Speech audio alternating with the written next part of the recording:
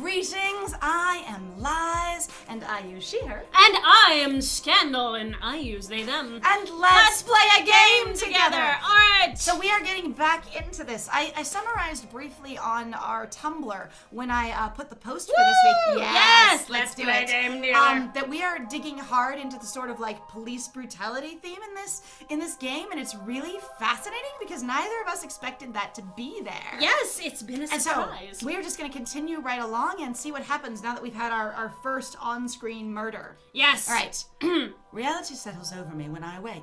A thick smog that almost suffocates me as I reluctantly drag myself from the almost comfort of my bed. Almost comfort. I would Almost not comfort. I mean, if it was almost comfortable, I'd be like, brah, I've had enough with not being able to sleep. I'm getting up. Goodbye. We're done. I was going to say, yeah, the almost comfort is not tantalizing. On the other hand, That for sounds me, like torture. when it's almost comfort, you're like, can I just shift things a little bit more? Right? All right, let's do this. Almost then. comfort is better than no comfort. It's true. It is much better than no comfort. Yes. Oh my god. We not don't think we're industrialized here, so maybe not so much the smog. But I don't know. But we don't actually know. Yeah, We it's don't kind of know. weird. So On the other hand, we're in a small town way out in the boonies, so potentially not as industrial, even if the Yeah. rest of the world is more. we do have a lot of trade, though. We do know that. Yes. I haven't had anywhere near enough rest, but I must relent. I muster the energy to dress and head downstairs to face whatever obstacles are hastily and inevitably shoved in my way. Down we go. We're going down. The light and the moats are so shiny, it's beautiful. That's what he said, trust Right. me. Yes. That's what he always says. Why he not say? No sooner have my eyes taken on the bleary sight of the empty tavern than an insidious scraping of wood against stone assaults my ears. In a corner of the room where he had wood against stone. I'm like, where's the stone coming from? I actually had the same question going. I was like, but is that's someone on just wood floor. like dragging a rock along the floor kind of thing? That's what I was wondering. Okay. Where he's had until then sat in shadows, Alcar stumbles to his feet. The chair he's been sitting on almost toppling over. So where's the wooden stone? Is it a stone chair? Oh, yeah, no, we laughed, actually, Lucavian, about the fact that, like, we were like, is this a D&D party? Like, seriously, there's so many, like, we're in a tavern.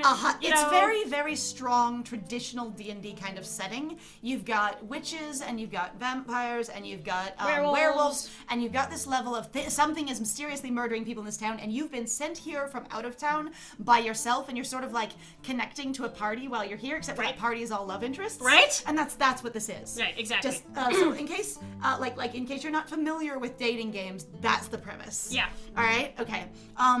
Let's see. He catches it at the last moment and sets it right. Then grimaces briefly before stalking over to me. He's a stalk over. I don't walk over to you. I'm stalking. Stalking. There's enough distance and enough time to see the hunch of his shoulders and the stiffness of his posture. For a moment, I wonder, worry, if he's hurt somehow.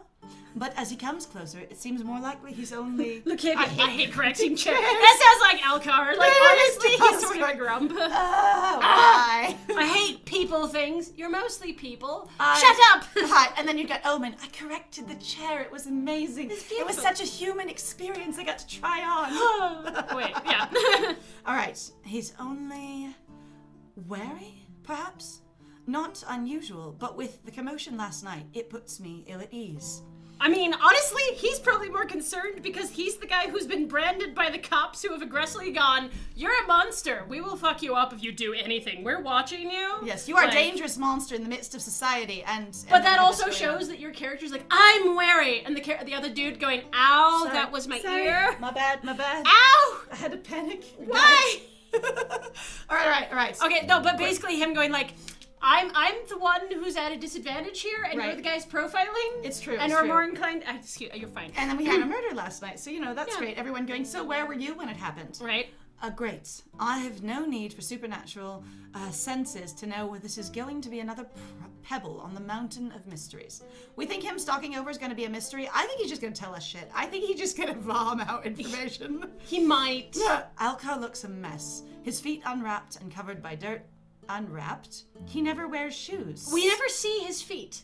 So this is weird to me because I'm like, unwrapped. He had wrapped feeties? I just heard still stalking over. Okay, so sometimes these I'm gonna say it's a convention of the dating game that sometimes these scenes of building up to something because you're in the head of the first person, character, just go on freaking forever. Because they have to keep describing stuff while another thing is happening in lifetime, and sometimes the balance is a little awkward. It kind of is. His feet unwrapped and covered in dirt. His clothes not much better.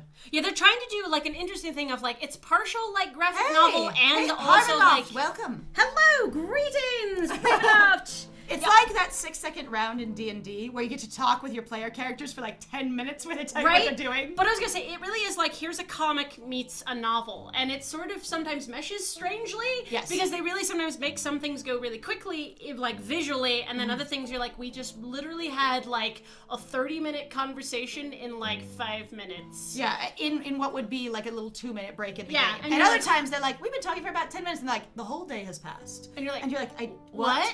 How? What has he been doing? Rolling around on the forest floor in his feet? Oh no, he looks adorable. Okay, he is a mess. Look how clean and tidy this boy is. He is so well organized, crisp and clean and sparkly and shiny. Spotless. I don't believe he's wearing white. Also, his character descriptor is quite literally ripped open like shirt. Torn up shirts. His shirt and is clothing. torn. Does this look like a torn? He looks tidier than ever. I love this. He looks like an absolute mess. Him shows up beautifully pressed. You're a judgy. Fuck him, see? Oh, wow, it's amazing. All right, here you go. Is it after Labor Day? It might be. Alright. Don't wear white after Labor Day. Hunter, I need to speak with you. He doesn't sound like the aloof, cocky half-Lycan I've come to know, because that's how I label him. Right. Alcar speaks forcefully, but there's a tremor in his voice that's hard to miss. You need to sound more scared and, like, assertive. Also, this is a novel pet peeve that I have that's always been applied to Atomes, and I despise it greatly. Give me the vocal tonage before they speak. Before they speak. Like it's in audiobook reading too, like when we've done it, when they say a line and then afterwards they say in a quavering voice. You're like, well shit, bro. Now I have to redo the whole thing! It's fine. Yes? Right. Yes, thank you. You're welcome. He sounds frantic, almost. It's... What's wrong? Ow?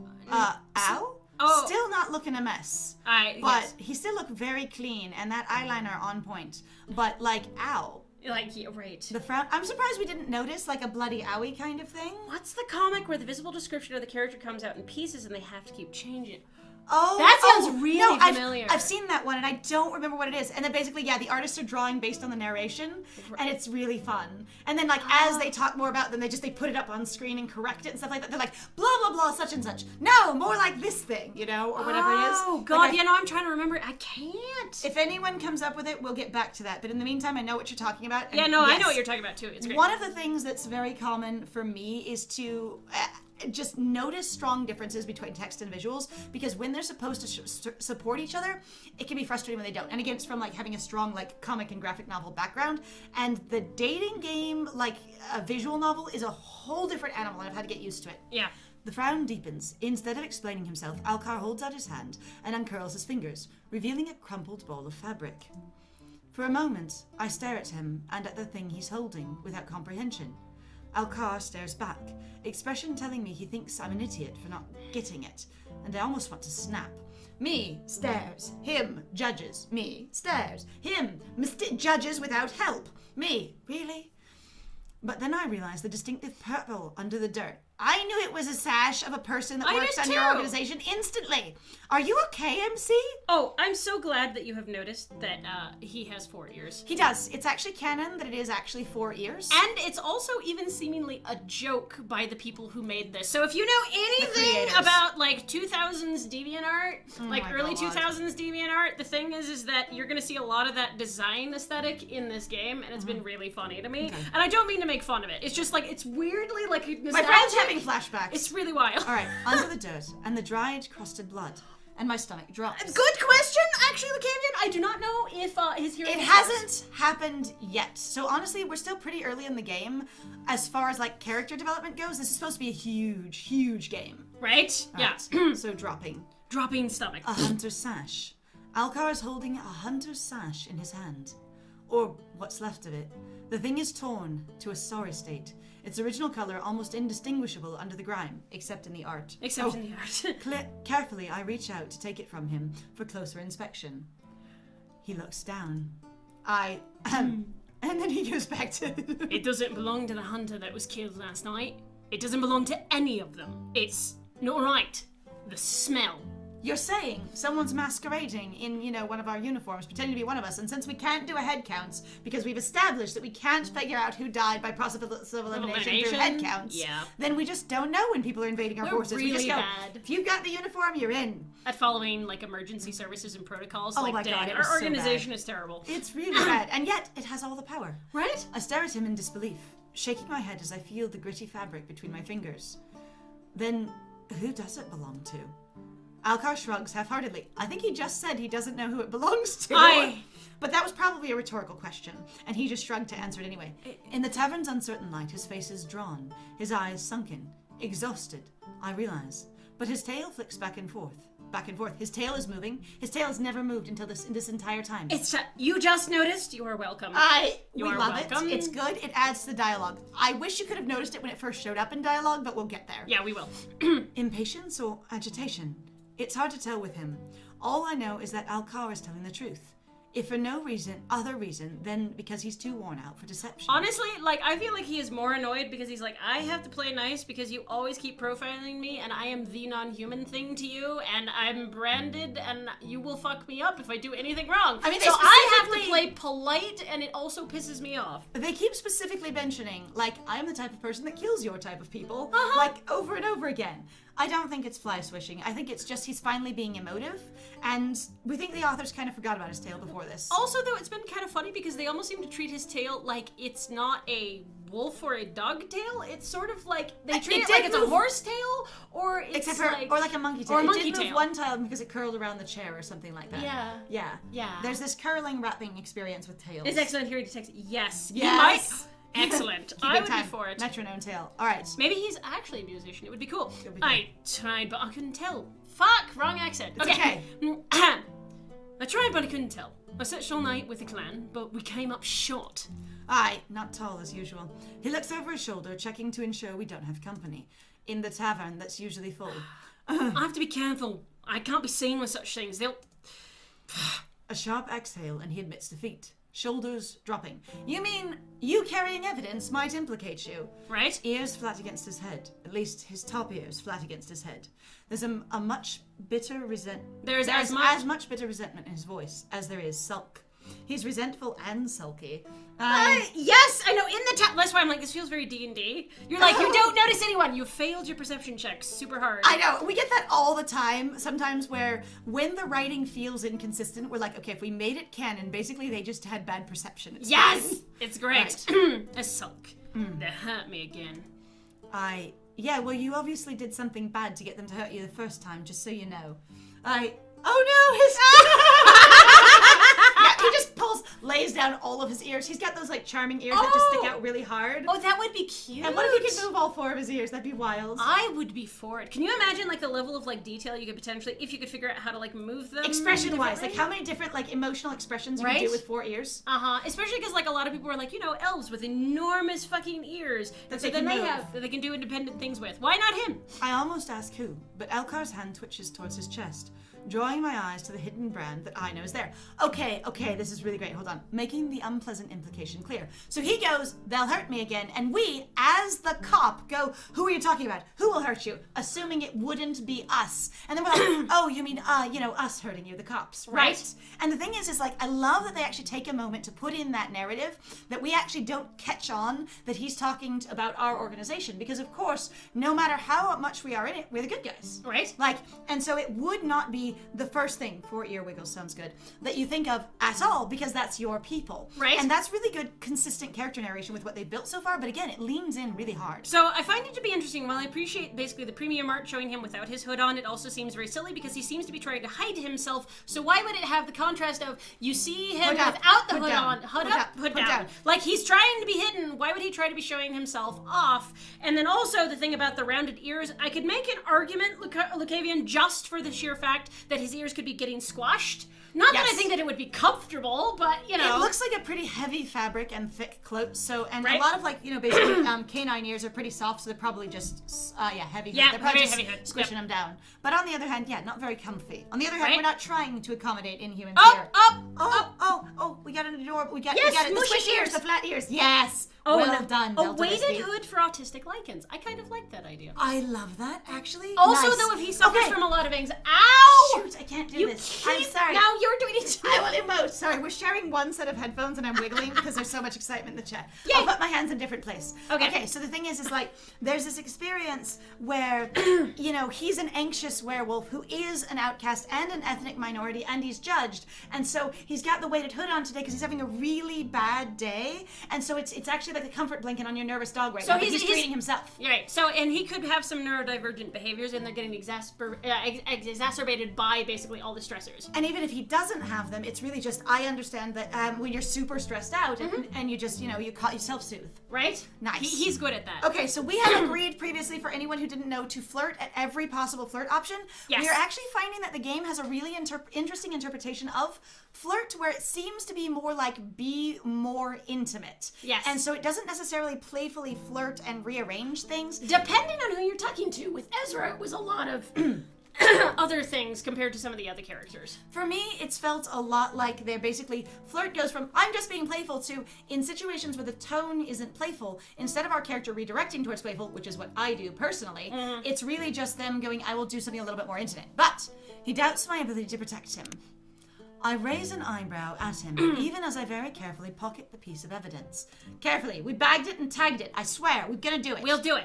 I haven't forgotten the brief conversation with Finn in the graveyard about the strange-smelling blood.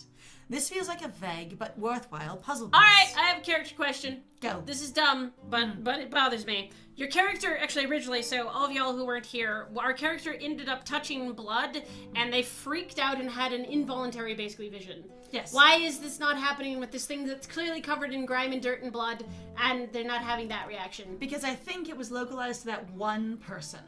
I think it was that specific ghost that gave her the vision. I was like... I was gonna say, I don't think it's touch objects get vision. I think it was, in that one moment, the ghost that died there was like, hello, I'll grab your psyche. That's what I interpret it as. Okay, maybe it's also we can't have more than one ghost currently possessing us. So, it's not fresh. The other one wasn't fresh either, actually. So good idea, but no, unfortunately. Yes. All right. Conversation. So this feels like a vague but worthwhile puzzle piece. I don't know if it feels vague to me, but they definitely sound like they would be correlated. This is funny smelling stuff that doesn't match up with human stuff. This is funny smelling blood that doesn't match up with anything you've ever profiled before. This also seems really silly because we literally just had one of the other characters go, hi, something's wrong, something doesn't smell right. I know! So I'm like... The wrong smell is a huge... You've had 2 supernaturals confirm now that there's something that smells funny about this and this is inappropriate, let alone the fact that we just killed a vampire fledgling and the vampire literally didn't fucking care about it, but that's another conversation for later, so whatever. I say, but yeah, this seems like not like... It might be vague, but this does seem like very important. Not maybe important. Right. And despite himself, Alcar delivered it to me. Me, a stranger. And a hunter at that. The power dynamic is actually Because there. we continue to forget who we are whenever he's talking about things and go, that must be out there. And remember who we are when he's, talking about our job. Probably precisely because I'm a stranger.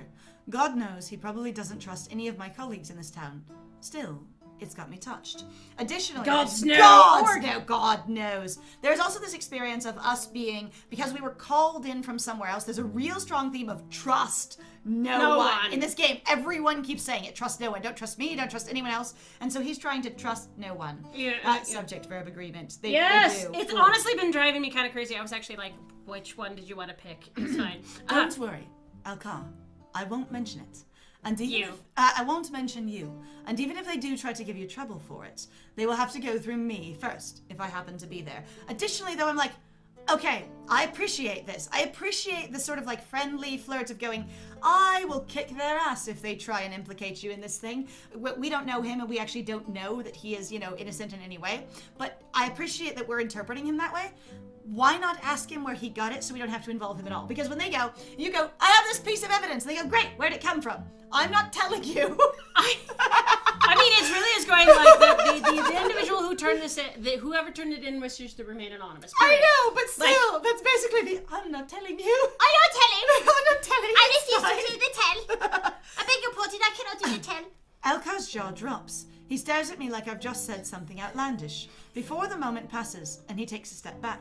a bark of laugh bubbling out of him. A bark of a laugh. Oh, sorry, a bark of a laugh. In case you don't know, This dyslexia is reigns. Lucavian, you are correct. This is before anonymous tip lines. I think it really is. Honestly, when you're working in the professional police in a traditional fantasy like campaign setting, you don't usually go, an anonymous source gave it to me. Especially when you're the like second in command in the police right now. Right? Like in the at least like, in this working particular force. area, yeah. In the working force. Like we're technically like third in command under like August and their boss. Yeah.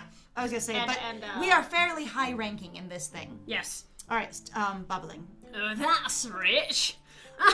I glare at him, and he grins right back. Not an ounce of humility.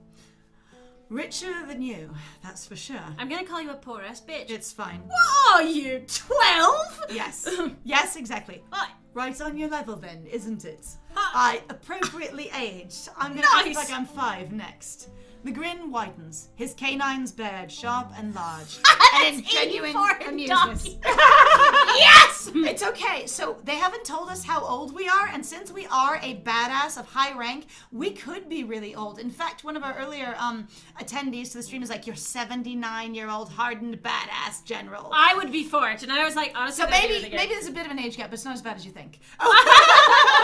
Right? All right. His canines, I was gonna say, at that point, we're actually way, way, way too old for him if it's dog years, because then we're like 300 years old. Oh, my God. We have become the Fae to him. It's all right. It's fine. We are the immortal Fae to him. Aha! I hope he doesn't have dog years. That'd be so sad. Can you imagine if someone gets werewolf and then they suddenly age in dog years? You become this big, huge, beautiful werewolf that lives like 9 years? Oh. I think you'd honestly just instantly die. No, your age starts out at the beginning, Oh, basically. okay, I was like... Puppy werewolf kind of thing, if Oh you will. no! Are you saying like so you're an adult person and you change at the night of the full moon into like this baby? And you can't do anything? Oh my God, can you imagine that? If you get bit by a werewolf and you change into a puppy werewolf and your werewolf itself has to grow up and you just have to deal with this dissonance. Honestly, the reason you have all these young, insane werewolves is because they're like, you're like 12, you're like 11-month-old giant puppy dog going, I'm just trying shit with sheer abandon. And they're like, you killed people. What? Oh no! Were-baby! Yes! Were-baby. I love Good it. job. All right. The grin widens, his canines bared, sharp and long. And in genuine... Large. Large. I can read. He lord? In amusement, Alcar surveys me for a moment with arms still crossed, but there is something else to his gaze now. For a moment he laughs again, but averts his eyes. After a moment. I thought I said after a moment. You said for a moment. Okay, after a moment. I'm gonna slow it down just a tiny bit. They're Yes! Yes! I know, they are clearly... It is one of those things where you just kind of go, I want the sprite to move. I know Right. it's work. I get it. The crossed arms, they're so obvious. Oh, I don't miss that. The fact that he just suddenly went, embarrass. Nor do I miss the blush. I love the fact that you don't have a blushing smile face for this character. You seem like you would want to have both. I was gonna say, I would assume you'd want both, but it's kind of entertaining that he's the serious blush. Nor the fact that he can't seem to stop grinning. As he looks very grumpy. That is the grumpy face. This is him grinning. It's fun. It's beautiful. Scowling blush, yes. You're a fucking riot, Hunter. But- Dang! Like, Seems your type.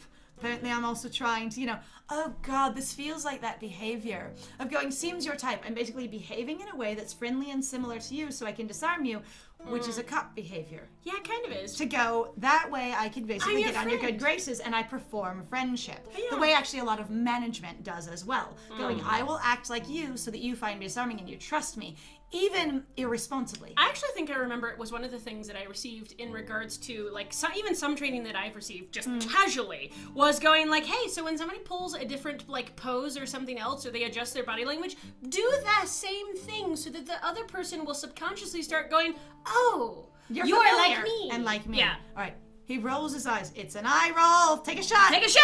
All right. Looking none too upset. If you are here and you're not in a drinking game, there are several things that these authors write repeatedly. It's like huffing, eye rolling, and one other thing. Oh God, I can't remember. And the thing is we've been doing a mock drinking game. Anyway, if you see them, feel free to call them out. We're using water ourselves. Yes. All right. He leans closer, suddenly lowering his voice despite the empty tavern. I don't know how much or how little you've decided to trust the powderwig pumps in that workplace of yours, and... He pauses, looking pained. And I said all that about not trusting anyone. I know, but just listen to me this once. Take that to Ezra, not to your superior. He regards me with beseeching intensity, eyes flickering across my face, like he's looking for some sort of give, something he can trust. I don't know if I can give it to him.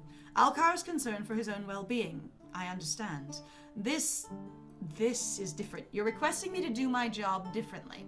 On the other hand, there's no reason we can't take it to Ezra and then take it to our fellow police. Right. Like our fellow hunters. Aye. Yet I have no desire to bother Harry this morning. I wasn't thinking about Harry at all. Why does our character okay. keep jumping chain of command? They do. Honestly, we should be going, and it has been established that we should be going to August with this, not to Harry as above him. We did just flirt with him specifically because he could. Which he is could what trust I was us, like, that's hey. what I was calling out. Basically, it was an insidious flirt. It was a self-serving, manipulative flirt. And it was fascinating. Doesn't mean we won't actually like him, but that was the purpose of that behavior. Right.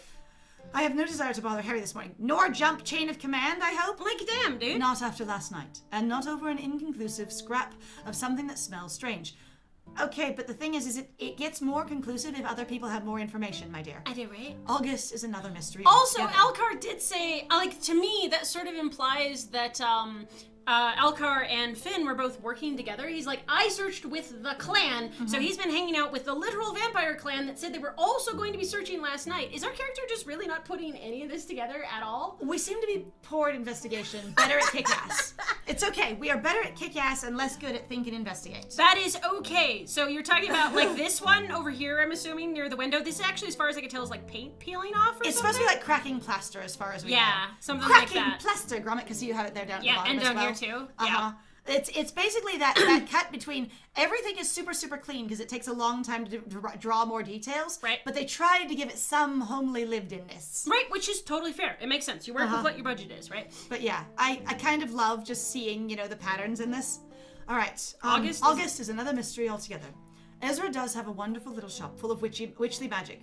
We're going to put that in our own head. What? Witchly magic? Witchly magic, it's fine. Witchly In a magic, town alright. this small, I can only surmise he would be the one with the most tools at his disposal to suss out an analysis for something like this. That's also really sort of funny. There's we ran into Ezra. Ezra's like, I specialize in healing magic. What makes you think that I'm good at investigative magic? Additionally, going What? you assume that our department doesn't have any investigative tools At all? Like, we are the police, but we don't investigate. Like, we don't have any investigative tools, no lab, no analysis. We have magical people literally working for us. Our immediate boss is incredibly magical. As opposed to wizardly magic, sorcery. Yes, absolutely. Yes, there are different. and there's divisions in here, which is really cool that we've enjoyed. That the witch actually talked about his own investment in the specific type of magic he wanted to study, and bought a spell book that he himself had to fill, which is great. Which is great. All right, for sure. Something like this. Sauce. It does make sense for him to go to him, which is all well and good because Alcar is beginning to look downright fidgety. It was really easy to get away with crimes before we knew about DNA. It's true. Oh my god. Though we do still have actually several cases where, in regards to the field of forensics, they actually do talk about. I've read several articles that forensics is still, though, relatively new, and they still make pretty aggressive mistakes. On the other hand, they've also exonerated a bunch of people that have been wrongfully imprisoned by now having DNA evidence. Mm-hmm, absolutely. It's very cool. All right, I'll go to Ezra with this. We just agree with him. It's fine. Alcar stares at me for a second longer, like he doesn't know if I was being honest. Eventually, however, his shoulders relax, and he takes a step back. Wait, was he actually, sitting with us? I know, I'm not even sure where we were. I thought he knocked his chair over and stood up, and then straightened his chair and didn't sit down again. Where were we? We came over to him, I think. No, I think he said he came over to us. Okay, so, I love the fact that, I can't tell. Detective had a pool of the killer's blood in the hallway. Gross mopped up. Now and then, back to my lunch. My hunch, yes. He stopped over. Perfect. It's so good. Actually, there's a lot of not investigating the crime scenes in here. It's really amazing. Jesus. All right. Yes. Alcar stares at me for a second longer, like he doesn't know if I was being honest. Eventually, however, his shoulders relax and he takes a step back. Then my job's done. I hope you don't mind me quitting this place. A tavern's no fun when there's nobody to pick a fight with. Alright, because you totally want to stay low profile and not get in trouble or look aggressive or inappropriate or get picked up by the police again. I just need to pick fights with people. This totally works so well. I don't understand this character. They're he's really trying to avoid getting in trouble, or and he seems to be basically defensive, not going, and now I would pick fights. I'm are you now just trying to be, I'm tough, I'm fair, poof? I just think this sounds like posturing kind of thing. No, I'm actually a strong dog, okay? Or he's just sort of going, there's no fun when you can't pick fights. I Talking to the cop, going like, it's no fun when you can't pick fights, and they just sort of sassily walk away. Like, That of course could you be- just think that I do this. Right, super ironic to him. I'm a love that. her, not fire. He drops into a mocking, half-assed bow, his tail swishing, and then all but squeezes himself out the door, right past me, before I can so much as frown. Were we standing in the doorway? We came down the tavern stairs to stand in the front doorway of the tavern, then noticed him, then had this conversation in the doorway? Is that what that was? I stare where Alcar has already vanished, and wonder for a moment if I should chase him down. But then forget it. It kind of does. It sounds like we did. We just stood in the doorway this whole time because we were worried about people being able to overhear us, so we needed to make sure we had two whole environments to monitor that they might overhear us. But the reason why I was asking was trying to figure that out is because they showed him literally leaning on something in that premium art. So I'm like, what are we leaning on? He was leaning on the lintel by the door. Honestly, I'd love it if they actually were like, here's the detective. They actually do have a goldfish. And I literally know. What? We're playing the Pink Panther. Oh clearly. My God. Yes, we are the Pink Panther. He's no hunter. He's no cop. He's no hunter, and I have a feeling, not entirely natural. What? This supernatural being. I think he might not be entirely natural. We're talking about our feeling. I'm sorry. Oh God, it's just funny. All right, headcanon. Yes, excellent. Yes. All right. Not entirely natural. That the thing out there isn't interested in lichens, witches, demons, or vampires. Wait, It's it isn't nothing- interested in possessive lichens? Yes. What is the lichen? He's not interested in lichens, witches, demons, or vampires. The witches, demons, and vampires owned by lichens, it's not interested in. So as long as you're possessed by a lichen, it's okay. I love it. I love that suddenly all the witches, demons, and vampires that our lichens own are now safe. Yes, same page. We do grammar sometimes, it's a big thing. Woo! With my dyslexia, I don't catch it as often, but I love that Scandal's here to do it. It's nothing to do with the killing pattern. It's...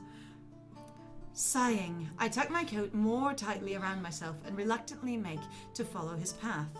Why? Why would we follow him? I not to follow him. Then I follow him. Lichens. Oh my God. Yes! Actually, they do talk about that there is apparently a type of tea you can make with some lichens themselves, and you can also eat some lichens, but you have to be very specific about it.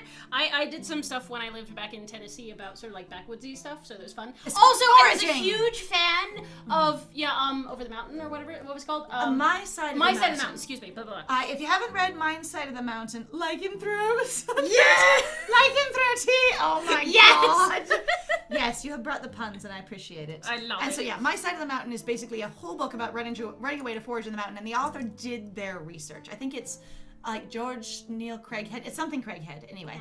All right, breakfast will have to wait. We didn't come down for breakfast. We went straight to the door, because this is the only place to eat in town. I'm confused. Unless we're going to the market. The shop was empty when I arrived, but open. We didn't stop outside to stare at it. This is the first time we didn't stop outside to stare at the shop first. That comforting tinkle of the bell that sits above the door welcoming me. All right, there's no bell there, and I suddenly want it real bad. Where is your bell? Also, I love the implication that the door is just super set right against that the shelf that's up there. Oh yeah, it's poink, whoop, and it scrapes the whole time. The thing is your door jamb is built into the bookshelf on the side, which is why it has to be locked magically, because you couldn't actually build a lock into there. Right. It's fine. It's okay. All right, that comforting tinkle of the bell that sits above the door, welcoming me. Maybe it's one of those things that just sort of registers, oh, the door has moved. There's a tinkle of a bell that just goes off automatically. It's just a magic It could bell. just be a magic response bell. Yeah. That would make sense. Also, yes, witchly magic is better than breakfast. Unless it's really, really common, and then sometimes you just get hungry. But in this case, new mysterious witchly magic that we're unfamiliar with in a foreign town? Yes. Right? Ezra is nowhere to be seen, but I do spot a small white cat curled up at the foot of the shop counter. A curious creature, since I've seen no animals so far. At all. One that gives off the same soothing, magical aura as her owner. It has to be a white cat. Oh my God. If I'm not... So we couldn't do a snake. We had to do a cat. If I'm to make assumptions. The purple curtain that separates the shop and living quarters twitches, and Ezra emerges clutching a cup of steaming tea. He's not holding it, he's clutching it. Oh, you have clothing changes. Yay! I was kind of concerned that only Harry would have clothing changes. So that... I know we've seen the other costume, but it's still nice to be That there reminds me incredibly of what he wore last night, though, that it would be warm and cuddly. Yes! I gotta get that. Yeah. I'm sorry to see that you're alright. Alright. The cat ears twitch at the sound of his voice, not at him moving into the room and coming out from behind the curtain, only him speaking, and her eyes glow a vivid aquamarine as they lazily open. She stretches, sauntering over to him and parading herself in between his legs. It's his... she really is like Faust. She's Faust. This is Arcana. So for anyone who doesn't know, this game has incredible amounts of similarities to another one we're playing called the Arcana, and this is the behavior of the familiar for the character that this feels like a homage / knockoff of in the Arcana, and it's there. It's amazing. He ignores her, moving to place his tea upon the counter. He bites his bottom lip. All right, take a shot. Lashes dipped, and he almost seems coy. I was concerned after we partied on the beach. On the scream. Yes. Like, Faust this is better. Faust is amazing. They are good snacks. I like the snack. I'm still noodles. disappointed, though, that they decided to base Faust, as far as I can tell, on her movements on a spider ball python. Yes. And to me, spider ball pythons are incredibly controversial because spider balls are They actually have a neurological disorder. disorder. Yes. Like, that is what that is. And they decided to go with it. They're like, it's cute. And I was kind of like, whoa. I'm a little uncomfortable because I hope nobody gets the idea that, you know, hey, a snake that does this is okay. So. Or good, or emotive. I was going to say, on the other hand, it occurs to me that it could have come the other direction. So cartoon snakes have been doing cutesy, emotive, adorable shit forever. And perhaps the reason people fell in love with the spider ball python is because of that familiarity and cartooniness and going, your particular, aggressive neurological disorder makes you do this head flippy turn thing that I've seen in cartoons for the last 20 years or what have you. I don't think I've seen any cartoon snakes really do that extensively. Okay, I was saying, I don't remember Ka sounds... doing it out of like the Jungle Book, because that's a pretty cartoon. Sounds really low budget cartoons to me. Those really low budget cartoons. Oh. Anyway, like Hanna-Barbera and stuff. It sounds familiar. At any Okay, rate, no. the scream. The I scream. also like, you The scream. bite your lip and look almost coyly about, oh no. The scream. The scream. I wasn't sure if you were safe or if you died out there. I was waiting for you. I certainly haven't forgotten our little moment. Nor, which one's the little moment? We flirted with him. It's the Remember? one under the fireworks, it's fine. Nor have I forgotten the way he looked under the bright lights of the fireworks. I'm fine, though I wasn't best pleased our evening was cut short so abruptly either. That sounds like a flirt, actually. It does. I enjoyed our time together. As did I. I very much so, in fact. He does. Dude, this guy went from "I'm glad you're not dead" to spicy, like 0 to 100 instantly. I'm also like confused. I don't know. I know it's a romance game, but I get kind of confused sometimes where I'm like, we literally just had somebody get murdered last night, and all you want to do is talk about the flirting. Technically, even when you're going, you could have. Technically, died. we had 2 people murdered locally She's last night. Really relieved. Yes, relieved. super relieved. So relieved it shows. The interest is clear. I'm not. I don't want to kink shame. I'm just like, it just gets confusing. Oh, survival is his kink. Ew. Hello. You are very skilled at that. Damn. maneuver. Would you like to All right. perform it again? He bites his lip again. Everybody take a shot. Yep. An enticing sight. But he breaks the spell by clearing his throat. We also are the type of cop that really is like people dying. While it's a big legal ordeal and we're frustrated at our own incompetence, we're like that. It's not that big, like a big deal to emotionally affect you all the time. Like not us anyway. Well, I do hope you've had enough rest. You look ever so tired. Not that I'm surprised after an inevitably late evening. I just assume you stayed up late. Would you like some tea? Aye. The sash feels heavy in my coat, and as much as I enjoy exchanging pleasantries with the witch. What? We He is won't now say his name. the witch. We have the lichen, the vampire, the witch. Our character aggressively others everyone who's not human. Yeah. And who is differently human, which is funny because our boss does magic but isn't the witch. Right? It's an us and them, real strong. I'm here for a reason. I actually need your help with something quite urgent. And the wardrobe. It's true. The lichen, oh my god. We're going to be dealing with... Okay, so we've had a lot of questions about wardrobe actually in here of going, what is the uniform for us other than the purple sash? What is the enforcer uniform? And going, it is really a wardrobe question. What? We are the wardrobe. We are the wardrobe. We're the wardrobe! I figured it out! The lichen, the witch, and the wardrobe. That's the threesome. Oh my yes! god. I now ship the lichen, the witch, and the wardrobe. All right.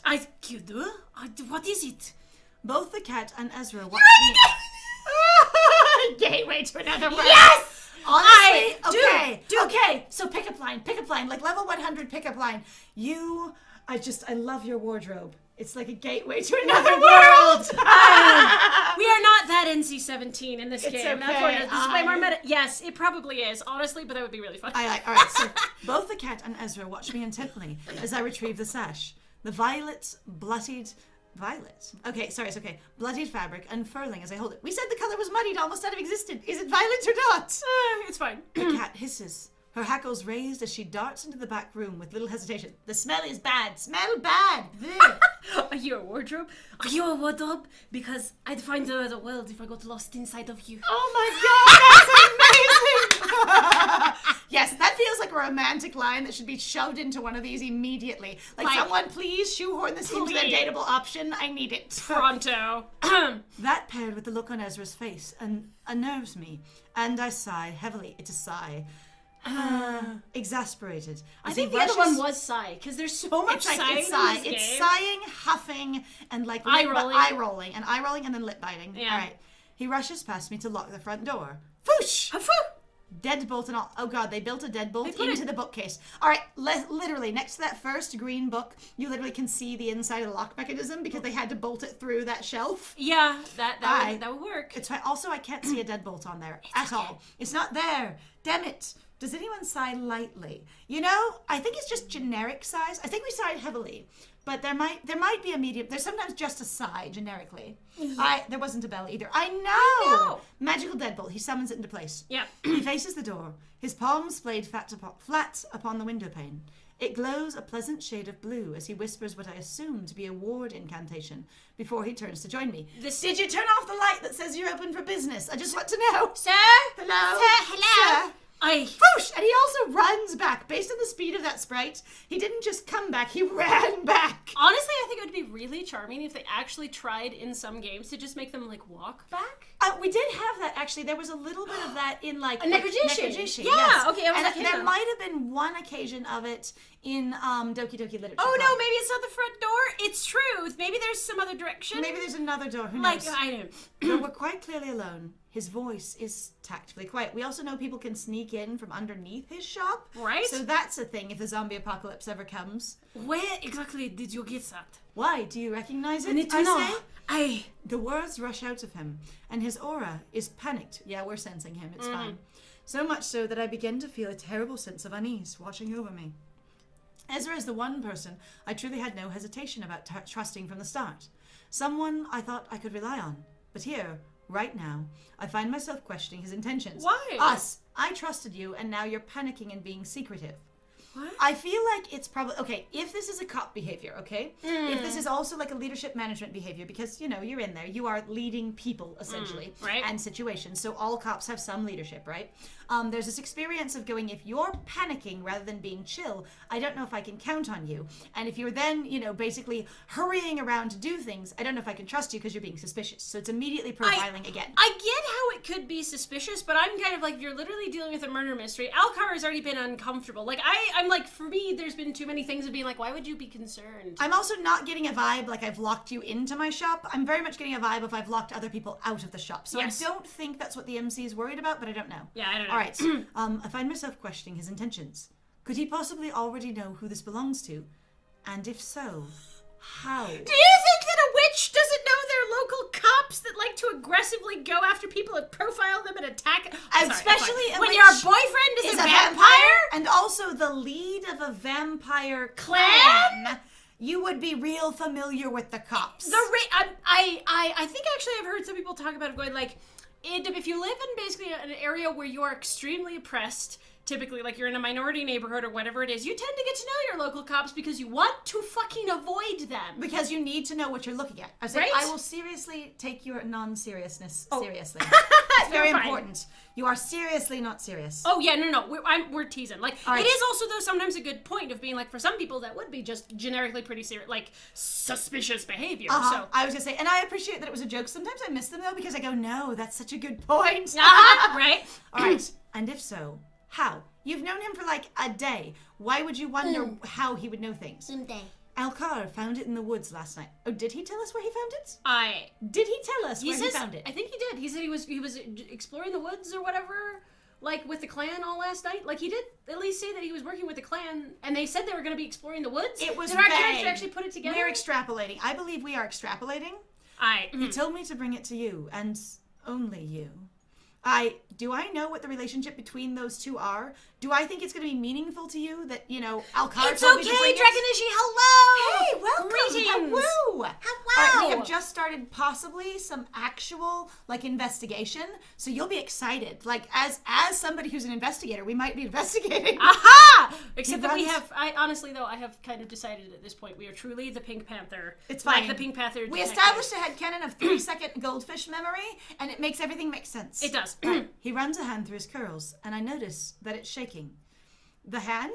Because not his curls. You're objecting that sentence. I'm like, what? And I notice that his curls are shaking. Right?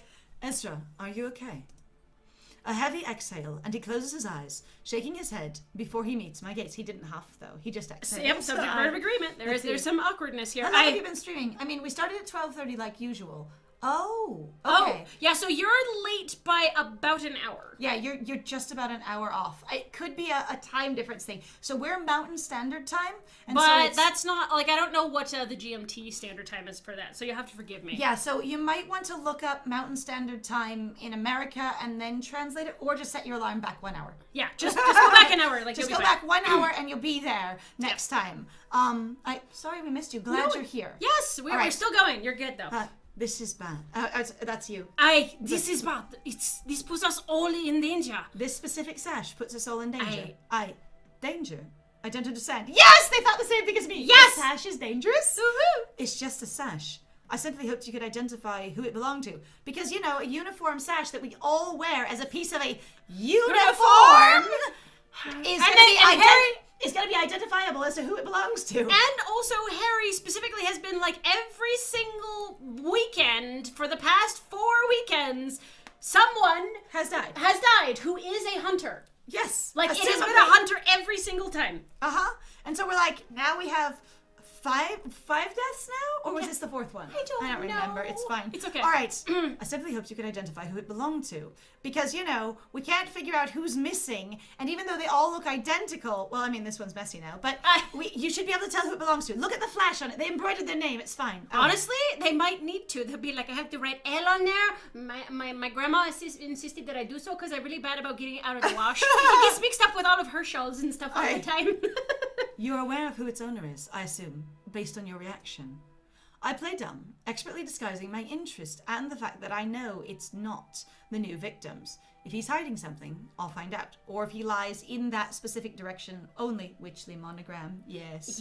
Except in this case, it would be Hunterly monogram. Hunterly monogram, Because the witches don't wear these sashes, the hunters wear them. This is a cop sash. Yep.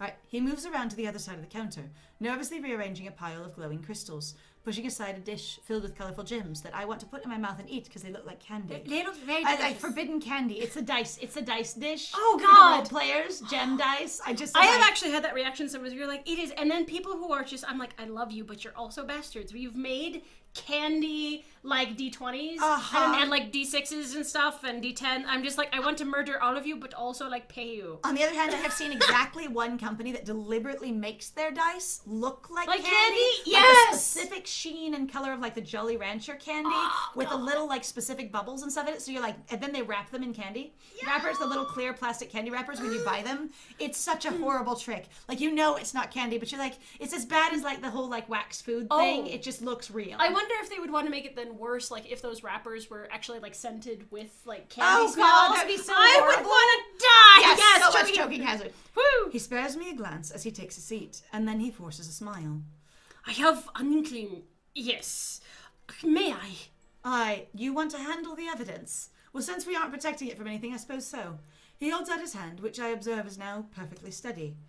I hesitate. I'm hesitant. I'm hesitant to part with the scrap after that little display of uncertainty. Wait, if he was confident, you'd just hand it over to him? But he seems to have collected his thoughts. I don't get that piece at all. I have bought silicone dice molds recently, but I haven't brought the resin. Maybe I should try putting...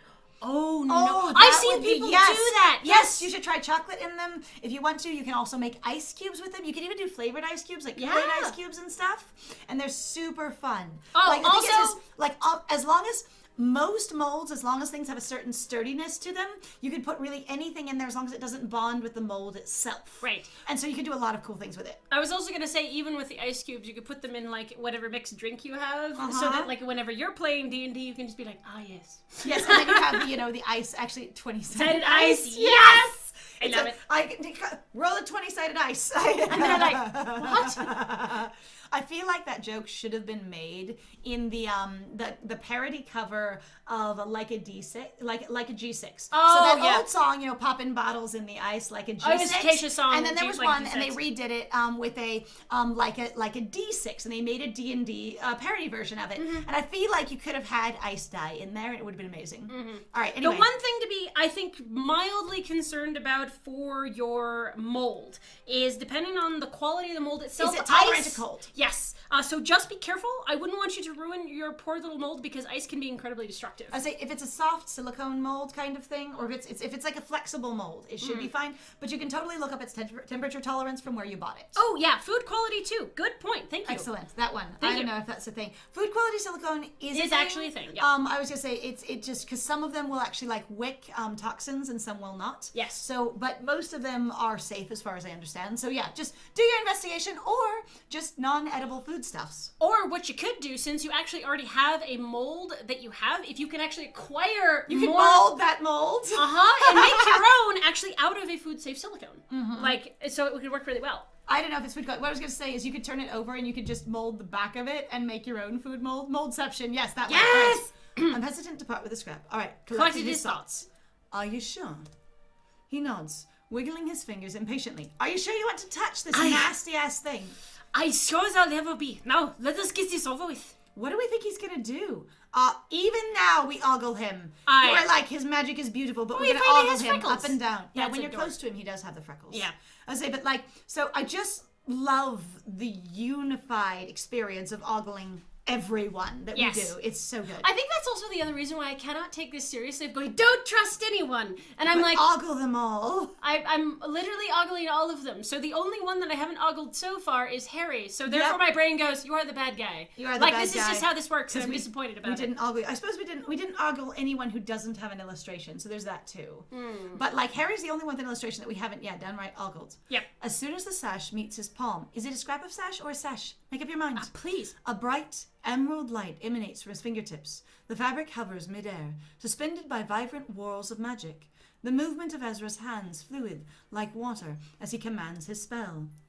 We didn't ogle the cat. I know. We did. The cat is bad.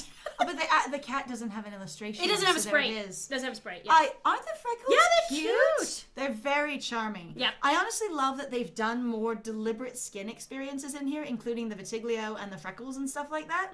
Because so many people, if they're doing like Disney style or anime style or something, skin is all just blank because you didn't want to put extra details on it because it takes more work. Right. And so you basically, to keep it simple, it makes everyone have a flawless complexion. No sprite. Pepsi, okay? Yes! Thank you. Good question. That is such a... Pepsi, okay? The cat's name is now Pepsi.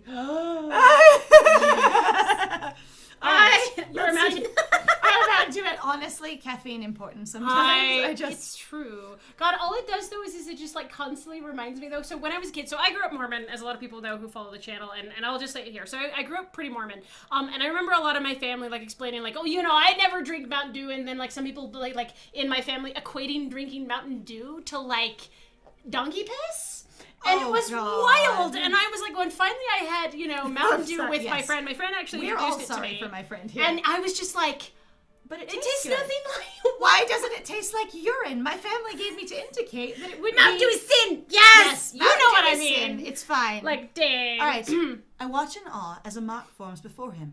Indecipherable shapes shifting and changing. His eyes are alight, brighter than ever as the blood that coats the sash seems to pull away from the fabric, suspended alongside his magic. It also looks like he's working on a wall, and I kind of like the idea of this being sort of like a magic technology, it's on a digital interaction wall kind of thing, but it is just, your magic interface. I love the fact that this has shown up so, like, frequently, this particular imagery of somebody like, I'm now turning it into magic coding, basically. I know, you're like... Or magic programming kind of thing. Like, here's Iron Man, and he's going, oh, yes, I'm going to play with this stuff in the air. I'm going to tap things that are, it's kind of fun. About the beverage. Who's knowing what this tastes like to equate it to it? I did. So my one uncle, as far as I recall, he's dead now. I really liked him. Is that he said it tasted a lot like that, but also he's had, this is going to sound weird, he's had bluefin shark.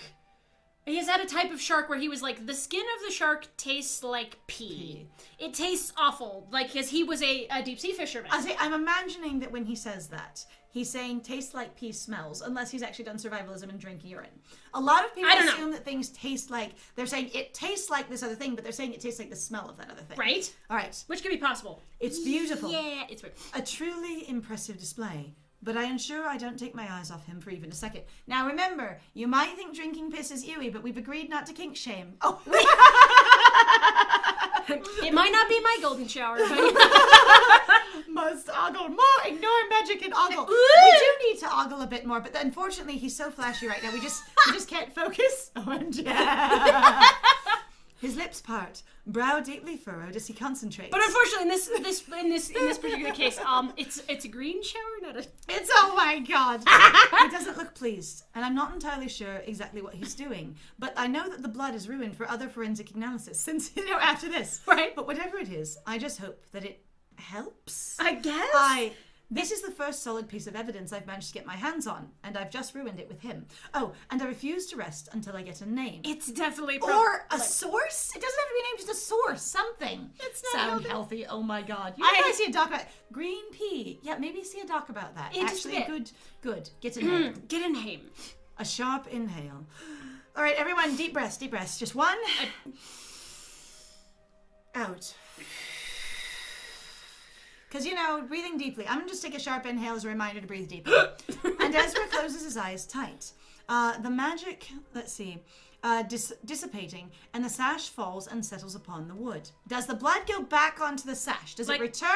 Or does the blood also sort of fall onto the table as well? Excuse me, sir. Where does the blood go? I need to know if basically this powdery or pseudo-sticky blood just sort of falls down next to the sash, or if in that magic way that things do, it just returns to its same patterning on the sash. I cannot believe you've forgotten about the blood, goddammit. It did actually. It says that it separated from the sash. It was actually kind of interesting. Like in the magic pattern, it pulled away from the sash and was analyzed in the green kind of thing. Yeah, well, that's all right. We like the jokes. It's okay. Right. We have fun. He drops his head, knuckles tight as he grips the edge of the counter. I recognized it immediately and witnessed this problem for all of us, but then I had to do a super magical ritual to feel bad about it. I had the feeling, but... I was pretty sure, but I had to check. Good, checking is good. Ezra, work with me here. I need you to be honest. Pulls out badge. Oh. Right? Drag initiate. So, some people in Russia, and I assume other countries, gurgle their throat with their own urine for medicinal reasons. Excuse me. Because there's a common misconception that fresh urine is sterile and can fight inflammation. However, urine is only sterile when it's inside of your bladder. Correct. It collects bacteria when it passes down the urethra. You're correct. That is actually really kind of neat, though. I was going to say, I didn't know about the gurgling thing. I was going to say, though I've conceptually heard of it, if you will. Yes. I would say, but there is an experience that I'm aware of where they talk about how, it's sterile, but it still can be beneficial to you because that's your own bacteria. But also, if you just want to dig all in and get a catheter, you can get sterile urine. Yay! For that reason, that's I suppose. Thing. It's fine. Don't and yes, worry about Lucavian is absolutely correct. It's pretty common actually here in the US as well. That particular myth. See? Jesus, Trump was just interested in oral health.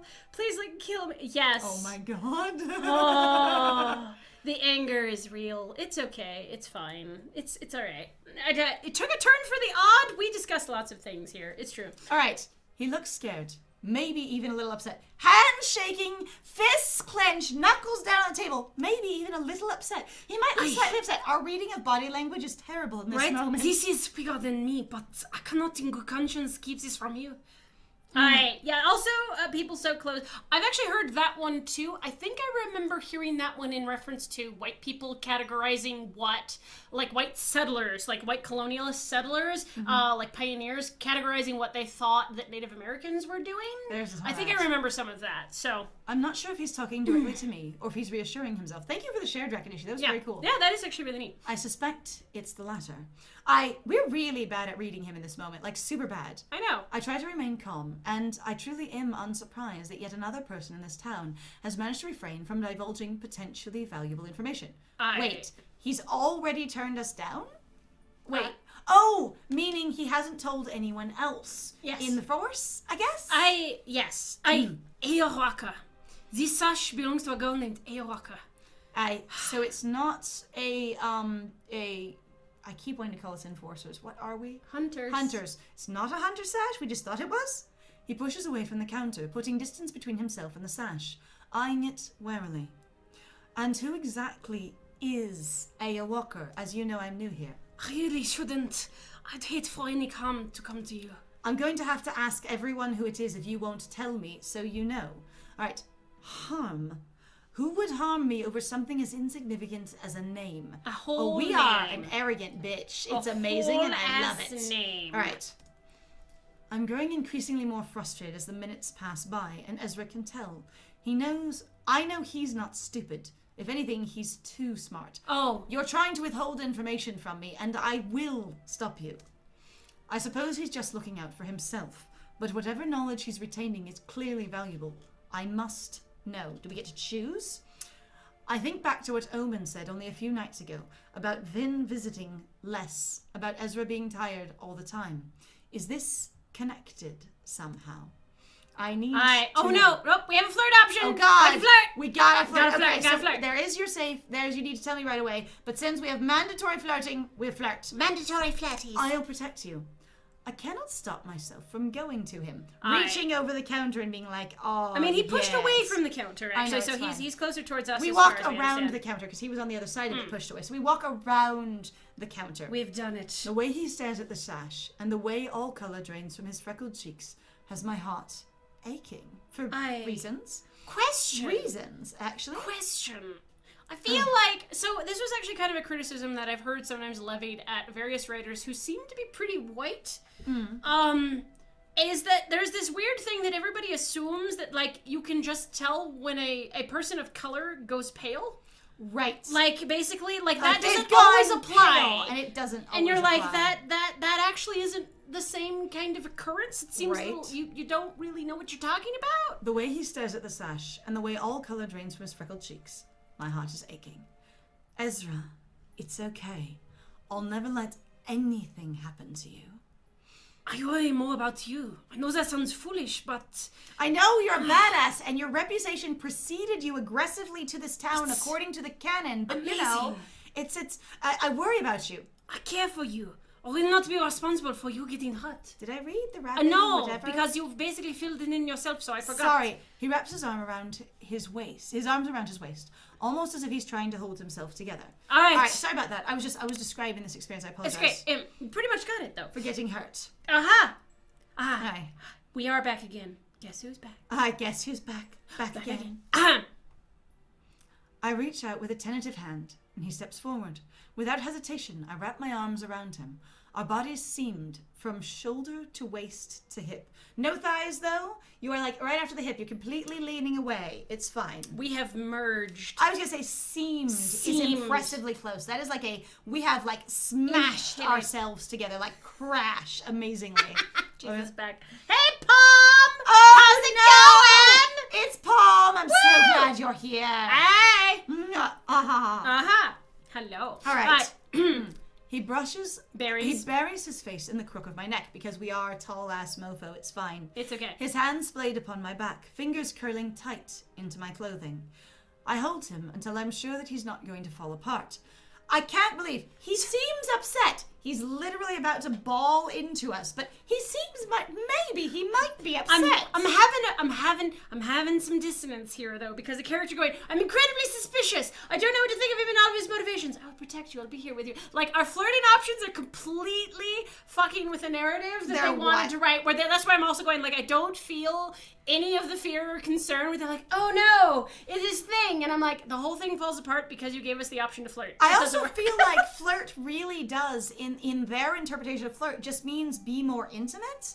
I was like, but yeah, they would have to look much more closely. Yes, you would. That is a good point that I can initiate. Yes. I was busy doing that girl shit. You should be. And, rightly, Palm, you should be. Yes, honestly, though, that probably escalated, though, quickly for, I guess, then Draconishi's comment. Then. All right. All right. It's okay. I hold him until I'm sure he's not going to fall apart. When I breathe in, my lungs are filled with the sweet scent of vanilla, of clean cotton. He smell good. He smelled tasty. Wait, he's gone from like shaking to nearly crying to blushing aggressively? Aye. That is the blushy face. That is the hot, sexy face that he had when he went, oh, you survived. Oh, very important. And now it's like, I hold you. I aggressively crushed our bodies flat together, seamlessly. I mean, seamed. Seemed. It's fine. Thank you. I need that, apparently. The blushy face was also used for, this was, it's true. They do not have quite enough expressions in this case. Oh, absolutely. And we've mentioned this before, that sometimes it can be really frustrating where, what authors seem to be trying to write for going, they blush, and you're like, you keep picking, like, the weirdly erotic face or whatever, when this is either, like, distress or anger. Or, like, disappointment or actual embarrassment. Yeah. Like, there really is only one blushing face. But, yeah, bipolar, I love that idea. Just, like, you are so a pendulum of, like, what is going on with this dude. Yeah, right? The proximity starts to make my stomach twist. A comfort I almost didn't know I needed. I like it when my stomach get the antsy. Right? What? That I now never want to end. Okay, stomach twisting is not a pleasurable sensation to me and my experience. I don't trust you, flirt. Yes! You are completely sus. Flirt. Yes, it's time. I'm like, but that actually makes me kind of, I love it when I am made uncomfortable by how close I am to I know, like, feeling uneasy and a stress response in my body is sexy to me. Totally into the fuck, yes. Yeah, kind of. And I never want it to end. I never want this uncomfortable stomach. Okay, usually when authors say stomach churning, they don't mean sexy-like. Yeah. My stomach churned and broiled in a sexy fashion. It was amazing. I had gas. All right. I'm taken back to the beach. His face alight with vibrant colors, eyes shining in the moonlight. If we hadn't chosen him, how different would this scene be? I don't know. And I am very interested to know. I'm interested. I actually enjoy like how diverse this game is and how much it seems to include the options you've done. Like it does have a massive amount of content. We did have a conversation about king shaming. I get that. And that's totally fine. It's just sometimes, so again, it's like trying to figure out what the story's going for. And sure, like I said, I think we've kind of ruined part of it because we're like, we'll just pick every flirt option. On the other hand, in theory, if all the options are there, their narrative should work. That idea that every single option route is potentially canon, as it were. Right. And so their story... Nauseophile! Yes, nauseophile! That's beautiful. I was just saying that their story should work still solidly if you choose every flirt.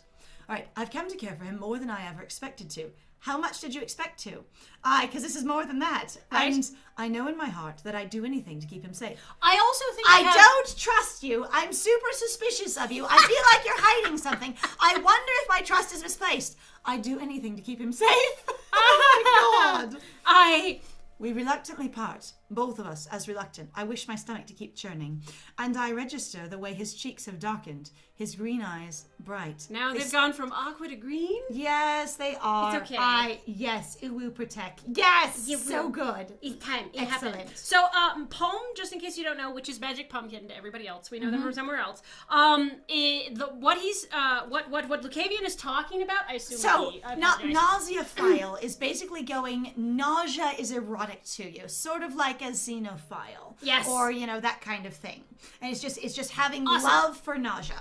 Yes. All right, there we go. Or basically eroticism through nausea. Yeah. All right, good question, though. Glad you asked. Honestly, part of our brand is all of us learning shit together, and it's super fun. Right. I guess the big reason why I find something like that Zars Pen to be sort of uncomfortable for me is because based on my experiences, when something ever tends to like make me nauseous or anxious, it's because I've been taught. It's usually because it's scary, but I've also been, due to my social exposure and the way that I was raised, there's a lot of going like, but you're supposed to find basically anxiety or things that make make you nervous, hot. And I'm kind of like, and I was going to say, I'm in not the narrative, sure actually for me, yeah. being raised as a girl, and just, being the woman in the woman's social sphere that I am, with basically most like romance and eroticism and romantic stories and tropes, especially in anime and in juvenile and teen fiction, really are, if you feel super nervous, super uncomfortable, and like your boundaries have been pushed, that's the sexy. Yeah. And so I actually conflated for the longest time in my own experience of like eroticism and or basically attraction to people of if I felt deeply uncomfortable around them, that meant I was attracted to them. Because that's what all the books said, and that's basically how my female friends behaved. Right. It's actually also even interesting, so I bring this up here, and again, not to shame the story, because obviously it's a story, so bleh, but there was a TikTok that we actually saw at one point where there was this person going, I used to think that it was normal after I finished having sex with my boyfriends that I would want, or even midway through having sex with my boyfriends, that I would want to go vomit, and sometimes I would run away to go throw up, and that was just a part of the experience. And they just thought that's how it works. That's just what it was. There can be a level of nervousness that indicates excitement, but for me, it was the fear nervousness. So, like, yes, there can be adrenaline. So, speaking to Luke Avian, there can be excitement, and there can be, like, basically, that rush, and it can be, like, excited anxiety. Like, but I thought that terror anxiety was the sexy. And most of the books pitched at young women really do portray it that way. And especially in that experience in, like, juvenile fiction or, like, teen fiction, that's always what I perceived. He forces his way into your space when you don't want him there, and you start getting the flutteries. Your heart beats like crazy, and you really are uncomfortable and back away from him. And then he makes it into the sexy because the author does. Right, exactly. And that's the sort of thing that made problems for me and also made me vulnerable to basically men taking advantage of me. Yeah, and it's been an experience. Also, yes, Paul, you are correct. Also, at the same time, too, typically, like, octopi will tend to rip off their tentacle, and they will shove it into the mantle of the female. They gift it. They go, here is my fertile, organ for reproduction. It's all yours. I will grow another. I love you. Yeah, it's magnificent. Tear it off. Use it at your own leisure. I do not wish to be invasive. It really is. Like, it's use it when you're ready. Octopi are amazing. They're really fascinating. Anytime. Ezra eventually shifts his weight, his breathing steadier than it had been, and he clears his throat. Yes, actually, a lot of bodice ripper behavior is super abusive and then pitched at as high romance. Lucavian, actually, so there's an interesting video. If you feel like watching it, I can't remember which one it is, though. Stalking for romance. No. Stalking for love? No. I was going to talk about Folding Ideas thing, where, so he goes and he had a small miniseries, so Folding Ideas on YouTube. He had a small miniseries about discussing basically 50 Shades of Grey, right? And at one point, he ends up discussing an interview, and he names the romance author specifically, where she said that it's a very fine line to walk between basically where your character, you want them to have like some mild amounts of fear of your love interest if that's what you're going for, but you have to be really careful not to get into actual terror, actual danger, which is where they felt like basically that 50 Shades of Grey had failed really hard because it had gotten into actual abuse, actual fear and terror and anxiety compared to, the hot and sexy, ooh, what's gonna... But yeah, and so basically she was talking about in detail, and it's a really cool video, where basically the experience is that some authors don't basically explain the experience of excited anxiety well, and it does look like fear anxiety. Right. And so I think that's sort of what you were talking about as well, Luke Fabian. But yes, Magic Palm, one of them is essentially a dick. It is the reproductive organ of the male octopus. You are correct. It's true. All right, I'm going to get back to the story. I'm going to do it. Hello? Hang on. So it says, to me, the stress around my crushes comes from me being afraid of making a fool of myself, saying something wrong. Okay, I was going to say, again, it's that sort of like internal anxiety versus external anxiety that is the difference. Yeah. I am afraid of you, and therefore that means excitement versus, what are you going to do to me? Mean sexy rather than what are you going to do to me? Right. Versus I'm really nervous around them because they make me nervous, or because I'm afraid I'm going to screw up and not impress them. Right. And those are different things. Anyway, it's that thing of going, though, if your author doesn't communicate it clearly what the character's experience is, it can be very hard to understand, because having been a woman, there is that experience of a lot of people trying to push you into things. So you go, okay, I am uncomfortable and scared. Then, yeah? That is the thing. Right. So Ezra eventually shifts his weight, his breathing steadier than it had been, and he clears his throat. She was a general, a really lovely girl, relatively known down after being transferred. Oh, someone else transferred for us and then was murdered? She was arrested quite suddenly, and no one outside of the enforcers knows why. The possessive enforcers knows why. The enforcers knows. It is the knowing that belongs to the enforcers. Absolutely. Yes, absolutely. Yeah, no, the enforcers what, The enforcers what, yes. Hunters, especially of a general's rank, are very rarely thrown in dungeons for minor transgressions. Thereby, it would be something big. Right. We are too valuable, so what did she do? Interesting that they're actually transferring generals over here and then taking issue with them. And also, that one, we don't know her name, so she's not an important enough general for us to know her, even though we did know Piper as a general. I was just saying, we knew her and her reputation was something we were familiar with. But this other general, we didn't, even though she was good enough to get transferred over here like we did. And so we're going, we don't even know who that is, and now we're going to have to try and find out what the hell she did. But also, we didn't know other people had been transferred here to deal with this problem before us. And that sounds important. Sounds a little wild, actually. It's okay. I support you. You just need to get faster fingers. All right. I can run my mouth, but you gotta learn how to run your fingers, bro. You gotta do it. It's important. All right. We are too valuable. So what did she do? I don't know what to do with this information. A young general being thrown into the dungeons is alarming, especially when there's no apparent reason. Okay, stop there. Okay. A young general who's been previously thrown into the dungeon, having her sash crumpled up and bloodied and dirty, found in the forest last night, sounds more weird than a general just being thrown in the dungeon. Also, how do we know that they were a general? Because he said she was a general. He said a general who was transferred here. Oh, okay, yep, okay, right. Okay, so, one, yes, an enforcer. Two, a transfer just like ourselves. And three, somehow after she's been thrown in the dungeon, her sash, which I assume you don't wear your uniform while you're in the dungeon, was found bloodied and muddied out in the woods. God damn it, Lucavian. Maybe if they transferred a few specifics instead. We have to transfer all the generalizations we can, so why not? It has to be, they need to, you know what? I think they want to transfer, some absolutes. Like, I feel like that'd be a higher rank. We just need a higher rank to deal with this. We need an absolute to come on over here, and that would maybe help us out. Because if they transfer, some basically approximates, maybe they just wouldn't be skilled enough to help us. Right. All right. I don't know what to do with this information. A young general being thrown into dungeons is alarming, but it's more alarming that I've now found part of her wardrobe, her uniform in the woods, after mutilated. We're not concerned about the sash. That's fascinating. Treason, murder, unlawful torture. These are all things that I know hunters have been imprisoned for, but never without all cops have done these things and been imprisoned for them. It's fine. This is just normal amongst our own profession in my experience. But never without the public having full knowledge, for such events are usually not quiet ones, which also suggests that public outcry is required for these things to be prosecuted. Oh, God. Okay, tell me I'm wrong with that narrative. The cops never have to pay for anything unless they get caught. Unless there's public outcry, unless the people don't like it. Why are the least common ranking officials called generals? Okay, so they seem to use army terminology in order to refer to their ranks within the system. So general isn't least common. General, like we said, is third in command. Yeah. So we have someone immediately above us who actually is the director of our outdoors units. Yeah. Of the field units, I would say. But we are theoretically primarily in charge of that field unit immediately under him. Right. I was gonna say though we have them. Sorry, under them. I keep thinking of it's the other person. It's okay. Yeah. It's because they are Harry. A similar, anyway. But it's complicated. We haven't seemed to do much of what our job is, and the ranks aren't super clear. Other than there are two people above us, and that's what we've got. Then Izzy. Oh yeah. Oh, sorry. Okay, then I have no idea. I don't know. Military, none. Okay, unlawful torture, usually quiet, or not usually quiet ones.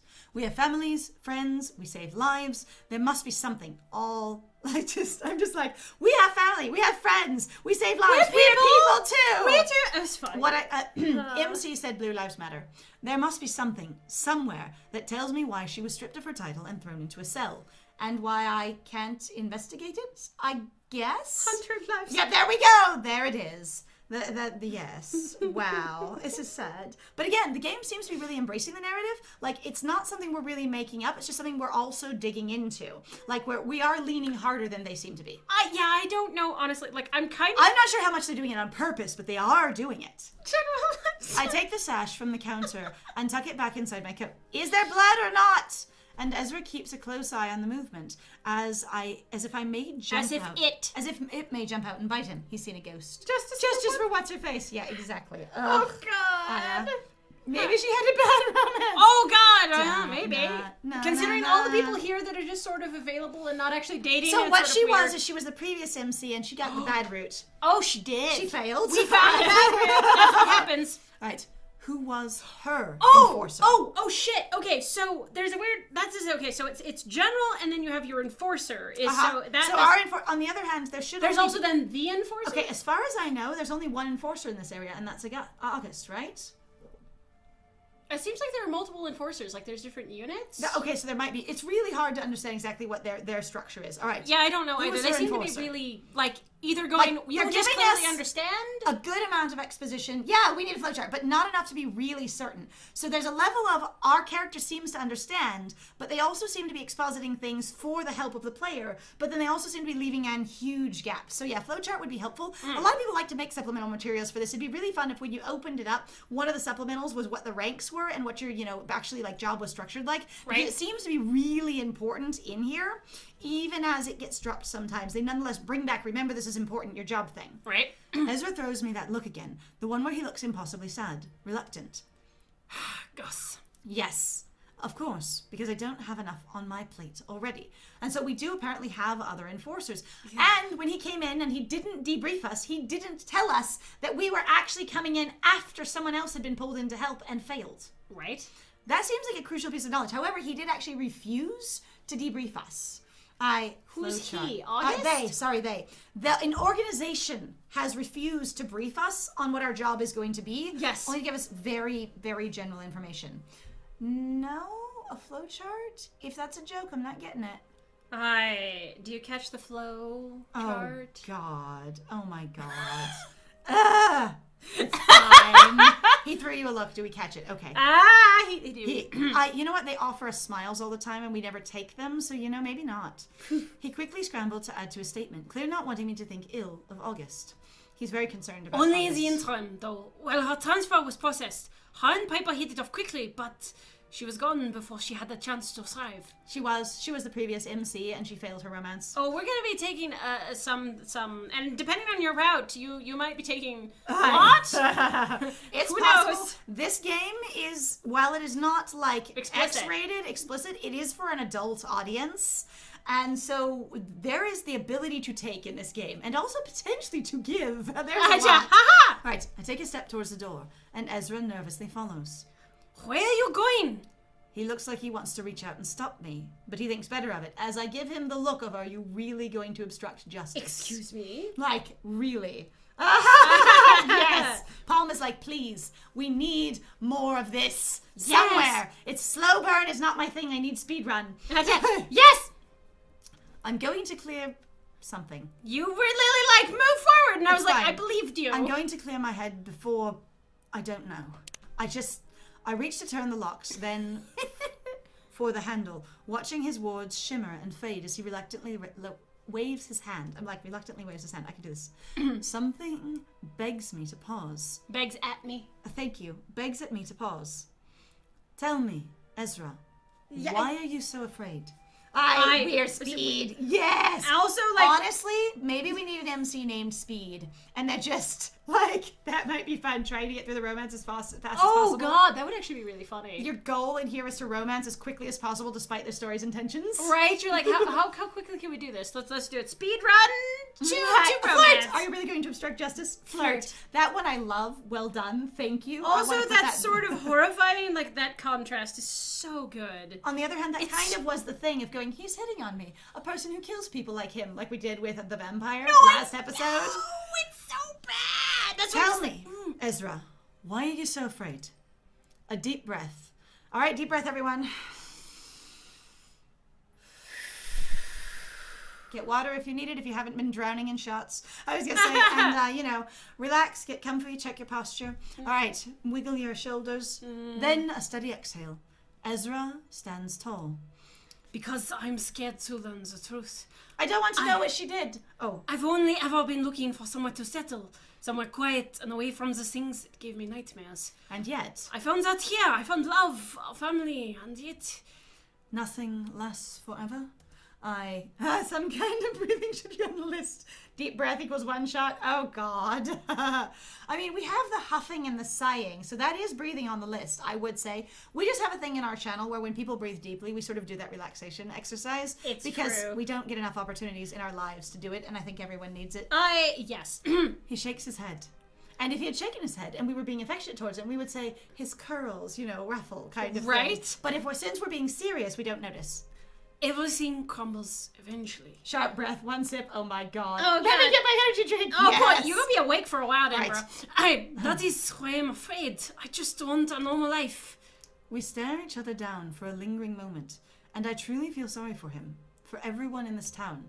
It was a quiet, nice little place before this started happening, as far as we understand. Right? And I gather that associating yourself with creatures doesn't grant you much peace. We don't say your boyfriend or significant other. We're literally like the creature you're dating and the creatures he leads. Right. With creatures. That is just this level of language is amazing. Like, whoa. It's like having someone who is and I'm going to put this in strong quotes, okay? Who is a really nice person who's a very strong racist. Yes. Okay, so that they really are. I will be friendly to you. I will be helpful to you. I'm interested in you, but I'm going to casually use all these terms that are my belief systems. Yeah, of course the witch wants a normal life.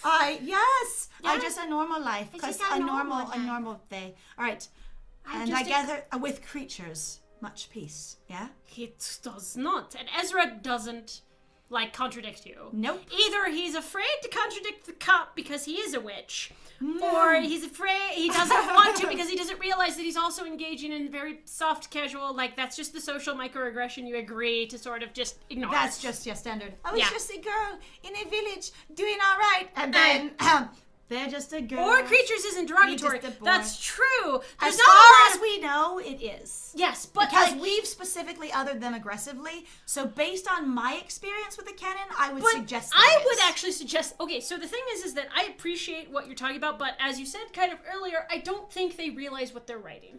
Okay, I don't think the authors are doing it on purpose. Yeah, I'm like, in I some think cases, some of the narrative is on purpose, and I think some of it isn't actually. I don't think this is where I said Yes, you do see based creatures a lot off in of D&D. what I'm gleaning from this is they sound like white authors who don't know what the hell they're writing, and it's sort of awkward. And we had that discussion I think last stream Briefly. of going it's strange because you have a lot of the keyed in language and also some of the really this stuff where you're just whoa. And the narrative does seem to be relatively consistent. So they did have a concept they were driving for. I just don't know if they dug in as deeply. On the other hand, in D&D, that is kind of racist. I was gonna say, though. I don't know if Or D&D, speciesist. you would literally talk about a vampire you have met and are close with, essentially. Right. That you are at least as close to them as you are to Ezra. Right. I was gonna say, refer to him and his clan as creatures. Seems odd, to me.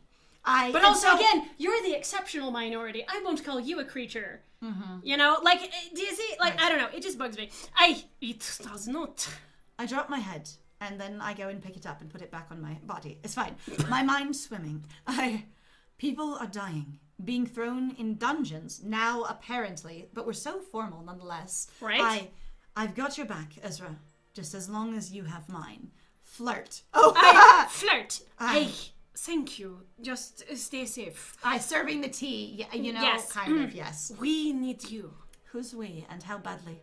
And also, in what way? And as long as you remain useful to me, will I want you or need you? People are being thrown in dungeons. Flirt. Yes. Yes! Absolutely. Chill air. Since it's new information and it's one person being thrown in a dungeon, we are extrapolating greatly, and it seems like our character really does that. So I think it's just consistently building that's who our character is.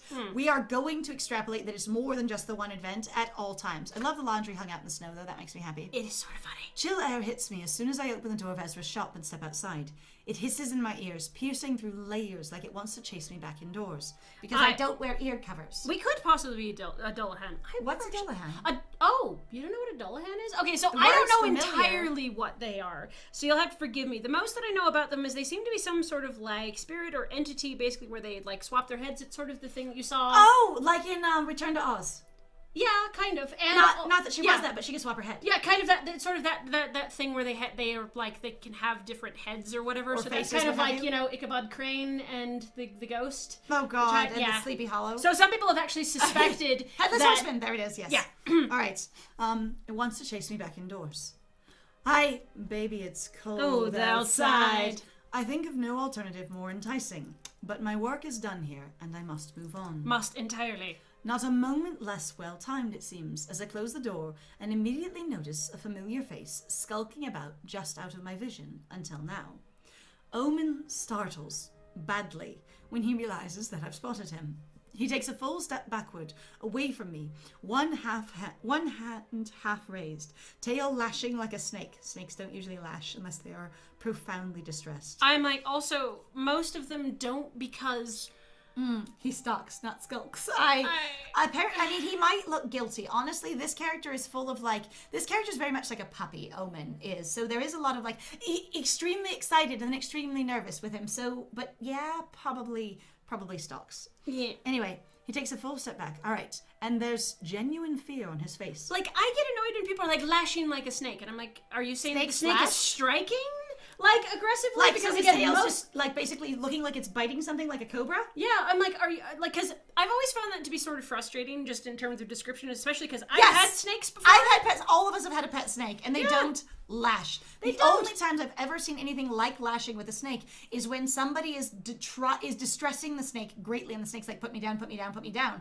And it usually is harmful to the snake in the same way that, struggling for your life can be harmful to you when someone's trying to hold you down. Right? And I think actually I remember, I can't remember if it's like the black rat snake that does it, but there are some snakes that actually pretend like they actually have rattles when they don't, and they will lash their tail because they're looking for something to jag. But they're not lashing it, they're vibrating. No, but I've seen it, they'll lash to begin with, but then it'll stop and it'll start vibrating, trying to make sound with whatever. I think that's a swish though, not lashing. I don't know. No, it is a strong all right, gesture. like the tail of a snake.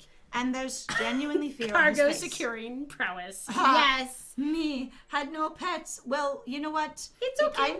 It's not required to have pets. It's really not. They are a lot of work. So they're cargo securing prowess. Honestly, yes. We're going to lash things together with a snake. That sounds like basically a pun that should be used in one of those really ridiculous games like Monkey Island or something. Oh, yeah. I need to lash this to here, so you go find snakes and you use it to lash. That would be so good. Some snakes are lashing, so use them as lashing. Yes. That's really good. Honestly, nice. Omen. Omen? Where Where have you been? Speak of the devil! devil! We gotta flirt. We gotta do it. All right. The first thought to cross my mind is that he is suspiciously distraught and nonetheless sexy as ever. The second is that it pains me to see him this way. Maybe a distraction is in order.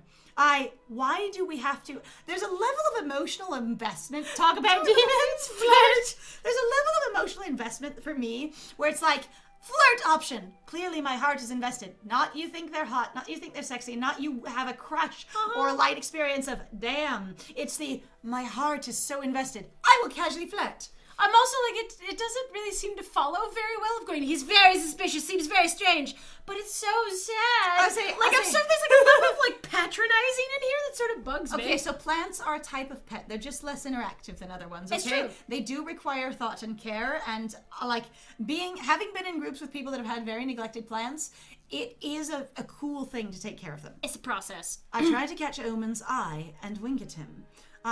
Speak of the devil, I was wondering where you were. Did I imagine it, that he stiffens at the words? It's hard to tell with how stiff he already is. I just say, and massive blush. I wonder if it's possible to flirt at an inappropriate time, but still, he stiffens. It's on screen, in front of everyone. But also it's hard to tell with how stiff he already is.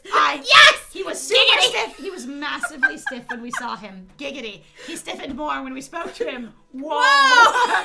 Whoa! Whoa! Dang, dude. It lasts for only a second. However, before his face turns red, he's like, I'm here, and I am here. Maybe redder than just a blush. Maybe. Something flickers in Omen's eyes like embers about to burst into life. But he looks sideways too quickly for me to make sure. He was so happy that we were excited to see him. He just no, I will be serious. No, I would do it. His aura churns, shifts, but he does not change. He almost lost his glamour. He was so excited. Oh, wow. Oh my God. He had such a oh my god, giggity response. He almost lost his glamour. That's pretty impressive. Mind demon? It Yeah. could be. He might like that. Who knows? Omen twists a strand of hair around one finger and tugs at it, tail twitching most anxiously. Adorably. No, Omen is a demon. So Omen is a demon and he's wearing a humanoid glamour. Yes. So he has, unseen to us, a massive demon form that is full on like hellscape, Diablo demon as far as we know. But we've never seen it. But yes. We've only heard it discussed in relation to, actually, so there's going to be an update to this game eventually, apparently, sometime this year now, where that you're actually supposed to be able to eventually see Omen's real big form. So actually, I was gonna say this game, we intend to actually do a playthrough on it on our channel after we stream it, because this is the non-updated version, and they're gonna make it like more premium afterwards. Right. And it does. It's including a bunch of new like fancy art, including that they finally designed Omen's full demon form, which none of us know what it looked like. But yes, demon in a glamour, and yeah, the tail. Do you see the piercings on the tail though? But yes, he D-man. D-man. He's not devil man. He's D-man. He D-man. Adorably. Right, adorably. I'm sorry. I didn't mean to upset you. Oh, no, I wasn't upset. Just surprised. Surprised is all that was. Casually adjusts his shirt and belt. Just surprised. It's fine. I was surprised. I'm good. Shoves the belt down lower. Oh, hello, Daddy. I mean, demon. I mean, Dim Dad. I mean, Dadman. Yes. Honestly, though, I'm kind of curious to see what they will end up coming up with, because I'm like, the only time that I've really seen like really awesome monsters so far in what we've played really just has been Meeting in the Flesh. Oh my god, they had the most monstrous monsters. Most of them are very, very humanoid, to be honest. Yes. They're very like Star Trek, Alien. Right! He glances at me again, very briefly, as he's trying to shift himself. Brown eyes half hidden beneath long lashes. Omen swallows, and that blush intensifies. But he is smiling, much to my delight. Tremulously, uncertainly, but he is smiling. After a moment, he even deigns to meet my eyes. The thing that I love about that, though, Lucavian, is that I'm just like, dang, I don't know if he have eyelashes at all. I love the fact they're like, this is the art, but it also amused me, because I'm like, nobody in anime have eyelashes. No. Not unless you are the girl. I was going to say, unless they're specifically doing, like, the white-colored eyelashes, and then they draw them really, like, specifically. Right? Like, I don't know why, but that's a thing. All right. Meet my eyes. Clearing his throat, Omen folds his arms together and seems to make a conscious effort to relax. He's like, cold shower. I can do it. It's snowy out here. I would just bring down the temperature. Apparently he is warm like an inferno as well. So I just imagine him being like, oh, hi! Looks away blushly. Snow melts around his feet instantly. Starts steaming. There's this steam in the snow. Amazing. Omen swallows. Flirt. Yes. Thank you for worrying about me. I promise I stayed out of trouble. Ha! I believe you, says the cop, scooting closer. Omen blinks, then smiles wider, shoulders sinking in palpable relief. Oh good, you believe me, he's super trusting too. He really is. It's only one face of yes, there's only you're like very light kimono mimis and you're very very humanoid monsters. There's only one face of teratophilia. You need more experiences, more variety, a wider spectrum. It's true. Okay, that's good to know. Yeah. He looks at me intently, head tilted to one side. What about you? I heard there was some kind of trouble. I don't know anything about it, and I definitely wasn't in the forest with anybody else. And while all the other Inhumans were doing stuff, I'm not associated with them. I'm unhurt. It's okay. Calm down. We're all right. Short. I am succinct. I'm unhurt. 10 words or less. Omen. Just 10 words or less. Owen's eyes flicker to Ezra's door, expression dubious. I wasn't seeing him because I was hurt. I know he's a healer, I will acknowledge in this moment. Don't worry. Okay. Okay, right. A moment of slightly awkward silence passes before he continues. I'm looking for someone. Omen says this very quietly. Oh, I'm looking for someone. Like that's the conspiratorial someone. Like he's it's a secret. Confessed. There's a level of intimacy immediately where he's confiding in me. Oh, woo. He scans my face with eyes flickering more red than brown. Pensive. I wait, since there is little else I can say, and spit it out. Then something seems to resolve. He was assessing me. Assess. Omen looks from me to Ezra's door, then takes a step back, his mouth tight. She's probably not in there. Then I should get going. It's nice seeing you again. Mm-hmm. He makes a turn away, and I don't know what moves me to act. Perhaps it's his aura, the way I suddenly sense a swell under his glamour. I thought we sensed the swell earlier, just to be honest. Spot the wisps of flame trailing from his hair and the tip of his ears. Interesting, I kind of love that. I would love to see that in the art, though. That'd be neat. Look for me! That's amazing. This is swelling. He's a grower. Oh my god. I mean, it was. He probably is, actually. He's not a shower currently. He's hiding under the glam. I was going to say, given that the glamour is likely smaller than he is. Yes!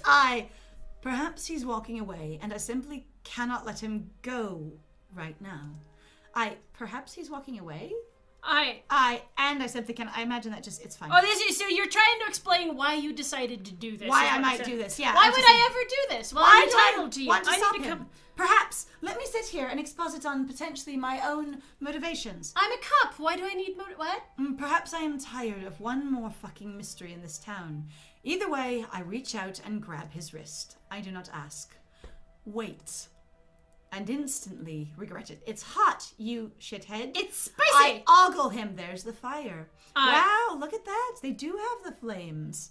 But also, he's on fire, and I grab his wrist. There's a level of entitlement there. Wow, bro, you're a little bit dumb. Like I said, you're a cop. Yep. You need a reason. And so you think about it, going, what's the likeliest?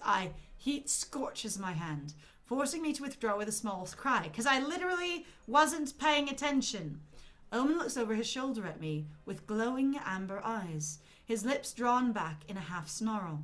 His still eerily human face is framed by a wreath of fire. My guts clench.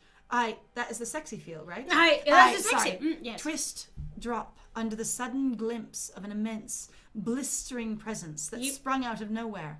My instincts scream at me in warning. His eyes change color. He's had 3 colors now. Brown, red, and amber, actually, so yes. It's a thing. Demon. You knew he was a demon, though, the whole time. Then Omen jerks back, as though out of a trance. And everything extinguishes. Him. Sorry. I do not know how long we stand there. Me looking at him.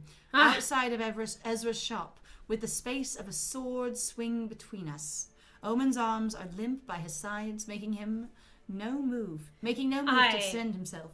Probably. Yes. You feel like the dialogue could be repeated verbatim in a later encounter. Yes. Yeah, kinda. Also, I love that we took the time to ogle him, even just as we yanked our hand back from flaming demon. Flirt. We're we're gonna still look at you, still sexy as fuck. Wow. It's that, yes. My gut twisting. Yes. It was the gut twisting that did it for me. Oh, yeah. Baby. I do not know how long we stand there. No move to defend himself. All he does is stare at me with huge eyes and palpable horror. I'm sorry. I force my mouth open to tell him it's all right. I have had worse, really, but I can only pry my jaw apart. The words I can't force through. I had to find your wrist. Oh my god. I reach out. He's not waiting. He's not waiting to hear them. He's stepping away. 1, then 2, then 3. And he turns around and flees. Are you going to arrest me? Are you going to take me in? Are you going to detain me? Runs away. Wow. Oh my god. Real fast. I can't move my legs to follow. By the time I get enough control of myself back, Omen is already long gone. In hindsight, I'm glad I couldn't follow him. It takes a tremendous effort for me to pry my stiff fingers from the comfort of my weapon. Oh. Wait, we pulled a weapon on him? We apparently did. No wonder he fucking ran away. Wait, when did we pull a weapon on him? I didn't read us pulling a weapon on him. No, you didn't. I'm saying that was abrupt, so we were instinctively to our weapon. I had a gun, I just pulled it out. Apparently, that's what I was going to say. And cop-wise, basically hunter-wise, it makes sense that we would pull it. But I'd assume with all of the other detailed exposition on things, it would have been, I see, demon. I immediately pull my weapon and put it between us. Mm-hmm. You know? Yeah. And so it also makes way more sense that he ran away going, you're not going to kill me? Okay, good. Bye. They didn't shoot. Bye. Yeah.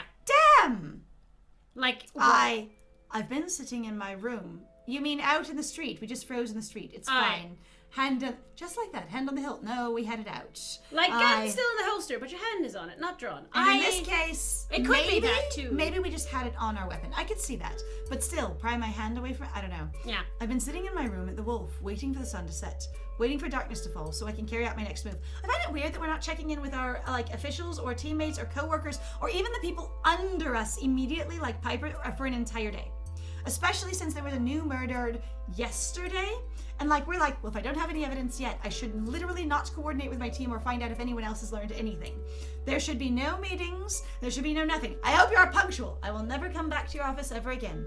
No, Ezra told us not to share that with August. He didn't say us never go back to our job ever again. But that's still our job. And August actually, I think even sent, specifically was like, as far as we know, we're there's gonna basically morning huddles at this job the way you would have in any profession where you're on a team.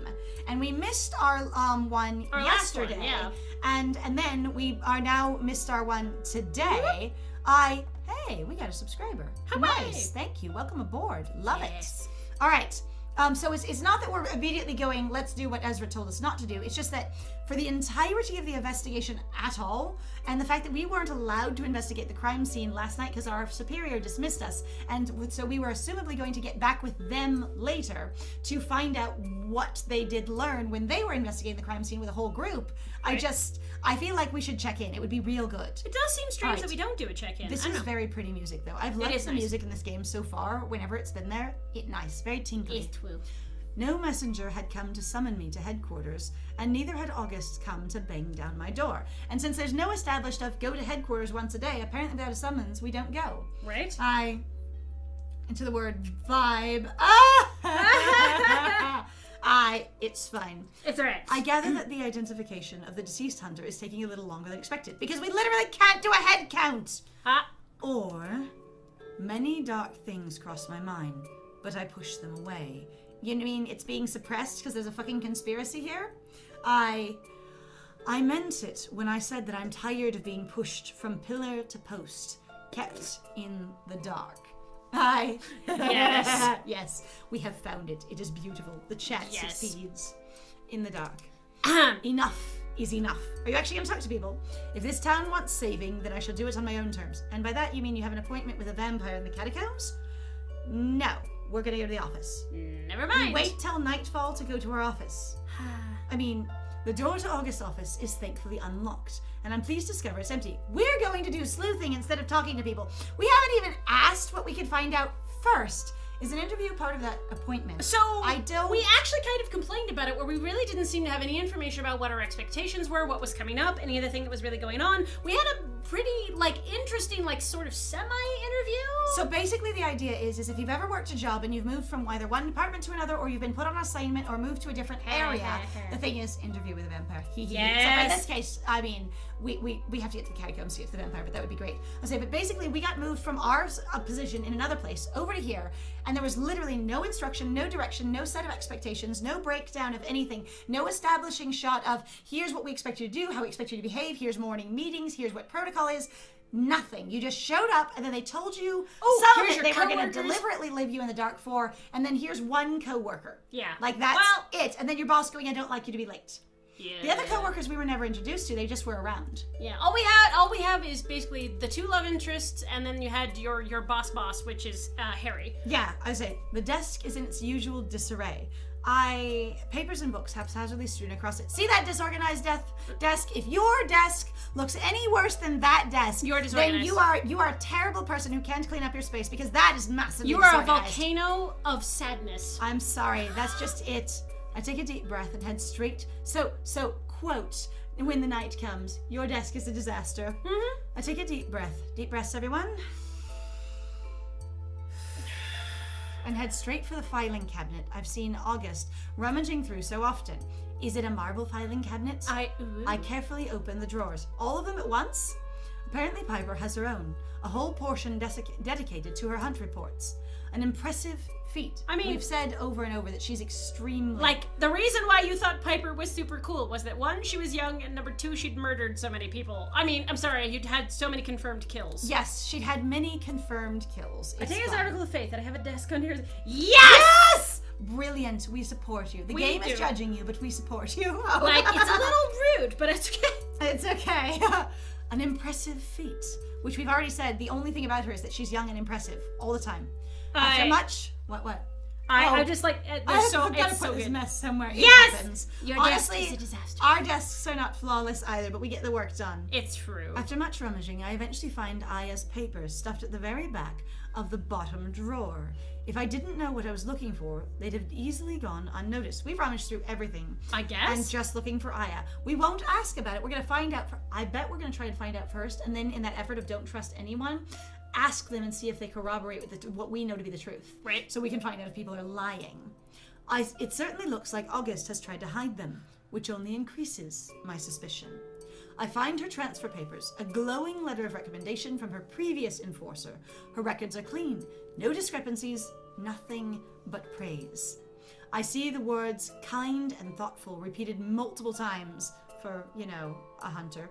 Right. And the only complaint, if you can call it that her enforcer had is that she was overly cautious. Sometimes She didn't like to doesn't commit take the action. murder aggressively. It was Two tables. disappointing. They're both a tornado of sheets of paper. You know what? You might not even have the tables anymore. It just might be the paper. Oh. In a magical setting, glowing recommendation actually could have a few meanings. It really could, because some of the hunters do have magic. Absolutely. So, including that our enforcer has a lot of magic. All right. Then I find it.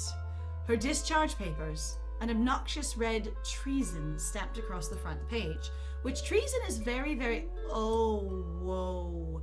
That's so good. But Whoa! Okay, treason, as far as I understand, is real specific to your government structure and basically defying like the king or queen. Yeah. Or defying your government at large, which as far as we know, the enforcers aren't the government, they're just the law system. They're just law protection and enforcement. So if she's committed treason, I want to know more immediately about the government structure of our world. Right? In the blink of an eye, the whole office lights up and the door loudly slams against the wall. Against the It wall? doesn't slam closed, it slams open against the wall. It flings open? Or are we talking about like the drawer door? Like busts of like from, the cabinet? Like what is going on? Maybe the door bursts open to let people in. Who Shebang! knows? Against the wall. Yes! Someone came. All right, and there they are. What are you doing? I watch. Magic coat every surface, flowing and curling over the walls, floor, furniture. It even creeps over their clothing, and I imagine their skin too. FBI, open up! Probably, FBI, open up. I say probably our skin as well. Also, the instant response. I wonder if August's alarm system, when it goes off, instantly summons them to the door. And that's why they're here, because there wasn't time for them to run down the hall and check something. It was, the alarm goes off, the magic radiates everywhere, and the door is kicked open. Yes. So I imagine there's like a standardized outfit, but it's like summoning a demon. They've set self-summon for if someone invades their office. Yeah, August is simply just using they, them pronouns. As far as we understand, they are non-binary. Yes, like August. Me. August, denoter is they, them. And there's no discussion of gender in here in this game, only that some people use he, some she, and some they. Yeah. That's all we've got. And also people intrinsically know other people's pronouns and never have to ask. Which has been a criticism that me as a non-binary have been very frustrated with. Because there's no way to, you just clock a non-binary for most people in public. Yeah, and there's no way to really, assume with everyone else either. Yeah, the thing is everybody does assume, though, and so you're like, okay, so in this world, do you just assume they until proven otherwise, except they don't? Except for we haven't used they on anyone else. Nope. We've used proper pronouns without ever asking. It's supposed to be allowed us to find the treason stuff. Yes! As soon as the MC went in the room. Maybe. Yes, it's possible. And then as the door was basically being opened, it went off kind of thing. Anyway, yeah. They stare at me wide-eyed, vivid violet, swallowing the once ice blue of their irises.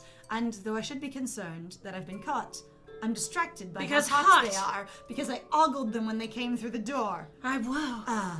August. Hi. The magic that glimmers upon their clothing disappears, and their eyes lose that otherworldly glow. But the room remains alight. I basically went eyeing. I basically went, God, they look stunning covered in magic. And the way they're dressed, just freaking beautiful. Amazing. Alarm goes off. Yes, we did. We really went, holy shit, that's hot as hell. Wow. Can you imagine that in a movie that has a proper tone of like espionage and spying and like your Mission Impossible tension? Someone kicks in the fucking door after the alarm goes off and you freeze completely with a da-na-na-na-na swelling music. Your romantic swelling music as you're like sweats in romantic tension. Right? They look at the bundle of papers that I hold tightly in my hand, a frown furrowing their brow. I would ask that you put those back under Nya. And just in case you didn't know, Lucavian, our last name is Nya. Yes. And of course it's happened in a movie somewhere. It's yes. I thought you might ask. Yeah. Yes, that is us. That's who we are. Yeah. Their words are eerily calm, and they seem more concerned than annoyed. What happened to her? They close the door, clicking the lock and checking the handle before they walk toward me.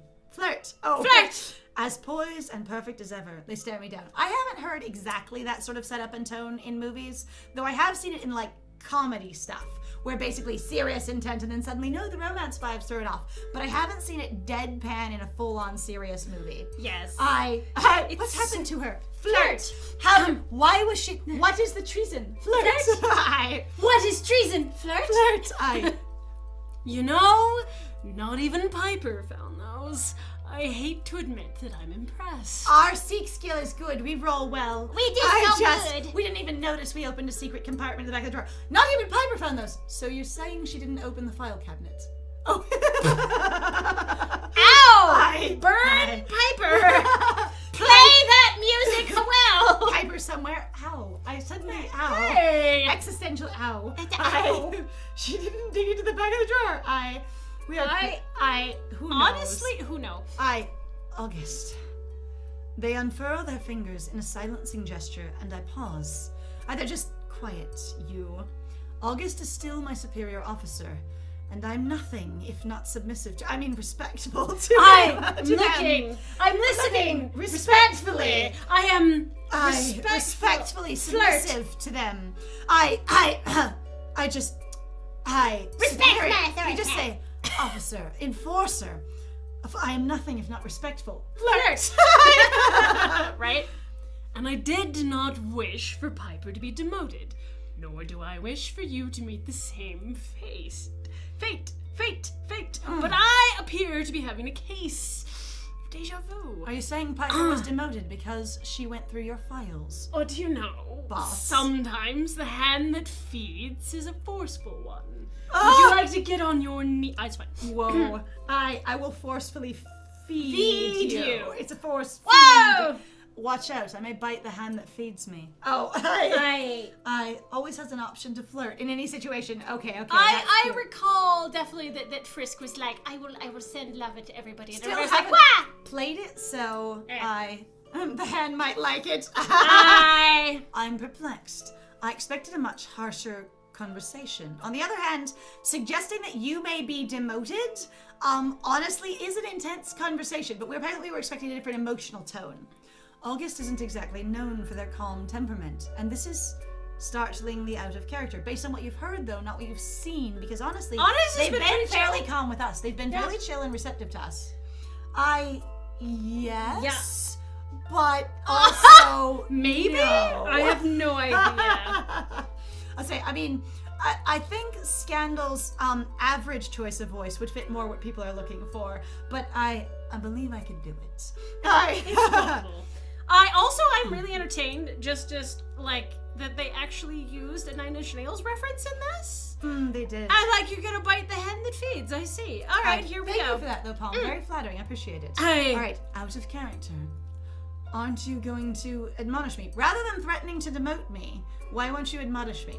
To me, who's been in jobs where they do hold your position in threat, I'm like, honestly, that's a little dark. Okay, No. so ASMR is actually supposed to be, I believe what Paul was talking about is what it's become more recently, but the actual term it's the acronym that stands for Audio Sensory Median Response. It's about when you hear, so have you heard individuals who use a really strong like vocal fry in regards to how they speak? They have like a low rumbling tone. It's a very specific Okay, so basically, let me sum this up really quick. So the median response is basically a physiological response to a sound. Yes. Where sometimes you hear like a tea kettle whistling, or you hear a cat purring, or something clinks over on something else, Scratching. and your body has a physiological response to it. And in this case, some people like the physiological response, and some voices do it for people. So initially, the ASMR community was very much about people making sounds, tapping, scratching, clinking, Squishing, gurgling, squishing, all kinds breaking. of sounds. And then it developed into desirable voices, actually just making voiceover noises, and then into storytelling in a way that's supposed to stimulate you physically. Yes. And so what Palm is going about is the most recent explosion and newer social definition of the term of this is basically storytelling and voice acting specifically to get you in emotionally and give you a physiological response, sometimes erotically and sometimes otherwise. Yeah, it's basically you're having a lot of intense sexual vocal roleplay. Definitely not sort of. Pavlovian, because it's not having an automatic trained response. Yeah. It's having a nervous system response. Yes. Sort of like when someone touches your skin and you shiver, but the sound touches your nerves and you shiver. Right. Does that make sense? So it is through the ear And so holes. some voices do this to some people, and they're just like, please speak to me forever, I don't care what you say. A lot of people have argued that about like Morgan Freeman's voice, and that's why so many people like it. And they say he should just speak the entire dictionary kind of thing, because they respond strongly to his voice. But you can look it up on your own time if you like. Yeah, absolutely. All right, but yes, Palm, we've considered it, and also flattering. A lot of people work really hard at that. Yes. All right, aren't you going to admonish me? Enforcer. Oh, flirt. A sly smile, and they shake their head.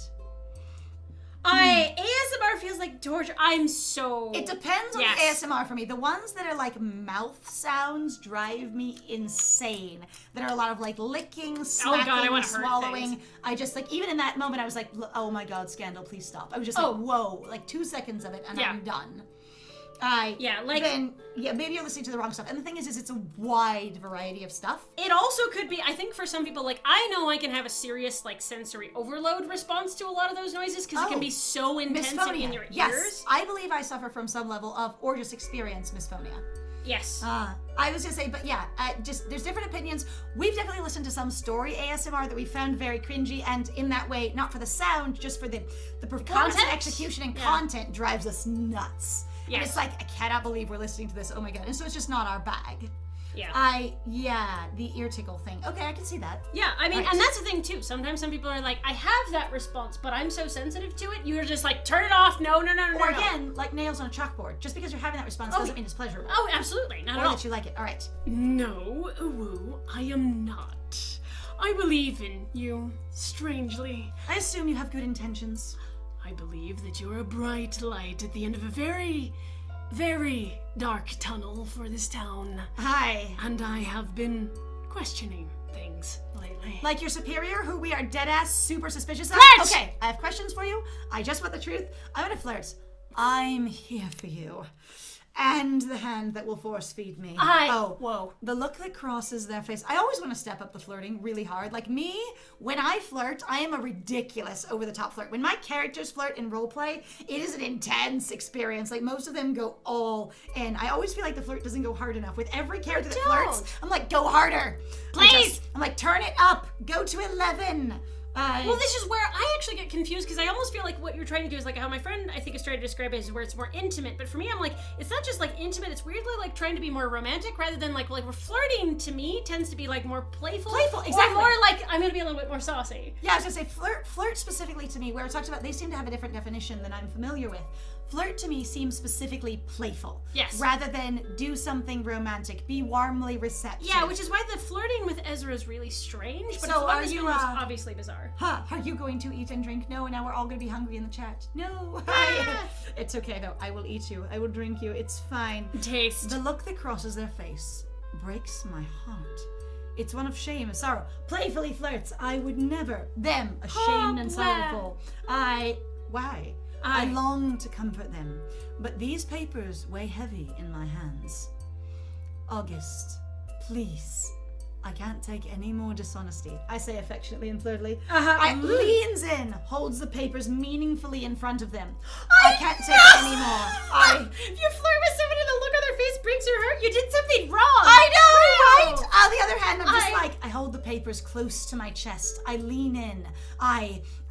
There's something we need to discuss, I say flirtily. Right? I have actually used flirting sometimes where somebody's going like, I'm having, like, you're like, there's clearly an emotional wall there, and you kind of use a flirt and it sort of breaks it, and they're like, and then they just kind of cry. And then they break down. Or then they break down. So it can be a good thing, because you're going like, it's okay, I'm going to lighten the mood just a little bit. You can lighten the mood and also break the tension kind of thing, which is what I usually do with it, and that's also why I consider it to be a lighthearted thing. I really think they should just have, like, one of them that says romantic, as in this is a romantic option rather than a generic flirt for everything. Some flirt, some romantic. Right. So it works, and I'm glarking from context what they think flirt means. Flirt. But for me, it's never meant that. Right. I'm here to help. I want nothing more than for all this pain to stop, I say flirtily. They drop their gaze, apparently unable to look at me. They pick their gaze up later and look at me, because I'm amazing. Really dull hand everywhere. I'm here for you. Their cheeks flush pink, mouth set in a thin, nervous line. Also, I'm not getting, like, the whole blush thing of going, I'm devastated, I'm overwhelmed. This is sort of a romantic or intimate moment, but we still blush as if it's playful flirty. So I've actually mentioned this before in regards to how I believe that writers misuse the language of a blush. Yes. I feel like more often you should say they flush, their face goes red, they look inflamed, they're, like, choose something else other than blush. I would say blush isn't the only response to I am receptive to your advances. Right? Like, it's not at all. Yeah. I do not deserve it. I got myself in this mess by... We're listening extremely closely, and immediately they stand up. Us leans in closer. By how? By whomst? By what? Them. They catch themselves. I flirt when I want to show dominance. Yes. I actually like shoe dominance. Shoe dominance is wonderful. I mean, that sounds like we're getting into leather, which is fine. On the other hand, though, like, flirting to show dominance, basically to cut your own, basically, like, to establish your place in the conversation.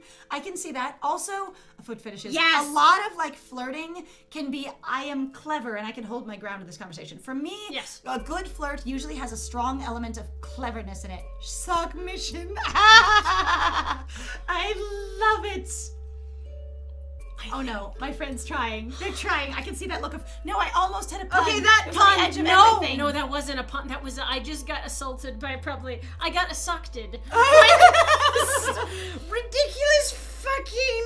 No, it's fine. That was amazing! I knew what you meant with shoe instead of show. It works great. And it added so much to have that typo, just so you know. Oh my god. It's okay. We haven't seen anyone's feet in this game, so honestly, having a little shoe in the chat is good. Yes, They catch themselves.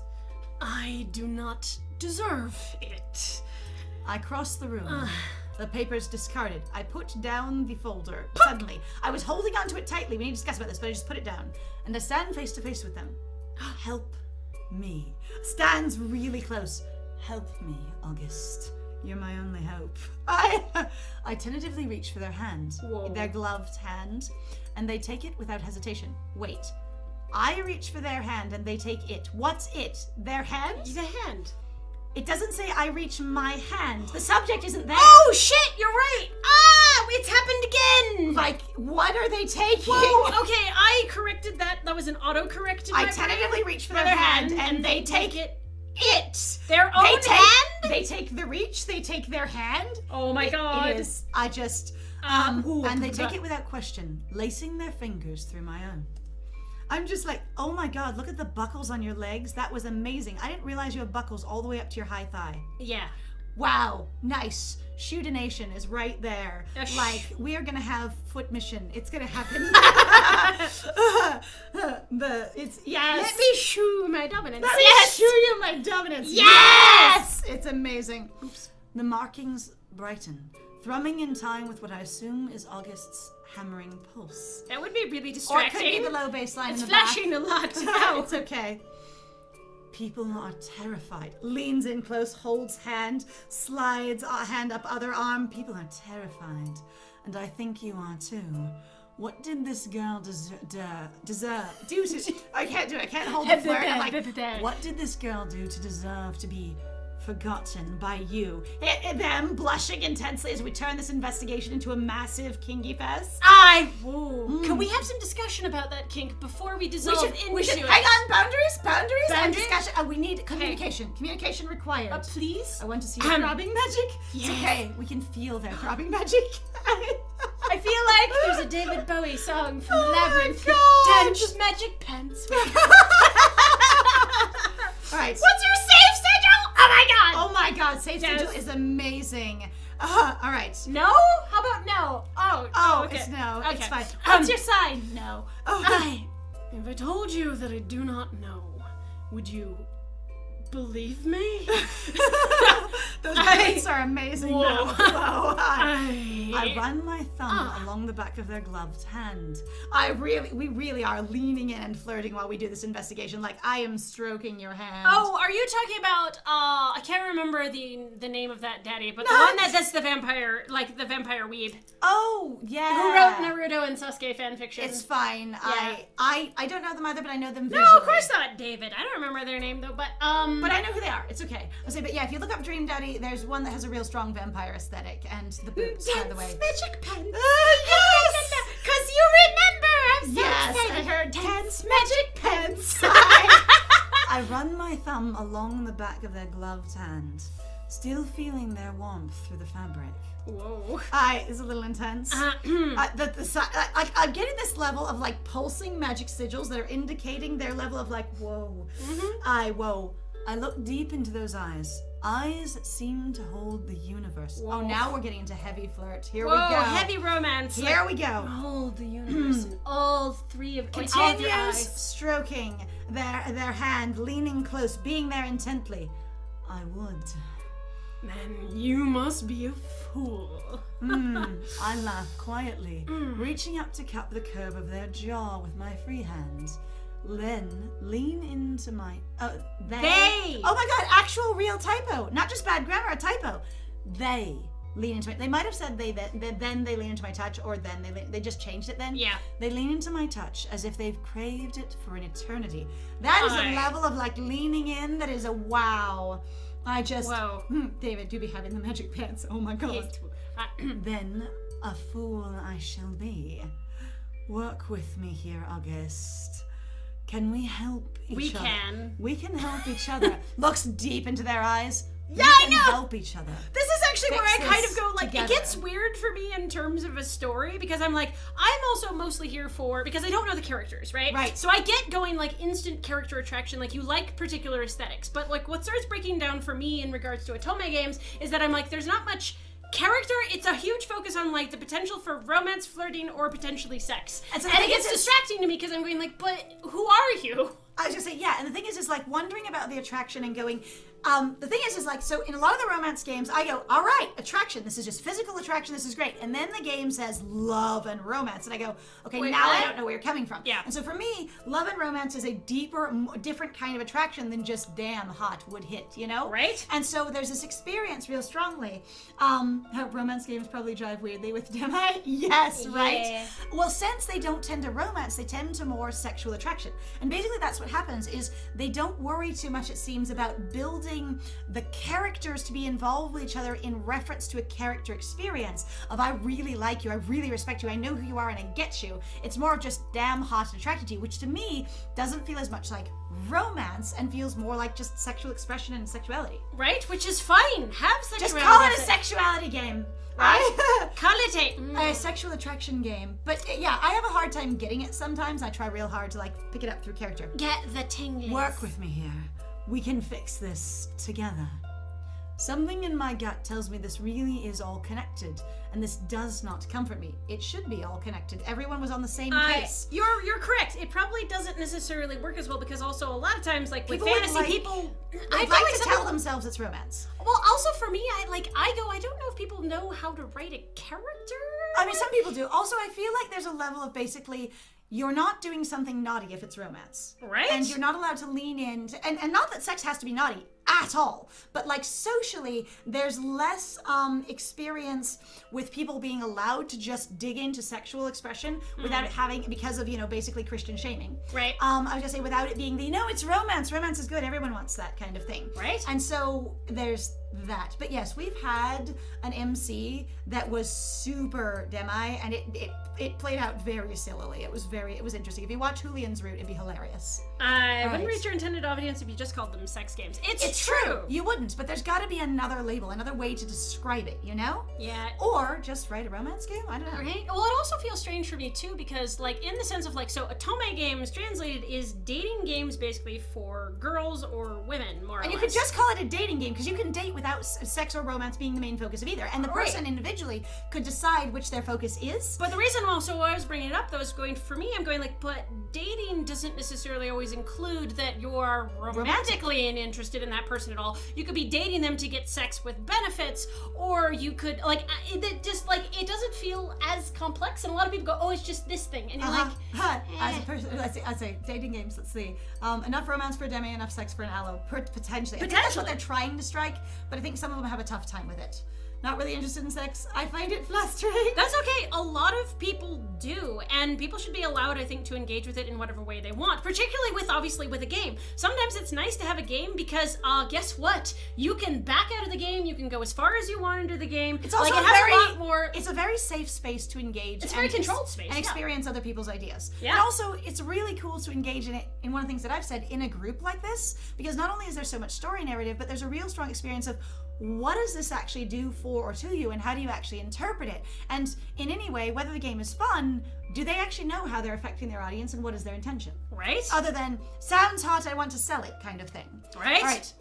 The very institution that I work for, that I've dedicated my life to, I move to pull out the sash and let it unfurl where I hold it before them. And August's eyes grow wide. The clean sash that no longer is caked with dirt and mud and blood, because if it unfurls, it no longer crunchy, so it didn't get dirty again. It's all clean now. Mm-hmm. Here we are. Who does this belong to? I, a walker. I understand. Except for we're much more confident than that. I would say I understand. They really are. RMC is confident as hell. They're ballsy as fuck. Right. Their expression is unchanging, which is also why I want to step up their flirting, because they seem super assumptive and direct. Right. I'm going to do an hour-by-hour breakdown of how long these digressions last. Oh my god. I mean, we make them longer because we also talk a lot about them, because they're kind of important in that sense for like, here's framing, here's character expectation, here's build-up. Honestly, we've thought very much for those who might be interested parties of taking them and basically doing the way some people do, basically discussion chapters in the stream when you're going and looking at it, so you can go for timestamps. And I have profoundly appreciated people who have done timestamps on our videos for things that they think are important or meaningful. Mm-hmm. And it's pretty cool. But like chapters of discussion, it'd be very fun. Yeah. All right. Their expression is unchanging. They're still slightly flustered. We'll probably go, oh, we're doing a game, and continue. Yes, it is one of those fun things to actually try to balance doing streaming. Like, I've enjoyed it, but it's also sort of hilarious. I was saying, it's one of those things where it's a little different. Like, we've had it pegged originally that our version of Let's Play, or what we've come up with, doesn't fit with apparently what anyone else has seen before, which I think is interesting.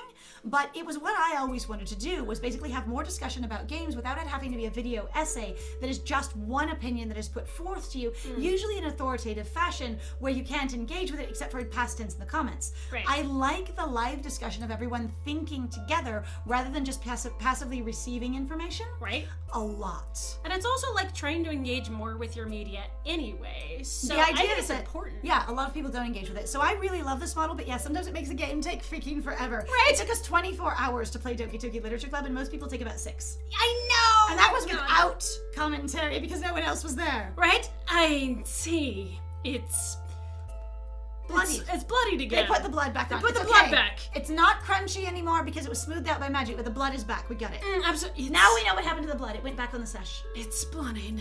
I nod, handing it to them. They do not remove their gloves as they carefully lay it across their palm. Okay, based on the fact that we're talking about our hands so much, studying it intently, when we were holding their hand, we're still holding their hand like intently, and our other hand is what has handed it to them. And then so they're like, we're here attached to each other, standing close, face to face, while we hold this up in front of them, and then they take it with their other hand. It's kind of an interesting visual for me. It's sort of hilarious. Whoop, we've kind of got this like, we're gonna And start there's a dance level together. of like, yeah, kind of. There's a little bit of a clever sort of dance to it. Uh-huh. But yes. Study it intently. What will happen to the channel when you move out? Like, stop being roommates? I don't know, actually. The thing is if we've thought about that one, but like for the foreseeable future, we're just gonna be roommates. Yeah. Because but the thing is like, especially with COVID and stuff, moving out would be insane. Yeah. But there's this experience, like that's actually a good question, and a lot of people work together that aren't roommates, so perhaps we just have to adjust our logistics. Mm-hmm. I was gonna say, but it's a fine question. On the other hand, I don't know. We haven't planned that far ahead. Yeah, it's true. Roommates forever. I'm not expecting to move anywhere, so I don't know. Heavily and torn to shreds. Whatever happened, she put up a fight. It's got blood on it. Heavily? It's like tons of blood suddenly. They frown, lips pursed. Something is clearly perplexing them. Well, it's because it's bloodied. Flirt. It's fine. Oh God. Heavily bloodied. Flirt. There's a lot of blood on it. She was not reported to be injured upon her arrest. Then much I do know. Something like that wouldn't be omitted. So we're saying this is an old sash that no one has found yet since her arrest back before we came here 3 days ago. That line is weird. I throw them a sorry stare. They dodge, wondering how they could still be so sure of such things. Why sorry stare? Are we feeling contrite about this experience? Oh, are we thinking, even though you're more in charge of me, you poor naive person, people get brutalized constantly when they're taken in for arrests, I know. Or also going like, oh, you poor person, you trust people here. Why do you trust anyone except that I then go around trusting everyone and flirting with exactly everyone? It's okay, just because we flirt with them doesn't mean we trust them, and we've pointed that out. Yeah, I know. We've actually been real specific about pointing out with the Inhumans. Oh, yeah, no, that is totally our plan, is to try to keep making videos. We do have some changes we're going to, though, need to make. So I'm having to change my job experience, and so the channel's going to be publishing slightly less things. Our incredible barraging force of 4 videos every single day that we've done for an entire year is going to go down to 2, and we're going to see if that's sustainable. Yeah. And then we'll go from there. But we're still absolutely going to stream every Saturday, because this is one of our big dreams that we've wanted to do. We'd actually love to stream a couple of days a week, but we haven't been able to make it work yet. Do you trust anyone? Flirt. Right. Do you trust me? Now, the thing is we haven't said the blood's hers. You're positive the blood is hers? Not at all. I want to tell them how I know. What? How do we know? We weren't told the blood was hers. Ezra did not tell us the blood was hers. I thought it was just the sash, actually. That's why I was like, what? Was Ezra literally doing blood analysis to whether or not it was this person that he was talking about, and we just missed it somehow in the text? We don't know the blood is hers. We know the sash is hers. Yeah, I'm like... You can have anyone's blood on it and have it still be your sash. I'm like, what? I want to tell them how I know. Well, apparently the MC, that's what they derived from it. Okay. But I cannot implicate Ezra, nor Alcar, not after they were both so clearly terrified. I'm sure, and I'm going to need you to trust me on that. It smells like her, the perfume of a woman I've never met, deeply encoded in her genetics. This is now written by a man. The blood smelled like a woman. I could see a male writer writing that. God, please don't remind me. Okay, strangely, they don't question it. Instead, they sigh. Delicately, there's a sigh, delicately resting the sash upon their desk. They've moved away from us? No. No, let go. Since when? She was yours, August. Don't you want to know what happened to her? Yes, good. Drink. No, drink, yes. Drink. I want to see her, to visit the dungeon. Oh, you need a drink. I'm sorry. I'm just drinking water. Give me a drink. Water. I must drink. To visit the dungeon. Okay. Drink. Pardon me, I really needed some more water. All right. Dang. They glance out of the window, and another heavy snowfall coats the icy street outside. Wait, snowfall. Immediately? I was just gonna like they glance outside. Thump of winter snow. Is size actually? I think it is. I don't think size actually. It's more huff. But I was thirsty in that moment, so there we go. Yes. They glance out of the window. Another heavy snowfall. Whump. Immediately, I think you need to take a seat. Now that the weather has just exacted itself the way as if a god layered the blanket down. I have a few confessions. Oh, really? End of chapter 3! Oh my god! 3 whole streams and we're on chapter 3. 4 hours apiece. Chapter 4. Storms and Saints. Saints. Chapter 4. Oh, yeah. Yes. Where should I take it? Oh my god. Amazing. Over there, really far away from the I was just saying, where should I take it? Wherever you like it best. A place which will fit you appropriately. I think you need to take a seat. I have a few confessions. In case you didn't remember what happened last chapter, instant flashback. Immediately! Take a seat. Maybe mine. Maybe mine. Honestly, that'd be really funny. Take a seat. Take a seat. Sits on their lap. Flirt. You need to take a seat. I have some confessions. Goes, jauntily plops into the lap. I'm here for you. I'm listening. Spill it all to me. But they sat first, you know. If you take a seat and they're like, come here, come sit. That thing. We sit down first. They go around their desk. We grab their arm and pull them into our lap. You know, basically like dipping someone swoon style. And I'd be like, tell me everything. Them shy. Whoa. I can hear the rush of my blood pounding in my skull as I take a seat. My heart trying to escape the restrictive cave of my ribs because I was really down with how close we were for a while. As I stare my enforcer down, sexily. Immediately. August's fingers are visibly trembling. I forget about the sexy. I don't think that's a sexy shake. Oh dang, I made a need to mistake. readjust. Quickly, quick. All color has drained Whiplash. from their skin, and I'm fearful that they might faint. Oh, wait. In their gloves, you are correct. Right, in their gloves. I know it, right? People forget what they're wearing constantly. They draw in a shuddering breath and reach for one of their drawers in their desk, pulling out a vial that glows vivid lavender. This is their energy drink. They are now going to do a shot of Monster or 5-hour energy or whatever. Chapter divider here. Let people shift out of sexy mode. Honestly, I can see that. Oh, we forget to breathe. We did. We forget to breathe. Okay, breathe. Thank you, Lacavian. Appreciate it. Oh boy. They draw in a shuddering breath and reach for one of the drawers. Let's see. I recognize it from the very first time I met them back at Ezra's shop, which strangely feels like forever ago. 3 days have been an eternity. Immediate. An eternity, my dear. The way they demand it from him was a desperation that I hadn't seen in them since. Was with a desperation. Thank you. It was with a desperation that I hadn't seen in them since. But it had struck me. Stuck with me nonetheless. I went, they look desperate, and I'm kind of into it, actually. Or basically it just affects me strongly, as they seem a person that I would want to pay attention to. Right. At first, they left a mark. I think they might pop the cork and swallow it whole, their eyes hungry as they shake it, watching the viscous liquid swirl and brighten. Usually you don't shake those things, usually you just gently mix them back and forth.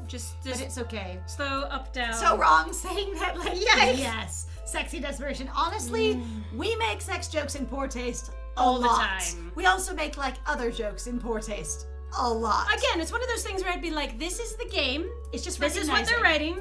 And again, sometimes where I'm I have expressed sometimes distress also going I feel like you're trying to actually do something that is more specifically a kink. And I feel like you should have more of a conversation with the characters rather than just jumping in and throwing kink around willy-nilly. There's a level of romance games using incredibly kinky framing and I want to say ideology and social norms. Right.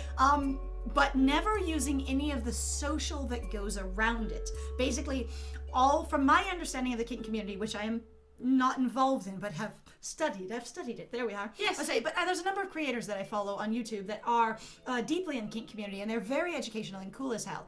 I would say, at least, basically, their media is. I don't know who they are in person. I was say, and I like a lot of their stuff. So there's this experience that a lot of the really strong, communication and close relationship and constant continuing to check in and just knowing who the other person is and what they like. That strong relationship build on communication never exists in the game to companion all of those kinky themes. And so what I call it is basically bedroom kink, or basically your white vanilla kink, right? Which is funny because obviously kink is not vanilla kind of thing, but there's really they were going to swallow the whole they cork. were the subject is they were going to swallow the cork whole, and I appreciate that because I paused and then didn't mention it. But yeah, and it's a weird thing for both of us where not communicating has been some of the worst pain in both of our lives, especially in relationships. for our various different experiences, given that we have massive different backgrounds.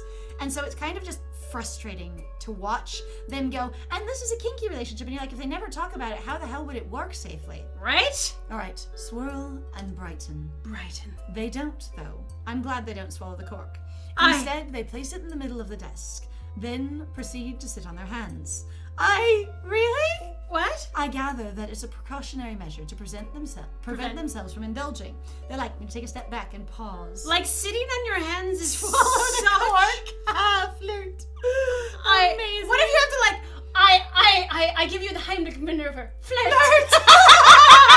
They're choking. Do you save them flirtily or not? Oh God. They don't though. All right. I'm like sitting on your hands themselves from indulging. Like... That's also I associate that with being a very childlike behavior. Yes. So they're being very vulnerable in this moment. Like I associate that with a lot of vulnerability of I am willing to express like a physical restraint on myself in front of you, and it's something that I've regressed to because it's more of a not badly but just a juvenile behavior. Right?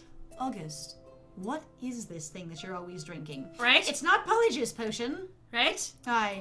They clear their throat, unable to meet my concerned gaze. I'm an addict, actually. I wonder if we're going to find out that they do have an addiction to it. Ooh, that would be fun. That would be a really more complex narrative than a lot of these games have had. Yeah. This is what I've been reduced to. You are now a cork on a desk. I'm sorry. What? Change one letter of cork and you'll get exactly what my brain went. Oh my God!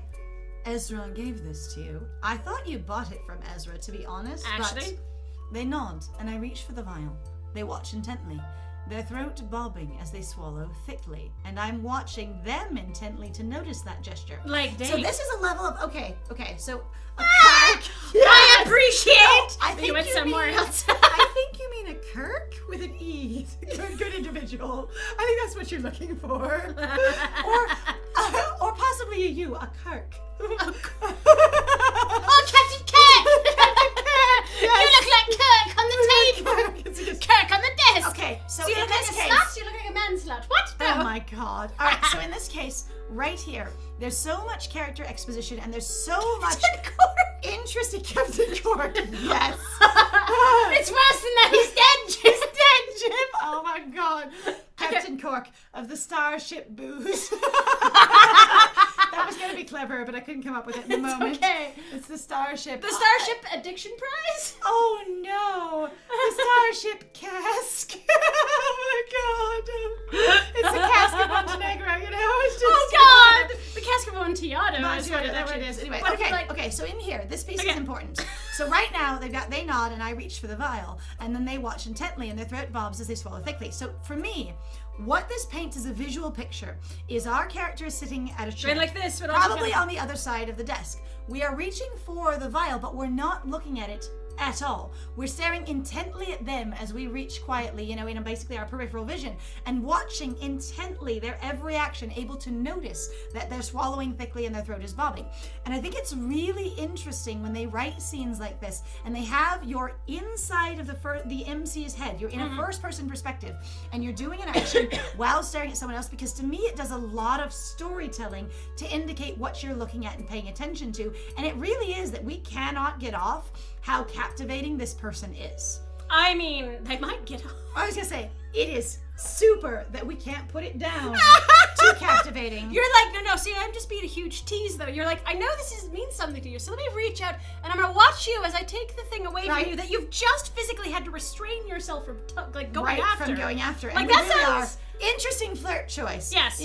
Take the vial slowly while staring at them intently. Flirt. The room flares to life as I pop the cork, and August shifts in This their is the seat. weirdly most, hyper-erotic, is it their drug? It really is also very interesting. whoa. As the Zydrate comes in A little glass vial. A little glass vial. A little glass vial.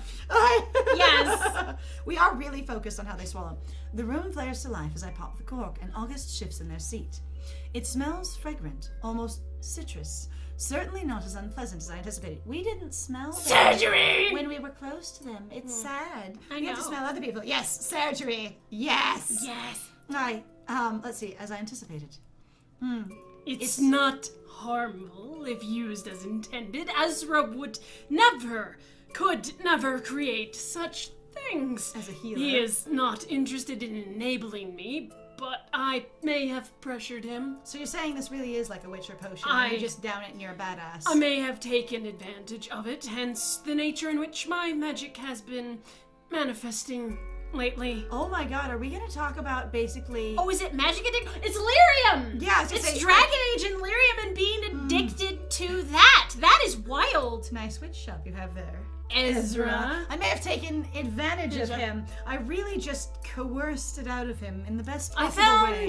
That's why. Family. Okay, but like a level of like tension between them, where Ezra is always consistently concerned, and you have August consistently annoyed with Ezra. Ezra going, I got artificially close to you one time to get basically as a means to an end, and you caught the feels, and I'm continually annoyed by the fact that I feel responsible for it when you look at me with those eyes. Dang it! Damn it! Blah! Alright, and look around the room, now understanding how such a display is possible. This is on accident because they are overreacting? Just another thing to add to the long list of regrets I seem to have accrued lately. I really assumed that these markings were part of an alarm system, not an overreaction by too. August. What is and this if they then? are a massive overreaction of August's magic, okay, I'm going ahead. This game is a game for adults. You're supposed to get involved with and bone people. Would that happen when they are really into something, very excited? Oh, yes. Whoosh. Yes. Anyway, just eyes that contain the universe. They do. Those are the eyes. We said so. Hi. What does it do exactly? Look at the glowing everything. It's sort of trying to creep up my pants off of the chair kind of thing. Ooh. This glowing sigilism. Being like, Trying to brush it away. do I want that on me or not? I don't know. I can feel a crackle in the air. An obvious shift in tension. My magic They draws. adjust. Oh. My magic draws from the mind, and when using it often, I tend to grow weary faster than most. They get spent quickly. It's a little Oh my god. weakness I'm not proud of, and It's okay. Endurance can be built up over time. Oh. a what? I cannot be viewed to be weak when in such a position in this agency, over and over. The agency And has over. put I me mean, in therefore, such a position. Such a position. What's your favorite position? The one Over the a agency desk! puts me in. Oh my god! Therefore, this. They gesture towards the vial, and I lay it back upon the desk. You just spill it? We pulled the cork out and we lay it on the desk. I just lay it down on the desk. It pours out over the desk. August. What? Lick it up. That's it, August. Well, if you want to drink it, you'll have to lick it off the desk now. Flirt. Oh my god. Affords me the ability to replenish my mana. We actually have a mana system. I had no idea. To put myself to use whenever required. And I assume you Yes, like to be bend Bend over and lick it up. Yes, thank you. Could you be and hot. We feel the vibe. Both of us. This is serious conversation about investigating really horrible murders and you like treason and like blackmail and don't trust anyone. Could be hot if you lick the desk. Try that. Hello there, August. Would you like to lick the desk? What line of land does he have to tap for that mana? I do not know what they have to do. Like, needs mana. What are you gonna tap for that? Would you like to tap me? Psionic. I'm already a wardrobe. Maybe I could be a land as well. That outfit is coordinated. Oh wait.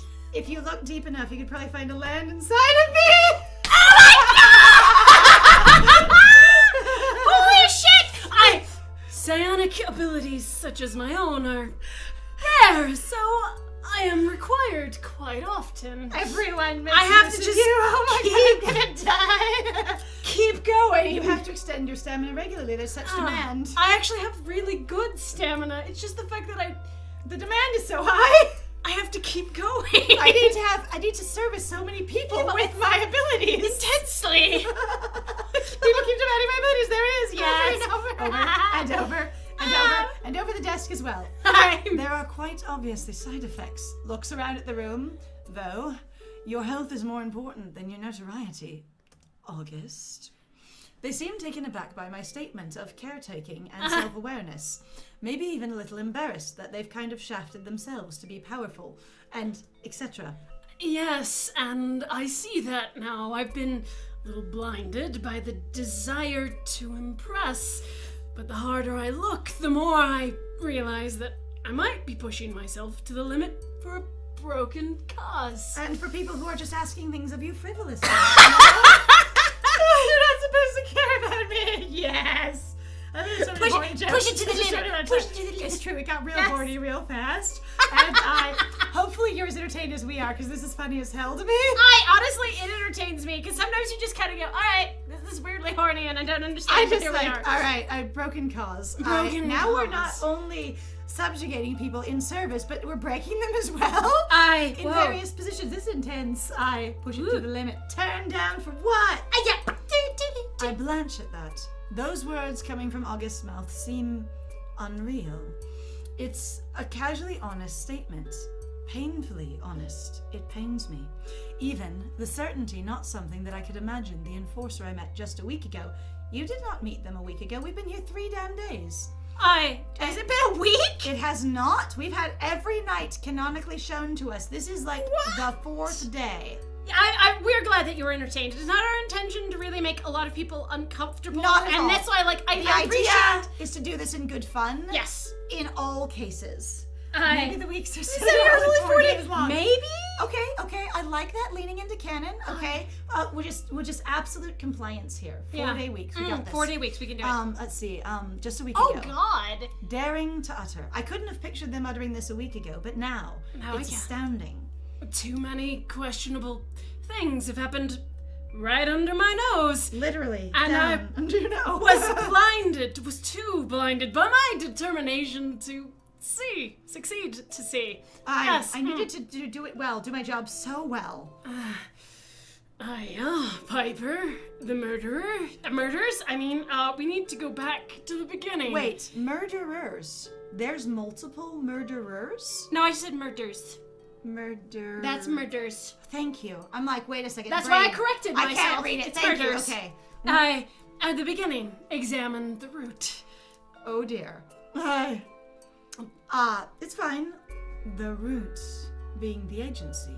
The enforcers. Damn it! Harry's gonna be corrupt. Harry and I is don't want to have that called guy. it in episode 2 immediately. I will examine your root chakra, sir. Yes, Sir, examine ma'am. your roots. I need to individual enforcer. Well, I know they say that My sir is supposed to be boss. gender neutral, but I appreciate also that the reason it became more gender neutral is because they were like, We only allow men in the army. Boss, together, we need to get down to the root of this immediately. Also, though, I'm still like, I ship them with Piper, and I think you should be able to have a poly option with the 2 of them. I really do. All right. The root being the agency, the enforcers. A small nod, and they lift their eyes to the ceiling. Whoa, worshipping the ceiling by offering eyeballs. Woo. Speaking the next words with great effort.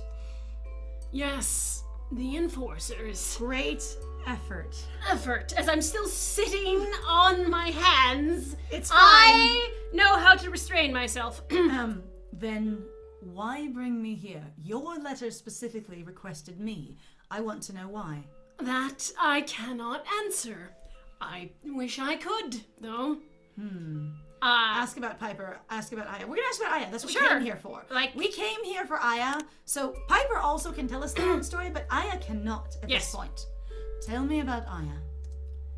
They rest their elbow upon the desk, steepling their fingers. They have removed their hands from their butt. After we spilled the potion on the desk, and it sort of slowly, just run across the marble and onto the floor, they just went, you know what, because I probably imagined it had that beating up experience of turning into a puddle, and if it's not balanced perfectly, it all runs off the desk very cleanly. Honestly, I could see that though also, like, just sitting there going, like, they rest their elbows on the desk. They haven't gone for it at all. They're really trying to control themselves. There's this jittering of their leg as they're just sitting there. They're looking down through their steepled fingers at the desk with this very intense... It's another barrier between the potion kind of thing. Going like, God, I can control myself. I'll do this as I'm just slowly watching the drops of water just... The drops of potion just drip onto the ground and go away slowly. Slipping slowly to the water, and I can do this. Steepling their fingers. There's not much to tell. really. Looking at the desk, trying to focus back on staring shoe. She transferred here only a few months ago. We'd barely become acquainted when she was arrested, though Piper took a liking to her. A small smile crosses their lips. I wanted Piper to be happy. See, both of them want to support each other. They could totally be a thing. I think I could. They worked well together, and I finally got to catch up on the ridiculous amount of paperwork I'd accrued during my time spent in the field with Piper. I finally got to go back to my desk and do the job of manager or of supervisor, which is what I am. And I was about to say that didn't sound right. Months in this being only 2 weeks long, I had transferred here about 16 days ago. That would be amazing, because honestly, that would fit really well with the timeline of the sash still, basically being relatively unmolested from when it was assumably ripped off of her body when she was being arrested. Right? Little wild, actually. Especially since those same woods that it was found in are crawling with wandering mobs, as far as we can tell. And so you'd think something, if it had been there too long, would have been a problem. And so she wasn't arrested at the first of her 16 days, so maybe she may have only been arrested like 3 or 4 days before we came here. Yeah, especially depending on how fast letters travel here. Yeah. Why were you in the field? You are a supervisor. Why were you in the field? Well, things have been a little bit busier than usual here in Lunaris lately. Creature activity has been at an all-time high these past few years, and Piper and I made an unstoppable team. And that's that thing again, where it sounds like they had something closer than a partnership. And you can have certainly a just really close partnership. Oh, yeah. And maybe they weren't ever together, but I think it would totally be possible to date both of them because they work so well together. I wonder if also, the writers were like, no, but, we've already got a working partnership between what I assume is Ezra and Finn, so they feel like it'd be a little redundant. I would say, but what I would like to basically address in here, and it's kind of, for me, feels like a small elephant in the room, is that this game was pitched towards a woman audience. Yes. And so they don't assume most women would want to have a threesome with another woman. And that's not what they would find hot and sexy. And that if you're into women, you might not be into non-women. So you might not be interested in having someone who's not a woman in the bed with you.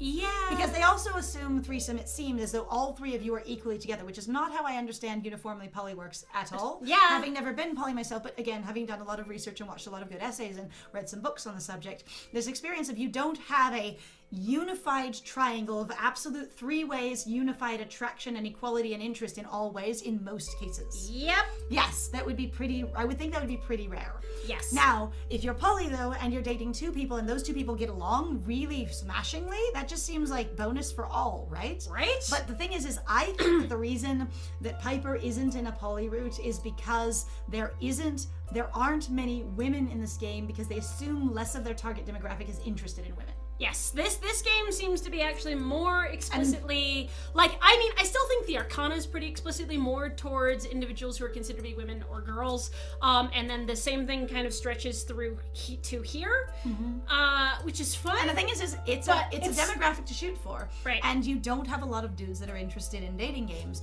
in general. Yeah, I was gonna say, and there's more flexibility for sure, but that's where your marketing demographic is, and I think that's why it is this way. Yeah, and that's just my opinion, but I think so.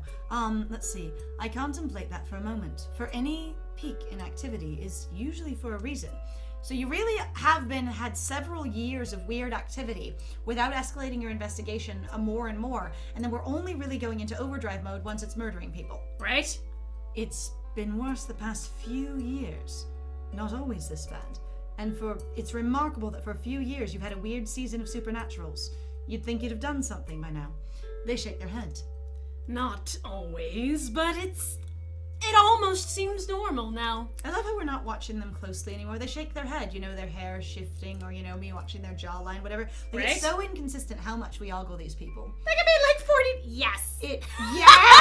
Oh my god. If weeks are 4 days, then how long is a year? How many weeks are in a calendar year here? Oh god! I need to know. How many months are in a year? And so honestly, if they're really about 3 months ago, activity spiked like crazy, and then we called in help, and then the help was problematic, committed treason, and then there was murders, and then it escalated from there. Could be a short timeline. Kind of love that. I kind of love where this is going.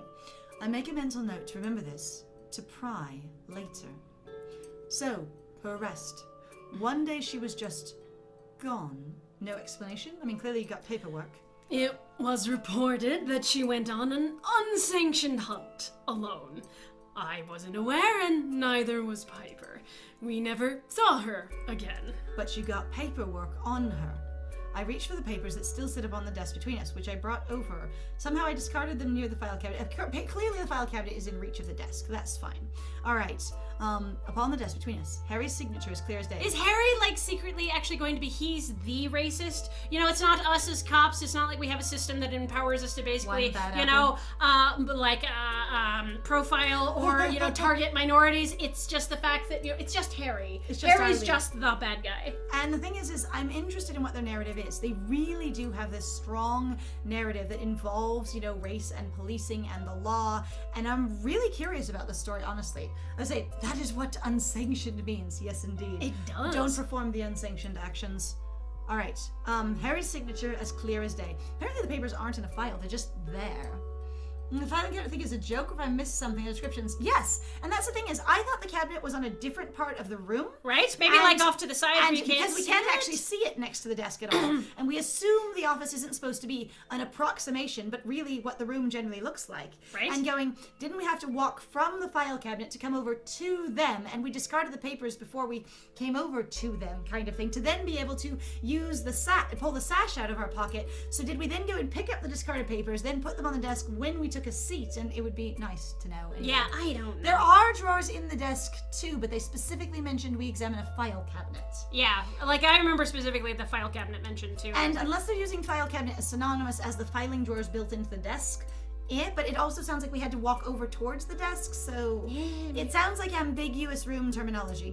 Your DM needs to describe the map a little better. It's okay. You can miss a lot. We also talk a lot, so we confuse ourselves sometimes. So I'm busy making jokes. It's okay. And also, yes. And part of this is, trying to pay attention to it as well as just enjoy the experience. It's not supposed to be like deeply serious. You must all know everything. There'll be a quiz at the end of the stream. Perfect lore assessment.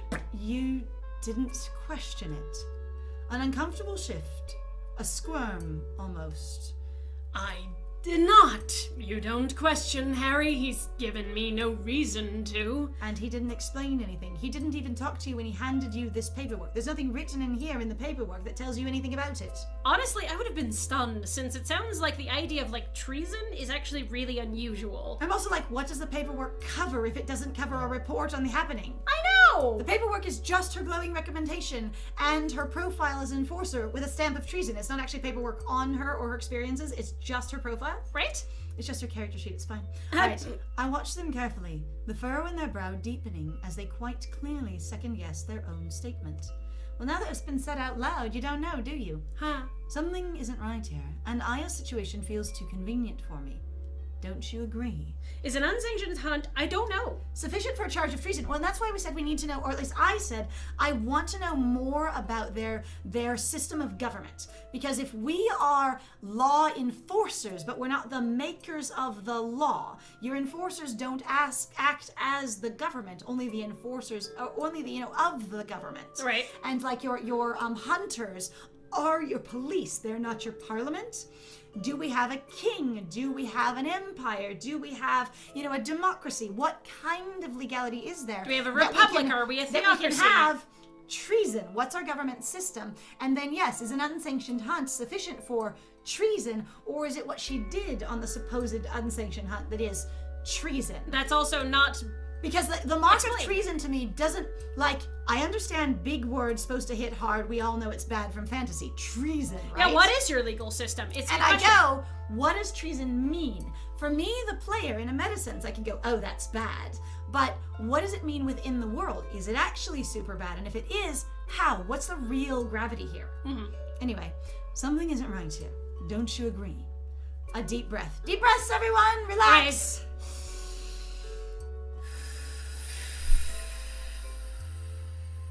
There we are. Oh, learning in my criminology classes. I love criminology classes. Yay! There's actually different methods of legal system across similar political systems. Exactly. And it's really important to know, basically, for us to have proper gravity of what this means within the game, it's important for the terminology to mean things. Now, using fantasy names like enforcers and hunters means that we need to learn the definitions. But when they use terms that are congruous with our current world, then you can go, oh, I know what that means. But if I don't have context for it, it's like the amount of how do you put it? Like, the gravity isn't there. I can't invest in it as hard because I don't know what it means to the character. Yeah. And I want to invest. All right. They sit back in their chair. A little of their tension seems to melt away, but the sadness still lingers. I do. Ask about Piper. I love that this game will let you do both, that it just sort of seems to change the experience depending on who you ask about first. Right. And I don't know if it goes identically, but the game has been really flexible so far. Like, I like the level of like dialogue trees that are available and the suggestion of how complex it could be if you made different choices. It's also those sort of, I don't know if I would necessarily say that it might now actually be kind of frustrating to have both options, because now you're kind of like, well, then I don't really have any concern about what I'll miss out on necessarily. Which I think is neat. Like, but again, I don't know. But also these flow like very natural conversations. The game it goes multiple ways. Given that we have he, she, and they love interests, it lets us go all three. You mentioned that you didn't want Piper to be demoted. So, what happened? Yeah, I don't really know, honestly, what the difference between a hunter and an enforcer is, other than it seems like a hunter is somebody who's active in the field, while an enforcer is basically like you're sort of higher up, but they're a desk worker. I was gonna say, the enforcers are generally basically people that have moved from hunter up to enforcer. So it's like moving into higher management. It really is like going to captain of the force, if you will, except for maybe not quite that high. I don't know police rankings. I don't exactly, know either. So. But you used to work in the field. You know how to work in the field. You're capable of being moved into active duty, but it's not what you're supposed to do. The thing is that the enforcers are both the agency name, it seems, and also a rank. In the same way that the weird building is also the name of the building, the name of the group in it, and the name of the religion they follow. God, that was so okay. So there's a section actually, Lukavian, that we're gonna need to show you if we get there, but I don't know if you'll be able to. We did it on a previous stream where there was a thing that we were supposed to go to. We were supposed to talk to people that were this thing, but also believed in this thing, and it also seemed to be the name of the building they were in. And like it seemed really unclear. So there is some level in here of the authors using words for multiple things. Lukavian. Okay, thank you. Like avian? I just thought like bird. Oh, okay, that like works. Lukavian, thank you. Appreciate it. I hadn't corrected because I hadn't thought about it, but that's what I assumed. Right. All right, you mentioned that you didn't want Piper to be demoted. So, what happened? Their gaze flickers to the side, staring out of the window at the snowy street. Yeah, the blanket did fall in that moment. Boom. It's just there. After Aya's arrest, Piper became unsettled. Rightfully so, might I add. Now I look back. She wouldn't stop rambling about a theory she had about the agency. Corruption, slander, all nonsense to me at the time, but she was caught trying to break into the dungeons and also rummaging through my files, just like you were this evening. Calls you out. I clear my throat, offering them an apologetic grin, going, well, I haven't tried to break into the dungeons yet. Flirt. Do you want to break into the dungeons with me? I was too infuriated to truly think straight, and before I got the chance to defuse the situation, Harry got caught wind. I regret the way I dealt with it, and Piper was a good friend to me before this mess began. All nonsense to me, so I didn't listen or ask it. Yes. It's true. I was in charge over things and I just wanted the drama to go away. And my experience working in manufacturing is consistent with that. Yes. When you have a supervisor that is being looked at by the warehouse manager who is over them, the supervisor is like, I need to just make the problem go away. And a lot of times, or even if you're like a line lead and your supervisor's looking at you like, what's this? You're like, I just need the drama to go away. Or especially if you want to handle it in your own team, so they're not like, I shouldn't have to deal with this. You should be able to deal with it in your own team. But the fact that they caught wind of it before it was settled means they now have to deal with it. Which is also sometimes deeply frustrating, especially because so in our previous job that we had really before this one was the fact that there was several cases where I would listen to basically the floor manager, was it? Mm-hmm. Where she bitched really hard at one point of going like, why did this person do this thing? Or was it her or was it Jeremy? I can't remember. But just one of them bitched really hard basically about going like, I don't understand why they told me this thing when it was clearly not done when I found out about it later. And they were like, because you're the freaking boss. Because because chain of command, you're 3 ranks above where I should have been reporting it to. Right? And you're like, I was gonna say, but I do feel it here solidly of going, I was trying to deal with my team and settle it down. I wasn't deeply connected to the emotional person experience of it. I was too much managing rather than being human, if you will. People don't care what you think when you're a kid. Sometimes adults would ask, what do you think you're doing? But that just meant stop. It's true. And I honestly really, really love that one. We advocate for like the freedom and support and empowerment of children constantly on our channel, especially when they're written badly in many of the games where they seem to be a prop piece and or a plot point. I would say, but yes. And basically, when someone goes, what are you doing? They don't usually mean, what are you doing? They mean, quit that immediately. And I've heard it said to adults as well. Oh, yeah. And the problem is me being a little bit like neurodivergent that I am, is this experience of sometimes I go, what are you doing? And I mean, genuinely, could you explain to me what you're doing? Because I'm curious and interesting. And immediately the person gets defensive and they go like, well, I'm just trying to whatever. And this has happened like in tons of work situations. And I'm like, I need a different question to go, hey, could you describe to me what you're doing? But it's still defensiveness. Right? Like trying to understand when you don't know their motivations is a mess. Right? I should have helped her. I let her down. Every manager ever, after someone got fired wrongfully, going, I should have been a human person in that moment instead of just being a boss. Like, this is my experience. Yeah. Their gaze meets mine, and they somehow seem more concerned for me than they are for themselves. You and Piper, you were friends? I mean, I've picked up on that aggressively. Right? Oh my god, that's been the thing. Hard to believe now. I know. Honestly, the level of animosity you have right now suggests that you would only come up with that from being friends. Yeah, to and me, they were a powerhouse that was legendary and people had heard about them, not as much as Harry and his partner, right? But still, like, you knew they had worked really well together and done a bunch of shit. And then suddenly going, wow, you guys were friends? It's like, yes, of course they were. Something like that in a work situation once. They started trying to explain the basic process, and I was asking why they arranged it the way they did. Yes, but because I thought it was inefficient. Yes. Other times, yes, and sometimes I'm going, it's just different than what I've seen, or it marks it. Sometimes it'll just set off a red flag in me of going, that seems wrong, but I don't know why. Right. So I want them to talk about their process, and it's not judgment. It's just going, I have a concern, but I can't even label my own concern. So maybe I'll be able to come up with it if you talk about what your reasoning was for choosing that action. You're like, no, so step 1 you do X, step 2 you do Y, and you're like, no. Yes, but why? Why are you doing it that way? And then if you dig in the why, they get defensive usually in my experience. But yes, hard to believe. It's not hard for me to believe. I feel like the authors wrote it in really clearly. But yes, we were close enough for her to convince me to arm wrestle her, which... They absentmindedly rub their elbow as if they're nursing an old injury, which set me out of sorts pretty damn hard. Don't do that. Ever. Suddenly, challenge accepted. I'm immediately going to challenge Piper to an arm wrestle. We gotta do I it! am a tough badass.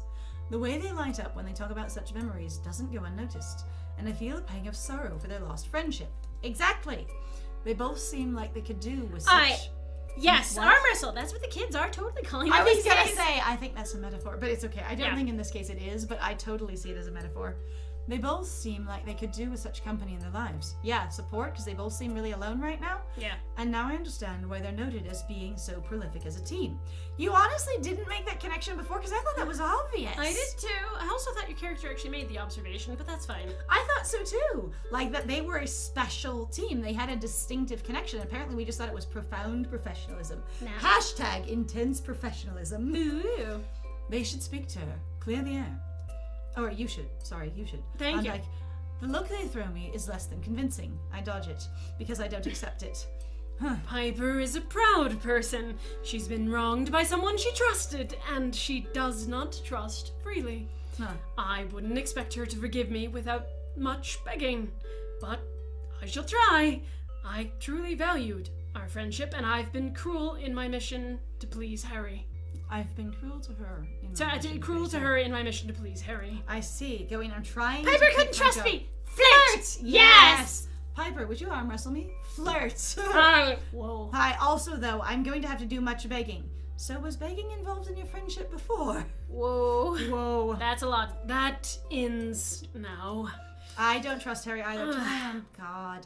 Honestly, I would be very, very pleased if this is a massive, massive red herring and Harry isn't the bad guy, but we all suspect it. August pushes away from their desk, swiping the steel glowing vial. As they stand, they cradle it gently in their palm before it's shoved firmly into the drawer where it came from. It's into the drawer. Into the drawer. Into the drawer where it came from. That's what I was going I'm like. So The vial's glowing, but I assume empty because we laid it on its side after the cork was out. And they just put it back in the drawer. I hope they just expect, the desk to be cleaned later. So right? The staff will take care of that. You'll get it. But also just like... So much baby. They assume that the vial's still full, but like, we didn't put the cork back in. Maybe it's I reassemble it and return it to the desk. Like, that would be really easy to just... I close it and put it on the desk. Right? Like, that's real easy. Papers on the desk are a lost cause, though. This paper's not... Yes! No, they it's do! fine. They have been given a potion of great endurance. It's okay. Honestly, you know what? I forgot how messy the desk was because the clean illustration. Every one of them has soaked up the endurance, and now they're just going to be really, really good at their job. Super durable. Excellent. As soon as they dry that up, it'll be Which will be amazing. an important plot point later when the office gets set on fire. And then those papers survive, and it'll be great. Yeah! I love that. What next? What can we do? Flirt! What can we do? What can we do? I think you should speak to Piper. She might know more than me, especially after her snooping. You mean you haven't read this file? You just At have all? it? You just hid it? And she didn't find it, so What? She snooped and found something, but might know more than you. Do you think she got something from the dungeon? I stand too, a little confused, my touch lingering upon those discharge papers. I also discharge papers. They just Or just let me snoop some more! Right, Yes! exactly. I vote for we do more snooping because, and then we just check our evidence against things. Right. I actually really like the idea, now that I've finally come around to it mentally, of going, you do your own snooping, and then you see if the people corroborate what you know to be true to find out who you can trust. Right. And then when you know you can't trust them, that's even more information, honestly. Uh-huh. I just want to go into the dungeons. I want to see her. They avert their gaze, cheeks rosy, their frustration evident. I love the fact usually the language of rosy cheeks is like cheery and bright. Like it should be more like cheeks flushed or their cheeks darken. Yeah. Like that kind of thing. Like just linguistically, cheeks Or- rosy sounds very cheery. Color rushes back into their cheeks and Yeah. they seem frustrated. Exactly. I just like a linguistic. Or you just go, thing. color rushes back into their cheeks as their brows pinch and their lips thin. Yeah, Like something not like a that. happy, so you can literally also then describe the facial expression of frustration rather than going, and they seem frustrated. All you could say that, because I'm like, especially with the visuals, all you have to do is, August my looks God. frustrated. Piper, intercom. Piper, I need to see you in the dungeon immediately. Right? I cannot authorize that, not when I know that it would put your position in jeopardy. I see. Yes, Piper in the dungeons. Piper in the dungeon. Aye. Sounds like a game. Aye, Piper in the dungeon. Piper in the dungeon. It does actually. I see Yeah. that. All right. They thoughtlessly. Maybe it's one of those actual adult games. Piper in the dungeon, not actually billing itself as a romance game. He is cutting the stairs. Yeah. Who's cutting the stairs? They're cutting stairs. So, they thoughtlessly slide their hand across the back of their chair. Oh, that's what I was cutting like, me a who's sympathetic stare. So it's they. Yeah. They're cutting stairs. Yes. Cutting me a sympathetic stare. Can I have that slice of stare? Can I eat it? Is it tasty? Uh-huh. I can't No worries. have a repeat of what happened with Piper. Woo. It's so good. It's so good. Why is it so good? It's okay. It's okay, Lucavian. Like I have. Hey, no big deal. Just correct and move on. Yep, pretty much. That's how it Right. works. Ooh. I just get frustrated about it because we've run into this character a lot and we keep going Because and I'm just like they are a really strong homage again / like in basically sort of callback. like callback to a different character that does identify as he. Yes, and it's so- very distracting when I keep going, I see that character and I go, Like, he! And there's I'm like, so much in common between bitch. those characters. If you look up, is it Count Valerius? yeah, console. Consul Valerius, from the Arcana. Like you could just Google it if you want to. You will see the imagery immediately. If we could put it in the chat, we would, but we can't. All right, so trust me, I'm done playing safe. Flirt. Nothing will happen to me. Are you gonna spell it out for him? Consul Valerius the Arcana. Yeah, if you search that, you'll get pictures. You'll see the braid, you'll see the ombre hair, you'll see the posture. Like it should be there. All right, happened Alright. to me. Their concern is etched all over their face, and we haven't flirted in a full 3 minutes, despite, A dang. the magic radiating everywhere, so I need to fix it. It makes my heart hurt that we haven't flirted. I realize that they truly do care for me. The guilt from what happened with Piper obviously eats at them. And maybe our added closeness makes it more personal to them. Also, the picture of Valerius with their hand up and a wine glass in it, if you haven't seen it, is the initial pose that we met August in. Which, I mean, they still kind of have, but the big thing is like, with August, so Consul Valerius has a anger sprite, basically, where they break their wine glass, and this character has an anger sprite where they clench their fist and flare magic a little bit. Yeah, and I'm like it's really similar. Yeah, it's okay. August, hold on, just keep We'll get back just for a moment. We're about to flirt with them, so you'll get to see. It'll happen. I realize that they truly do care for me. The guilt from what happened with Piper obviously eats at them, and maybe our added closeness makes it a little more personal for them. There's also the thing that they have actually shifted costumes for August. August actually had a far more similar looking, like aesthetic-wise, like more droopy sleeves and whatnot to Consul Valerius. Yeah. At the very beginning. Yeah. Maybe. It seemed like a definite homage. Yes. August, I swear to you that nothing will happen to me. I know what I'm doing. Here we are. See this? Yeah, so this with the hand up and the hair. So this is like reading one of those transitions away from someone. Hang on, no, there's a link. There is a link. Yes! Somebody made a new costume. So that's a weird mashup of, so there's another character in there, so part of that is Julian, I guess is how you would actually say it, but we always say Julian because we thought it was funny. It was good. And then, But yes, that one specifically.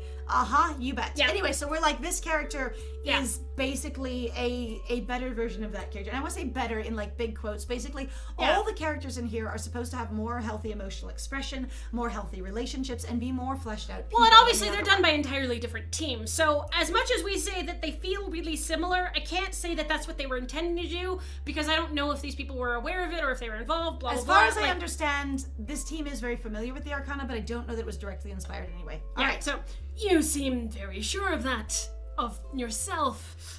I can't lose you two. It's different than it was with Piper. Piper never flirted with you, did they? Don't worry, I'll catch up. They avert their gaze, worrying their bottom lip between their teeth. They bite their lip! It's a lip bite. It is sip. When they look back at me, they take a step forward, reaching for my hand. I allow them to grab it. Oh, I reach back. I care for you, and that may sound idiotic. I know we've only been acquainted for a mere week, but... See, these people sound really allosexual to me. They really do. Like, all the way. Yeah. It's the rest of the corridors, it's fair. I squeeze their fingers where they lazily twine with my own. They're basically like, the connection with you is different. Oh, that's because we suddenly are hand-holding again, though. Well, no, because they reached for our hand. Apparently they also achieved it. Oh, okay. I twine with my own, as if August is unsure if their affection will be returned. I feel it too. They have lace a lot. They have lace. There's We're really good at creating doilies with August. I was gonna say they ever into lacing? Yeah, they do it. It's fine. I see. Yeah, you can open the history, but I don't know. Yeah, sure. So where are we going back? So reaching for my hand. Yeah, sure. We're doing it. What are we after? What we looking for? I say, how far do you want to? Whoa, we're back into old episodes there. Hold still. So when they look back at me, take a step forward, reaching for my hand. Yep. I care for you, blah, blah, blah. Just the line before. Okay, so go all the way down to the last line. Nee. Hang on. Whoop. I'm afraid of the quit being highlighted. You can do this. I think that's as far as it goes. Okay, so that is the last line. That is the last line. I squeeze their fingers where they lazily twine with my own, as if August is unsure if their affection will be returned. All right. I care for you, too. I feel it, too. Yes. So I don't... That's the one. So that's what we're responding to. Then there it is. I feel it, too. I'm like, have it then. Yes. So it's the I care for you. No, go ahead. I see. Aye. Well, then I'm sure you can understand my predicament here. The fact that you want to give me special treatment because you're very fond of me, that never happens in the Force. Not at all. I nod, because I do understand. I also want to trust them more than is reasonable. I would hate to see August punished for any of my actions. I do, but I need you to trust me on this one. I won't do anything to get either of us in trouble. We have to say? Looks at him. I will do 0 things to get either of us in trouble at all. I'm sure you could understand my predicament. You're not bending me over that desk. Yes! My husband just died. Oh my god! Yes, well there we are. Yes. In trouble. Their hand falls limply from my own. Fingers immediately unlacing. Their gaze nervously flickering toward the very locked door.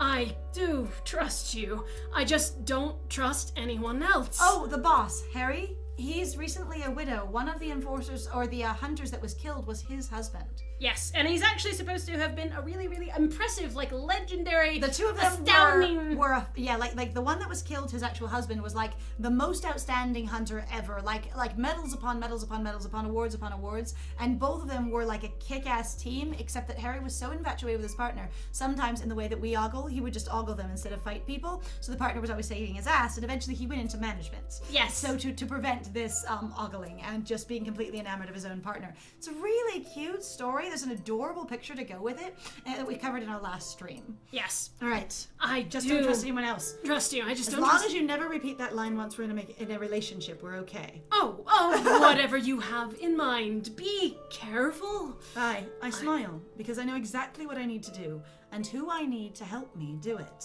The eyebrow quirk after I say who I need to help me do it. Goodness.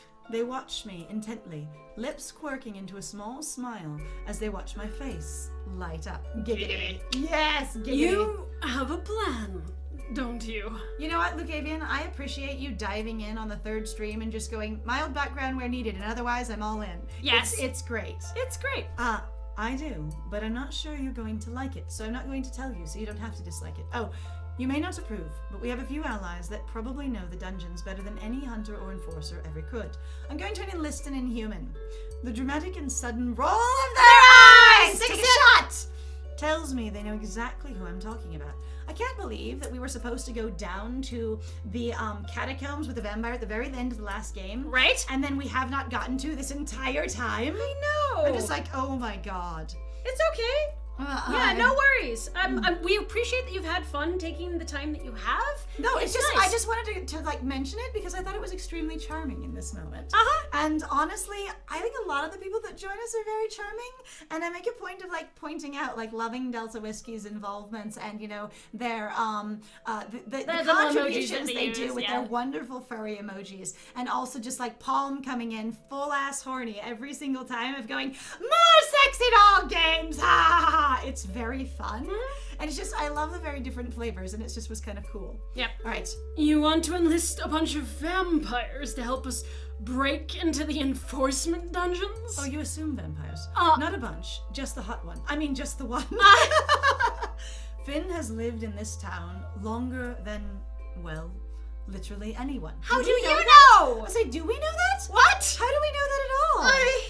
What are you supposed to say to someone? Honestly, it's kind Honestly, so for me, being demisexual and having and knowing or meeting some other demisexuals, sometimes basically, and I don't know if that's how they identify at all. I just know that there's a level of going, I'm not really comfortable with a lot of blatant allosexual expression unless it's for humor, and then it's just amazing. And Palm seems a lot like that to me, of going, this is all funny as fuck, and it's also somewhat how I cope with it. There's also in some ways too, so based off of my education and the things that I've ever studied, I've seen a lot of people who also go, what I like is sexuality in games or in fictional stories. I don't like it in real life because I know what to do with it in a game, and I can at any point or at any time retract basically consent by turning it off, walking away from it, going back. Additionally, in a chat room, and I haven't talked to Palm about this, there's an experience of it being very, very safe to express flirting or like, just going sexually overboard with your innuendo or your comments, because you're not actually going to have anyone who's assuming anything of you because you're just in the chat. Yeah, absolutely. And that's, I kind of feel like that might be some of it. And Palm, if you're still awake, because I know it was super freaking late for you,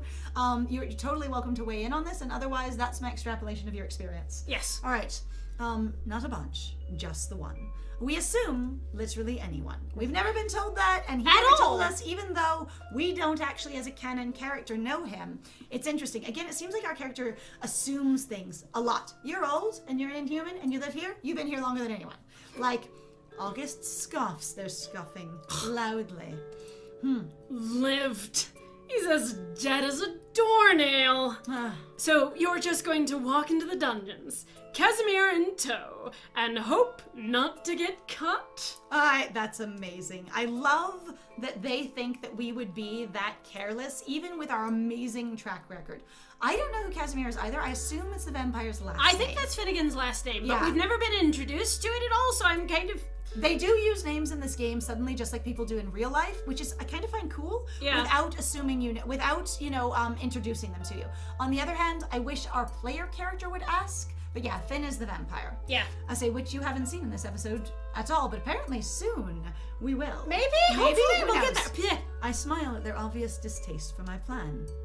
Ezra, Piper, even Alcar, they can all help too. Yes. They can distract the guards!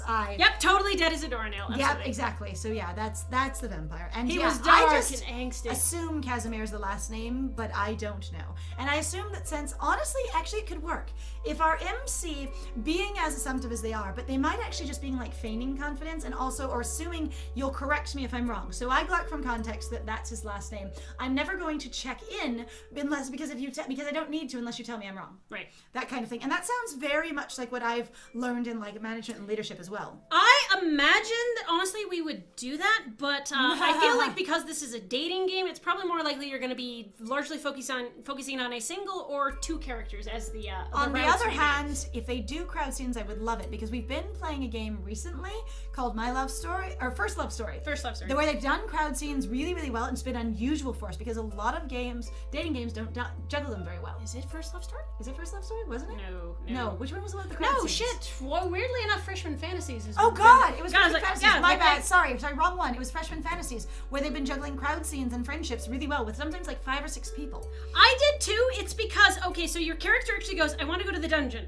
I want to see her. It was just, I want to go to the dungeon, period. I want to see her, period. And to me, that sounded suddenly like your MC's going, yay, go see Piper in the dungeon. So also, it's probably going to help you to understand that Piper is our immediate subordinate. We replaced her when we were called in here, and so she's working under us. It's okay. It is a little bit confusing because, again, they've got some awkward also- grammar, as obviously we've pointed out. And they so- also haven't defined all the roles really well. So, like, there's a reasonable level of confusion, which is part of what we break down in these games of going, does this actually make sense, or are we just moving forward to the story? Right? Just going like, what's gonna be next? I haven't given you any of the details of my plan, only who might be involved. Do I have your permission to proceed? I'm hopping into chapter. It's true. On the other hand, actually, several of us really don't know. Yeah, And we honestly, really don't. even though we're directly over Piper, we've given her no direction at all as a manager, and we haven't really worked with her as a teammate except for in one occasion, and we've done very little working with this elaborate organization at all. We've basically shown up and been mostly on our own except for a few notable meetings like this. Right? A pregnant pause follows my question. Eventually August meets my gaze once more. You have my permission. I trust that you will be careful. Please be cautious. I am no wiser than you here, and I cannot protect you if something goes wrong. You know, I came here to make something of myself. I was so desperate to move out of my parents' shadow because I come from a family that held me to such high standards. That seems elaborately expository for you, August. Also, we have no connection to that at all, and we're going, do you come from a family from somewhere? Right? Consent is very Consent important. is Always important. important. Even if you're not entirely sure, still being like aware of the risks and then still being able to consent and also knowing that you're able to retract that consent is pretty good too. Continual awareness of consent, very important. Yes, absolutely. High standards. Standards I could never dream of meeting, no matter how hard I tried. But you tried anyway. Their words grow terser as the seconds pass, unraveling gradually. We just found that out too. That's why I was like, that's weirdly expository for you. Like that was such like That really was. Exaggerated That detail. was the complete and first introduction of it. You have as much information as anyone. And I'm actually impressed though because they've had more characters who are like, I actually have a background and I actually have family and parents and blah blah. It's weird. Yeah, we're glad that people have parents because a lot of times there seems to be intense orphan syndrome. But No, yeah. they did not. Absolutely. Pomposity. Yes, pomposity is a great don't word. want this to be my legacy. Woo. I want to make the world a better place, not a scarier one. My legacy. Ooh, Ooh, my legacy. Ooh, I gather that August has suffered through much frustration, and life has weathered them to the bone. They quickly gather themselves, but their pupils quiver. What? Is that anatomically possible for humans. Also, you're staring that intently at the eyeballs to see a really pronounced... Like a flutter of the actual, iris muscle. Whoa! Whoa! That sounds like a magical side effect if I ever heard of one. Like, dang, it's possible. Yeah, just very unhealthy. Yeah, it's great, right. But, is that like a muscle tremor? That is like a muscle spasm in the iris / cornea kind of thing. Like, damn. Yeah. All right. I won't let you down. I will keep your spirits up. I don't doubt that, actually. The eyes are basically all liquid anyway. I mean, there are solid lenses in there. And there is actually muscle tissue of the iris. Mm-hmm. It's fascinating. It's got a lot of fiber in there. So they actually talk about when you are starting to your vision starts to fail. Typically what they're talking about is the fact that your muscle in your eye is literally becoming less used, less worked. So you're losing your tension in your eye. The reason that they can correct a lazy eye by using an eye patch, I don't know if you're familiar with the habit, is by making that eye work harder because you, the viewer, will force it to work harder and you force the muscle to get stronger. Yes. And so also, since you looked up the other thing, I'm just going to suggest that you look up macro pictures of eyes because they really will super zoom in on and you can see the fibrous muscle tissue of the iris and also the brilliant color. Mm-hmm. Someone actually did a macro project on eyes and irises and it was really cool. Yeah, super. Yeah, it's the almost Captain Bed! Our old friend. I head back to my room at the Wolf to clear my head and to try and figure out my hastily concocted plan with a little more thoughtfully. I stay up pondering. Oh my God. The fact that... I slap my pondering. I'm sorry, I just was so latest... What are we slapping? Okay, so the way my dyslexia works is I usually pull letters from nearby words. And you had up nearby and latest right below. So it just ran together. Slap. I stay up pondering the fact that we still haven't been given the name of the latest victim. And I wonder if Harry is keeping it from me and from everyone else for a reason. Yeah. I'm so pissed off at my pondering. Slap! Done. After my conversation with August, everything feels wrong. A quick, sharp pain rises in my temples, and I can feel that familiar presence. Looming, lurking. It's the husband ghost! Husband ghost! He's here! It will appear. It would appear that no voice will visit me tonight, though. Poor tired husband ghost. Aww. The snow is gone. Abruptly. Wow, an entire thick extra blanket of snow, and it's suddenly gone. We got a warm day. Wow. Because apparently nothing is sacred in this town. I managed to coax Piper's address out of Edna with very little persuasion. You couldn't go see Piper at work? Why wouldn't you go see Piper at work? The town is colored. Yes! You're correct! The weather, just don't like the weather? Wait a few minutes. Honestly though, that actually happened when I lived in Idaho too, because everybody's like, the weather's crazy, and I'm like, wherever I have lived then, the weather must be insane, because I think dang. It's common to everywhere to just tell people the weather's crazy, unless you're in Utah and it's just hot all the time. I guess? I don't know. I head across the street, unsurprised that she lives so close to the tavern. Wait, are we implying that we think she picked her house based on its adjacentness to booze? Yes. All right, fine. And as far away from headquarters as possible. Yes. Heavy snow, next day gone. Also, it sounds like heavy light snow. I actually don't remember if they described... heavy dry snow. Yeah, that's what I meant. Snow. Yeah, I know, but... Heavy dry snow. Because it is light, it's powdery. I know, but compared to the heavy wet snow. I know. Yeah. All right, she likes to go on a nice weekend. Yes! Her house is small, and it appears to have character, much like its owner. She actually is a homeowner. She is a homeowner in the middle of a city, in mid-city near the tavern, in something that location. looks like. Are there any standing isolated houses at all? Because honestly, I've only seen district buildings basically. Yeah. If she has an actual separate house. Breathe! Breathe! Everyone, take a deep breath. I wonder if they're calling her house when it's actually like a condo or something like that. Oh, yeah. But that was immediately a statement of her house that she owns. I take a deep breath. I knock. And she comes out in a state of undress. Damn. She looks surprised to see me, but her expression quickly softens. I'm assuming she doesn't have work today based on that. Right? Is this a day off? In the middle of a murder investigation, we get a day off? Really? Right? Both of us? Oh, wow! I wasn't expecting you, especially because I assumed you had no bloody idea where I live, but... I just knocked on every door until I found yours. Flirt. Are you okay? Yes! A timid smile crosses my lips. I definitely don't think this is a conversation to be had in the street. Only near the street if you're with the werewolf. Near the street. Yes. So, sometimes the straight black lines are a little distracting, for sure. Yeah, the characters look like a cutout, basically, doll almost, in front of it. Which is fine. Which It's a stylization. is a type of style, but I can see where you're coming from. Honestly, I've seen worse, so I didn't really think about it. All right, so... So... All right, my friend is not advancing the, you can pep it, it's fine. I stage left on her shirt. Oh, are we talking about, like, the cut in the shirt itself in here? Like, it's just a triangle of death? Could be. Triangle! Got it! All right, also, like, there's a running into, like, various things. Yeah, there's that too. The string. Can we, now that I've been speaking to you, can we talk? Yeah, the string as a completely, utterly straight, stiff line is a little distracting. And I can see that. The cloth, basically the string in the cloth, okay, that makes way more sense. Yes. Got it. Because, yeah, twine or, string doesn't behave that way. Oh, sorry. Of course. Come in. Hi. Here we go. Into Piper's house. Whoa. Oh, my God. There's so many... This looks so much like Niarg's house. It's amazing. It is. It's Niarg's house. And it's just very bright. It is very bright. Suddenly, the sun intensifies. I imagine magicked windows, because that's way brighter than it was outside. I also love the fact that really, like, we're using pretty similar looking, like, stained glass or, like, glass decorations. It's the same pattern with the triangles, but just a different color. Also, in case anyone doesn't know the Niarg reference, you'd have to go to our playthrough of Meeting in the Flesh, and this is so much his house, except for the sword. Right. Like, yeah. All right. Her house is warm and inviting. The walls adorned with an abundance of gorgeous weaponry. Look at the weapons on the wall. Text matching the pictures. Yes. Star. Various plants and brightly colored pillows littered around the room.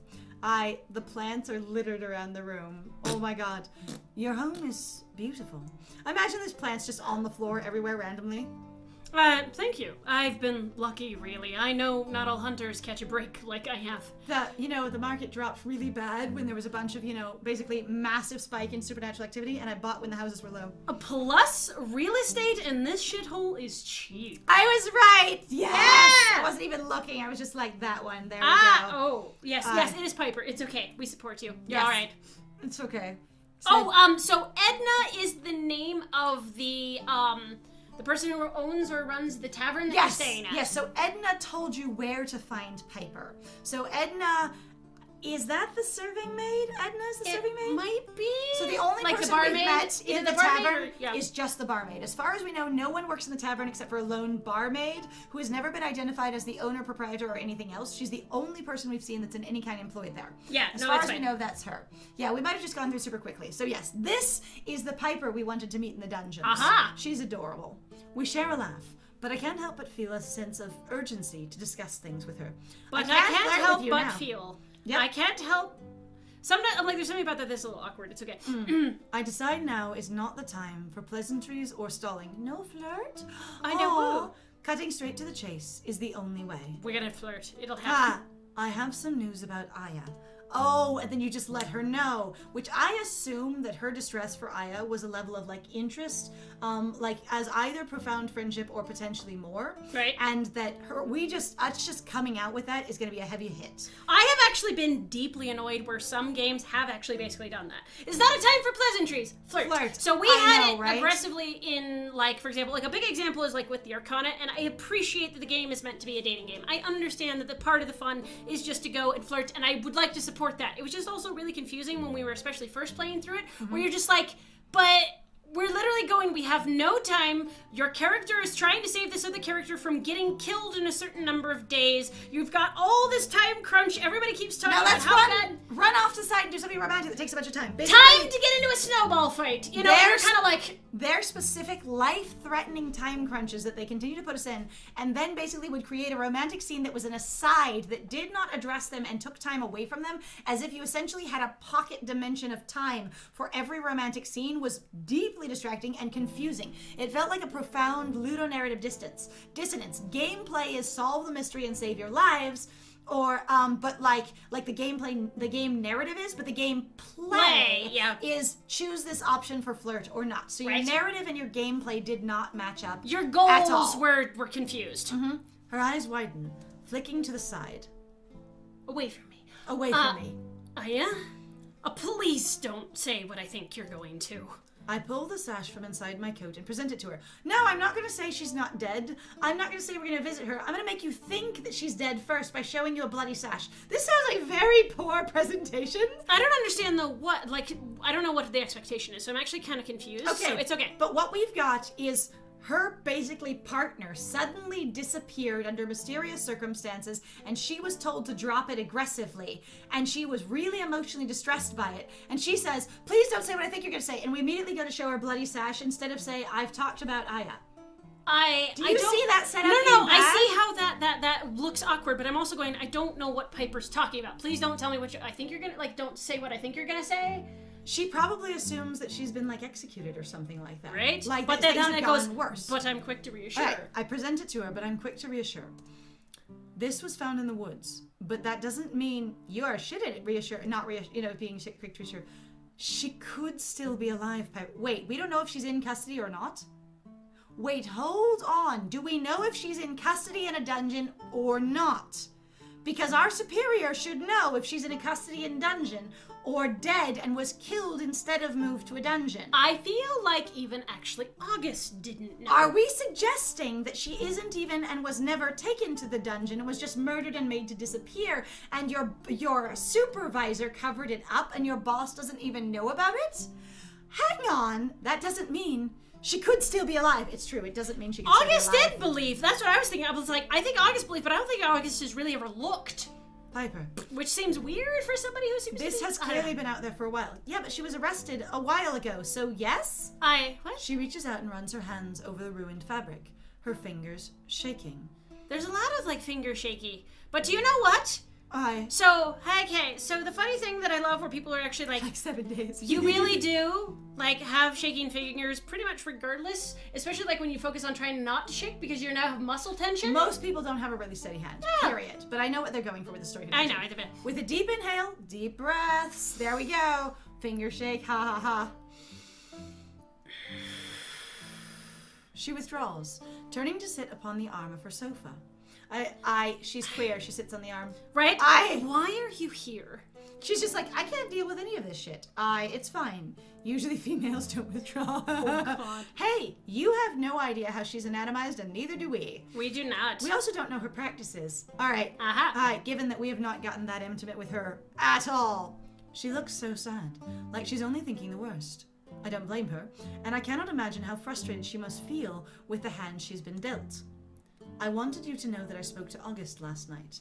They were quite honest with me about, everything really. Staying vague in case she gives us more information, assuming we have it. Hence the usually. Usually. All right, fair.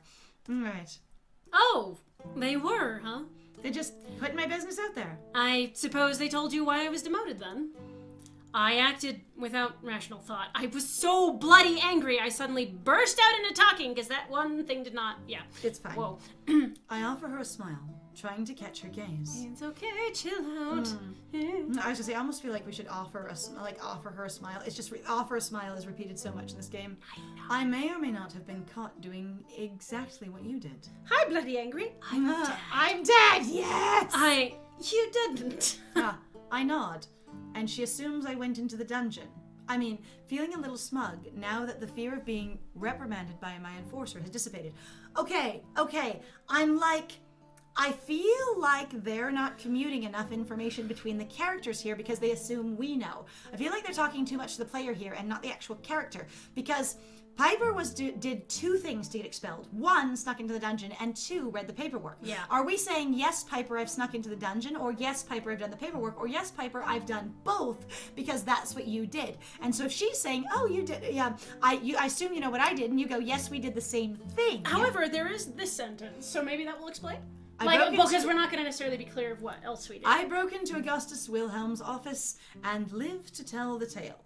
And so that's supposed to be the explanation of I didn't do the dungeon crawl? I would imagine you'd want to specify going, but I never broke into the dungeon. Right, because like I said, I feel like they're losing track of player versus character knowledge at this point, and that's kind of frustrating to me. Fucking brilliant! You've got guts, I'll give you that. Additionally, the whole thing with it, she could still be alive, basically. I'm going, Is it common for people who were arrested to disappear into the night? Like, is this a normal thing that isn't remarkable in any way? Do we assume that higher-ranking hunters/enforcers regularly kill people that are taken into custody for treason? And it is never announced, never public, there's never a record of her family or anything, and nothing?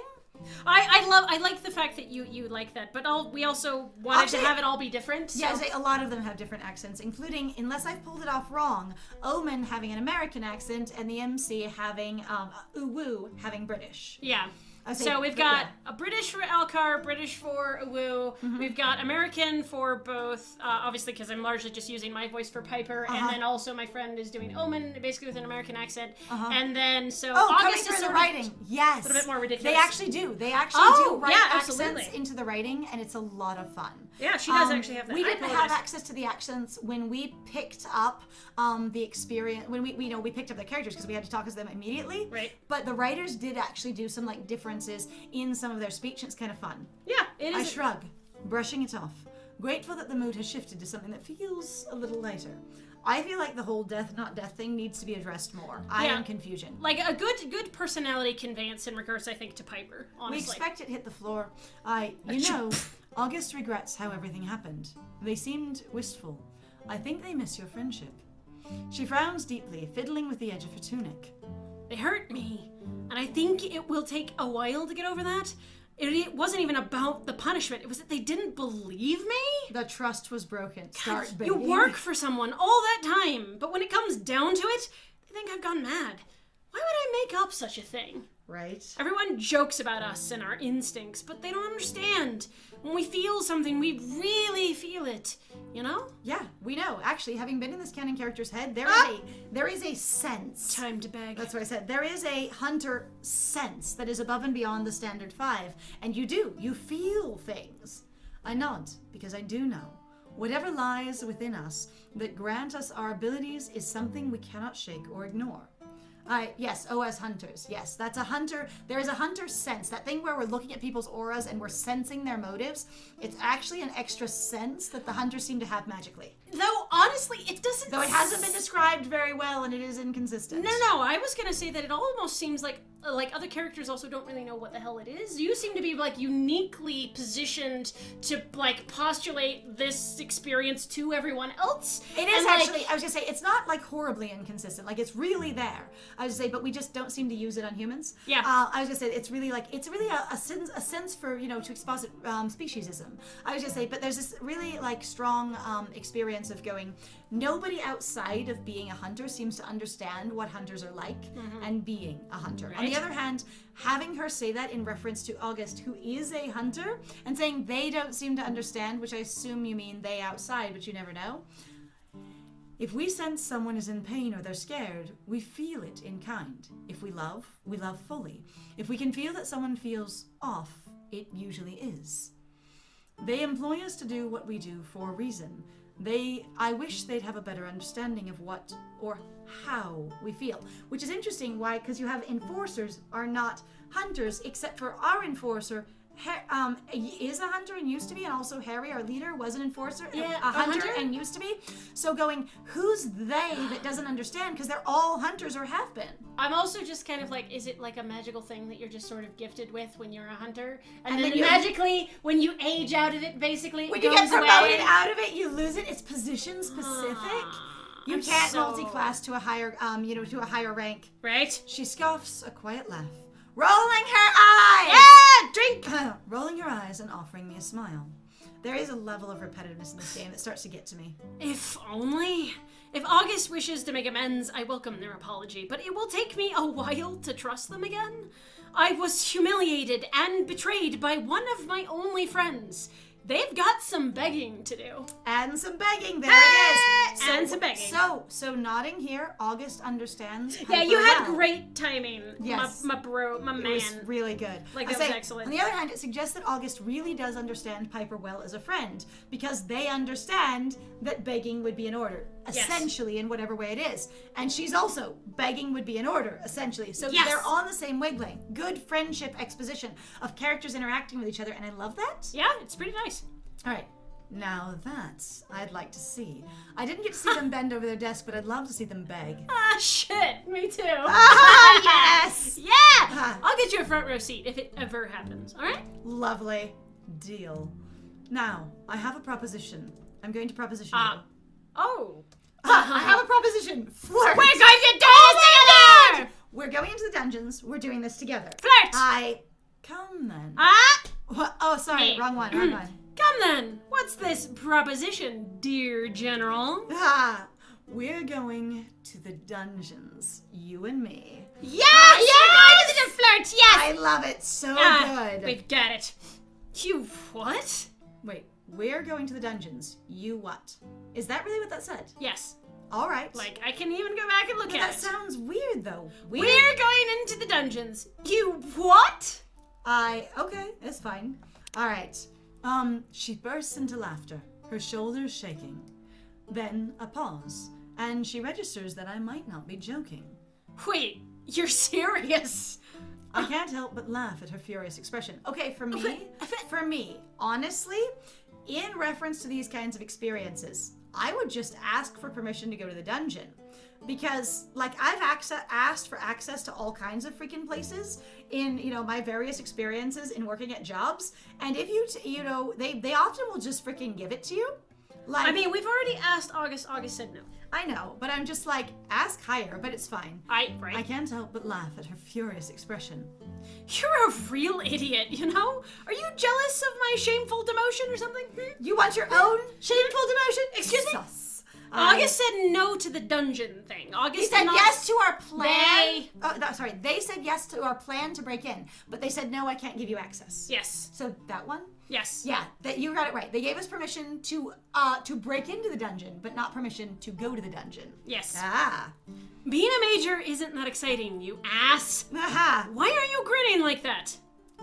I take her hand, and she tugs me closer. We're gonna smoosh ourselves up against absolutely everyone at the moment. Whoa. Because we're doing it together. So we'll be just fine. Together. So cheesy. I don't know why I like you so much. She shoves me away playfully, her eyes sparkling. She's like, I will flirt with you, but you don't get that much contact yet. Deliciously flirtatious. Just romance games. Yes. Yeah, just romance game things. Yep. Yep. So, come on then. What's this plan?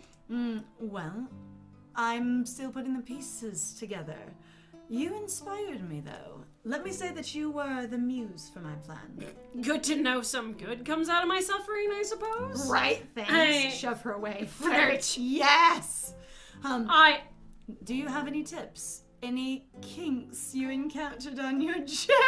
Oh my god. Wow! So I mean, honestly, bad. that would be some serious open communication. I'd be like, you deserve more points than any game we've played so far. Yes, you actually ask for what's going on first. Yes, Have you agreed. encountered any kinks? Honestly, that's the weirdest way I've heard it asked for if there was any kinks in the plan kind of thing. That sounds like double talk if I've ever heard any it. of the kinks when you went to the dungeon? Yes! I mean, yeah. Someone asked you this question, and you're like, can you go to a dungeon and not encounter any kinks, to be honest? I don't, right? Just some waifu pillows. I mean, wait, the fact that I didn't even get to the door would indicate that I failed pretty miserably, wouldn't you say? Oh my god. It was terrible. It Yes! was terrible. Oh, so bad. There are wards, there are guards. It's pretty impossible unless... Well, you know Ezra, don't you? That witch is more than a pretty face, If you speak to him, see if you can convince him to help. Okay. She's right. I've seen him use wards in his shop, and from what I saw of his magic the other day, he could take down a ward, but you don't know he could do that without alerting anybody. It's also like he could take down his own wards. Right? That's also very different as well. Someone in D&D puts up a ward, takes down their own ward around camp, someone else later counts on the fact that this person will be able to take down a ward, and then does their plan based on, they're like, all right, now you take down this ward. They're like, what? I don't know anything about this ward. And you're like, And they're like, no, but you can take down wards. My own wards. Yes. Hey, Ezra, would you help me break into the dungeons? It's so fun. It's okay. You know what? That begging, it will just be a dungeon crawl. Are you gonna do it on your hands or on your knees? Both. I could kiss you. Oh, really? Well, I wouldn't blame you. Oh, wow. When you're ready, you know I've got your back. That was... For kissing? For what? Kissing. Did that make sense at all? No. What? I could kiss you. Oh, really? Well, I wouldn't blame you. And then it immediately goes to, when you're ready, you know I've got your back. I was gonna say, like, did she just kind of like, kiss me? I don't blame you. And then she just kind of like walks on. Was I just like dropped like a hot potato? I think that was a casual dismissal, honestly. Going, I don't blame you. Going, I'm extremely kissable. And now you've been shut down. I think that's what that was. I was about to say, that does sound kind of like dropped like a hot potato. Like, dang. All right, so got your back. Not how we usually kiss either. On the back, at the back. Someone at my back. Ah, yes, the perfect pose for kissing. I didn't. All right. Always. I have lips on my back. You don't know. You don't know things you didn't know. You don't know. It's not eyes in the back of my head. It's lips. Oh my god. Upon entering the shop, I find chaos. Beautiful chaos. Looks amazing. It's great. Bad. It could be actually a bad transition. Actually, honestly, I've wondered if there had been inappropriate times to flirt. So in a lot of the games that are like big, role-playing games, there are wrong times to flirt. And basically, if you haven't built up to it correctly, or if you haven't done the right actions and you flirt, it offends the character. And I've wondered each time if it was going to be possible for us to do that here. Like, I have really genuinely wondered if we would flirt and someone would respond negatively to it. Oh, does Mass Effect actually do that? That's cool. Yeah, I don't remember if Dragon Age does it, though. Like, my brain is not recalling that. I was gonna say, I know it happens in Fallout. Anyway, I spot Ezra frantically gesturing at Omen, the demon's tail tightly coiled. I'm wary of approaching him after our little incident yesterday, instead choosing to observe from afar. You know what I thought was interesting? We chose to grab Omen, but there was no actually, I have been burned, except that it seemed like there was I have been burned. Yeah, I was gonna say, I expected our hand to actually be hurt from that burn, and we've never dealt with it. They'll cause a scene. Oh my god. Oh, that's good. But then you lose both options. And the thing is in this one, the game has explicitly told us in a very consent-oriented kind of way that we are allowed to flirt with everyone with no consequences early on, but eventually we'll have to commit to a relationship route and we get to choose it ourselves when it arrives. It was extremely charming when it came up, and I loved it. Yes. All right. Instead, let's see. Approaching him after a little incident yesterday. Instead, choosing to observe from afar. I managed to catch Ezra's eye, and he throws me a sympathetic look. He's stressed, his hands full of bandages and potions. Is Omen damaged? He mutters something quick and sharp under his breath to Omen, who then turns and stares at me with wide, sorry eyes as the witch disappears through his purple curtain.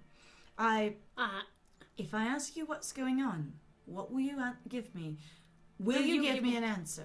Yeah, see, I think I remember actually, though, with Mass Effect later. Isn't there one, you can suggest a threesome with Jack in Mass Effect 2, and she actually gets offended at you? I'm trying to remember who actually gets mad. There is a character that actually gets pissy about it, as far as I recall hearing. The question seems to catch him by surprise. Then he looks away, lips pursed guiltily. He doesn't seem... Or is it Miranda? He doesn't seem to have forgotten his outburst with me yesterday, or his abrupt departure, or me nearly pulling a weapon on him. Do people get damaged? I thought they got injured. Well, he's a creature, though. We've dehumanized all creatures. You've said it's normal to call them creatures, so they, as an object, get damaged. Oh, it's true. But also, I was honestly just thinking role-playing games, you take damage. Right. So, is he damaged? That was what Especially in regards to the bandages and potions, that actually kind of threw me off. I was suddenly we really are playing a D&D game. This is a D&D campaign, two-bone. It's fine. Yeah, damage, you would say, someone's flesh has been damaged, but I think, if you were going to use the proper terms, you'd be that person is injured. So there is a level of, Animals don't get damaged either. No, it's specifically a role-playing thing, Drakonishi. In reference to, D&D and stuff, they say roll for damage, and it's the damage you take. And so, no, it's not a common colloquialism to use in normal language at all. It's specifically a gaming thing. Well, I've also, though, seen it, like I said, in relation to, you can be this person's knee was damaged. That one Not works. You refer, I don't know how to describe it. There's a way, socially... So medically, you can talk about what kind of damage was done. Yeah. That kind of thing. Have you had, contusions, abrasions, what's the damage? Right. Kind of thing. But yeah, it was mostly just me using a role-playing term in that case. I hope that makes sense. A woo is gamer confirmed! Yes, Yes! then. It's a little wild. Good. It isn't my intention to trip him with the reminder, but just as well that he remembers. Trip him? What? I'm not sure what that means. Did you bring someone in who was hurt? Like, confuse him, confuddle him, confound him, trip him, Trip him up. Yeah, Okay, trip him but up. trip him. Okay, I'm sort of got like, it. that was, So- yeah, that was really awkward. Right, really awkward. I didn't mean to trip him. It's okay. Yeah, the whole dialogue, super awkward. Did you bring in someone who was hurt? Brown eyes snap to me almost instantly, and Omen moves as though to step between me and the entrance to Ezra's back room. Then catches himself in the middle and forcibly drops his arms to his sides. You really cannot obstruct justice. Good sir. He opens his mouth, stammers without speaking, then his shoulders droop in defeat. A little spark that might have caught on the bandage rolls in his hand, peters out. Wait. What? A little In spark? that might have caught in the bandage rolls, comma, in his hand peters out. I guess? Oh, yes, yes. So the spark's not rolling in his hand, it's bandage we're talking rolls. about a fire spark. Yeah, bandage Whoa! rolls. Oh my Whoa! god. I was like, Whoa! that was a little bit, that was awkward for me. Whoa, whoa. All right. Yeah, is it plural now, right? Right. Yes, but maybe you shouldn't see her right now. He licks his lips, a flick of black tongue, so eerily out of place on a face so painfully human in its distress. At least let Ezra see to her first. He needs some space when he works his magic. Like, don't break his concentration. All right. When you have time to tell me, are you hurt? Yes. I'm sure our guest is all right. Let's do it.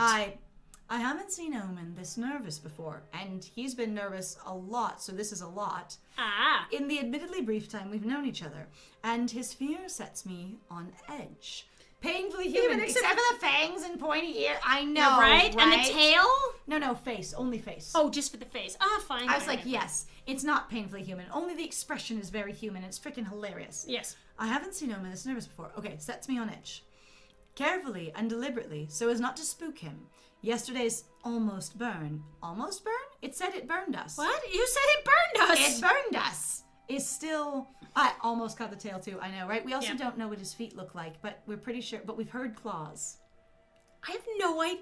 And I want to see it. I do too. It's still fresh in my mind. I stepped forward and put a hand on his arm, squeezing it gently. I'm sure our guest will be all right. Ezra is tending to them after all. Omen blinks at me, then smiles and leans into my touch. Everyone is super ready to touch us so hard. They're like, woo, visibly relaxing. He is a beacon of warmth in the cold room, yet pleasantly not burning. I appreciate. His power is wound tight to his core. I feel it under the glamour and the convincing illusion of fabric under my arm. He's naked. Canon, he's naked. The fabric is an illusion. Oh, wow. Oh my god.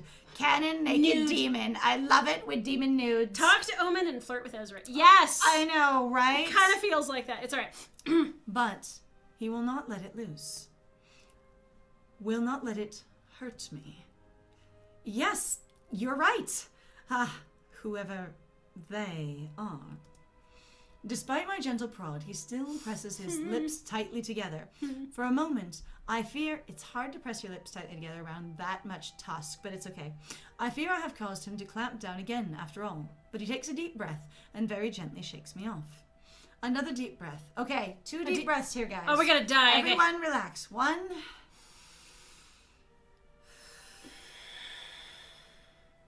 2. In. All right, hopefully we're calm enough to continue interrogating him. All right.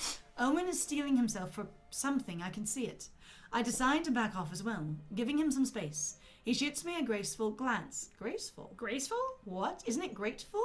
I think grateful would fit more, because we haven't mentioned him being specifically like lithe and graceful in movie like The Vampire we have. Oh, right. Then hugs the items he is holding closer. When he speaks again, his voice is very soft. Hunter Nya, no, Uwu, I have something I must tell you. Reading that sentence with a straight face was a challenge. Was a challenge? Success. A challenge. Success. I'm listening. Honestly, I want a screen cap of that thing, and everyone who's not played this game will misunderstand his character completely. It'll be great. It will be amazing. I'm listening. Omen smiles, though it's brief and weak, and quick to disappear like candlelight in a storm. His eyes lose focus as he begins to speak. Into the distance. 2 years ago, I came to Linares. That is, I came to stay in Linares after a disagreement with my father. Father, I suppose? His eyes flicker around the room, almost nervously, and I find myself straining to detect any eavesdropping presence. But there is none, because the curtain is absolutely a sound barrier. Okay, but there is none. Omen seems to find the same thing, because his shoulders droop again. You know what I am. I suppose you've already guessed. We know explicitly what you are. He sighs. Your people call him Lucifer? I think the fallen divine, the Lord of Hells. He's our sire? All of us. Every one of us. He is the All-Daddy. He's both, you know, he's both, mom and dad, maybe? Uh-huh. Like, it might happen. I've clipped it, whatever that means. Okay. What? Oh, clip emoji. Clap okay, emoji. Okay. Clap. The All-Daddy. The All-Daddy, yes. Hey, Daddy, The what's All-Daddy. up? Lucifer, the good All-Daddy, you know. Aha! It takes me a moment to process what he said. Demon lore is plentiful and easily accessible when you are a hunter. Detailed logs of their fiendish hierarchies, favorite vices to exploit, patterns of their appearances. I would damn well hope I know who the Lord of Hells is. Oh, that is, very nice. You speaking of your dad. Daddy. Omen's brown eyes whiten, his jaw going slack in surprise. The glamour truly is something, and I'm starting to wonder if he learned it from the witch behind the curtains.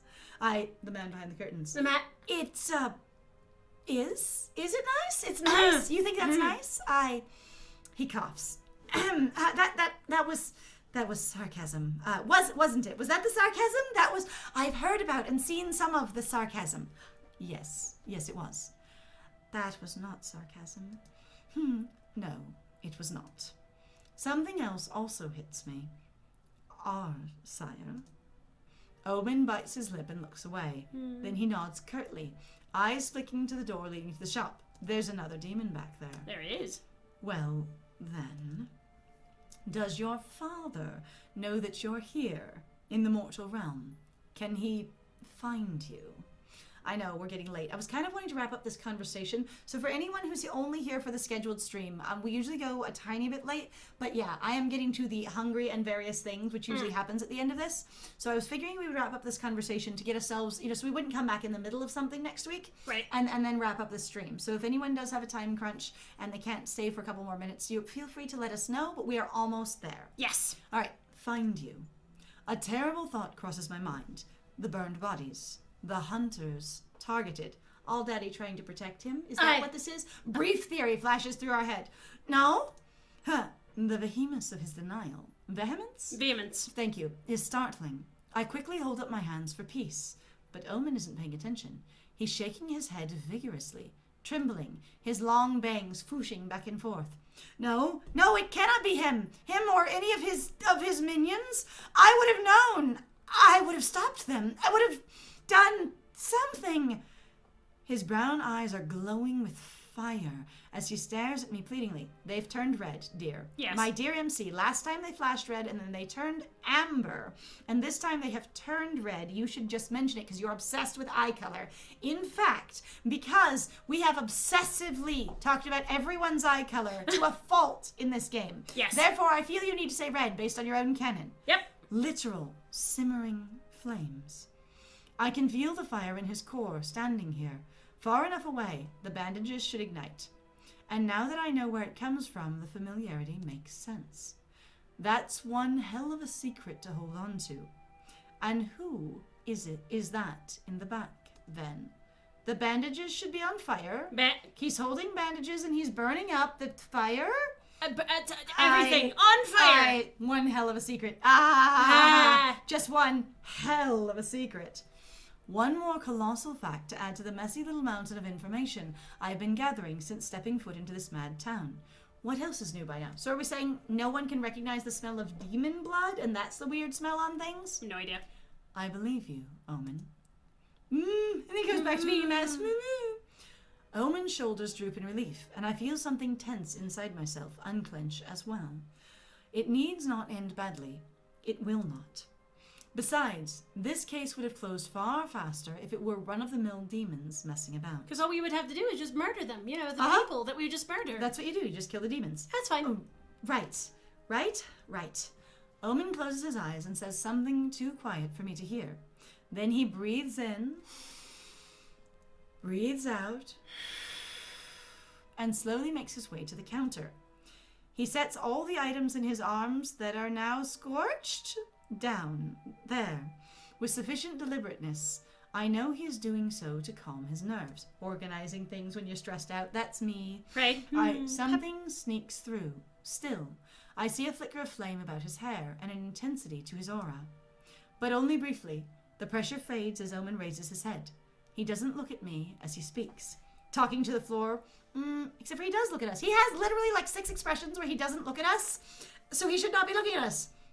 I think I'll go outside for some fresh air. Yeah, fresh air. I'm gonna go out there. Are you sure?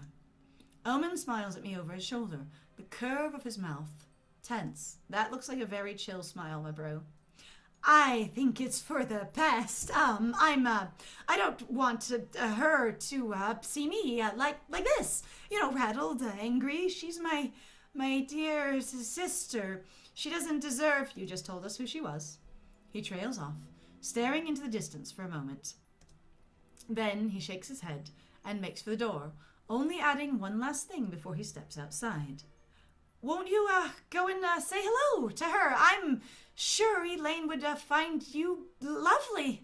Yeah, lovely. Yeah, Elaine, no, not Aya. I don't think Aya's a demon because I don't think you can be a hunter and a demon. I think it is expressly forbidden in all ways. But we're going to stop right here. Hey! As we introduce another person. Character. Woo! All right. So, it's Elaine.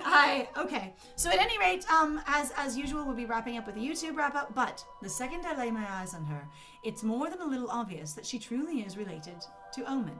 Maybe even his twin. I would tend to say you can't tell by glamours if someone's related. Your glamour looks like their glamour. Only if they learned their glamour from the same person. That's also, like, again, I'm also like, so you're saying, again, more of these characters are trans looking to you? Right.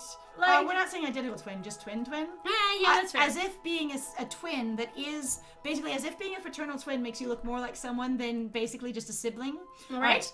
Maybe even his twin, unless the glamour is simply fooling me. At least we do point out the glamour. We do! All right, so I will wrap up the stream here. So thank you very much for everyone for joining us. Yes! It has been lovely having you.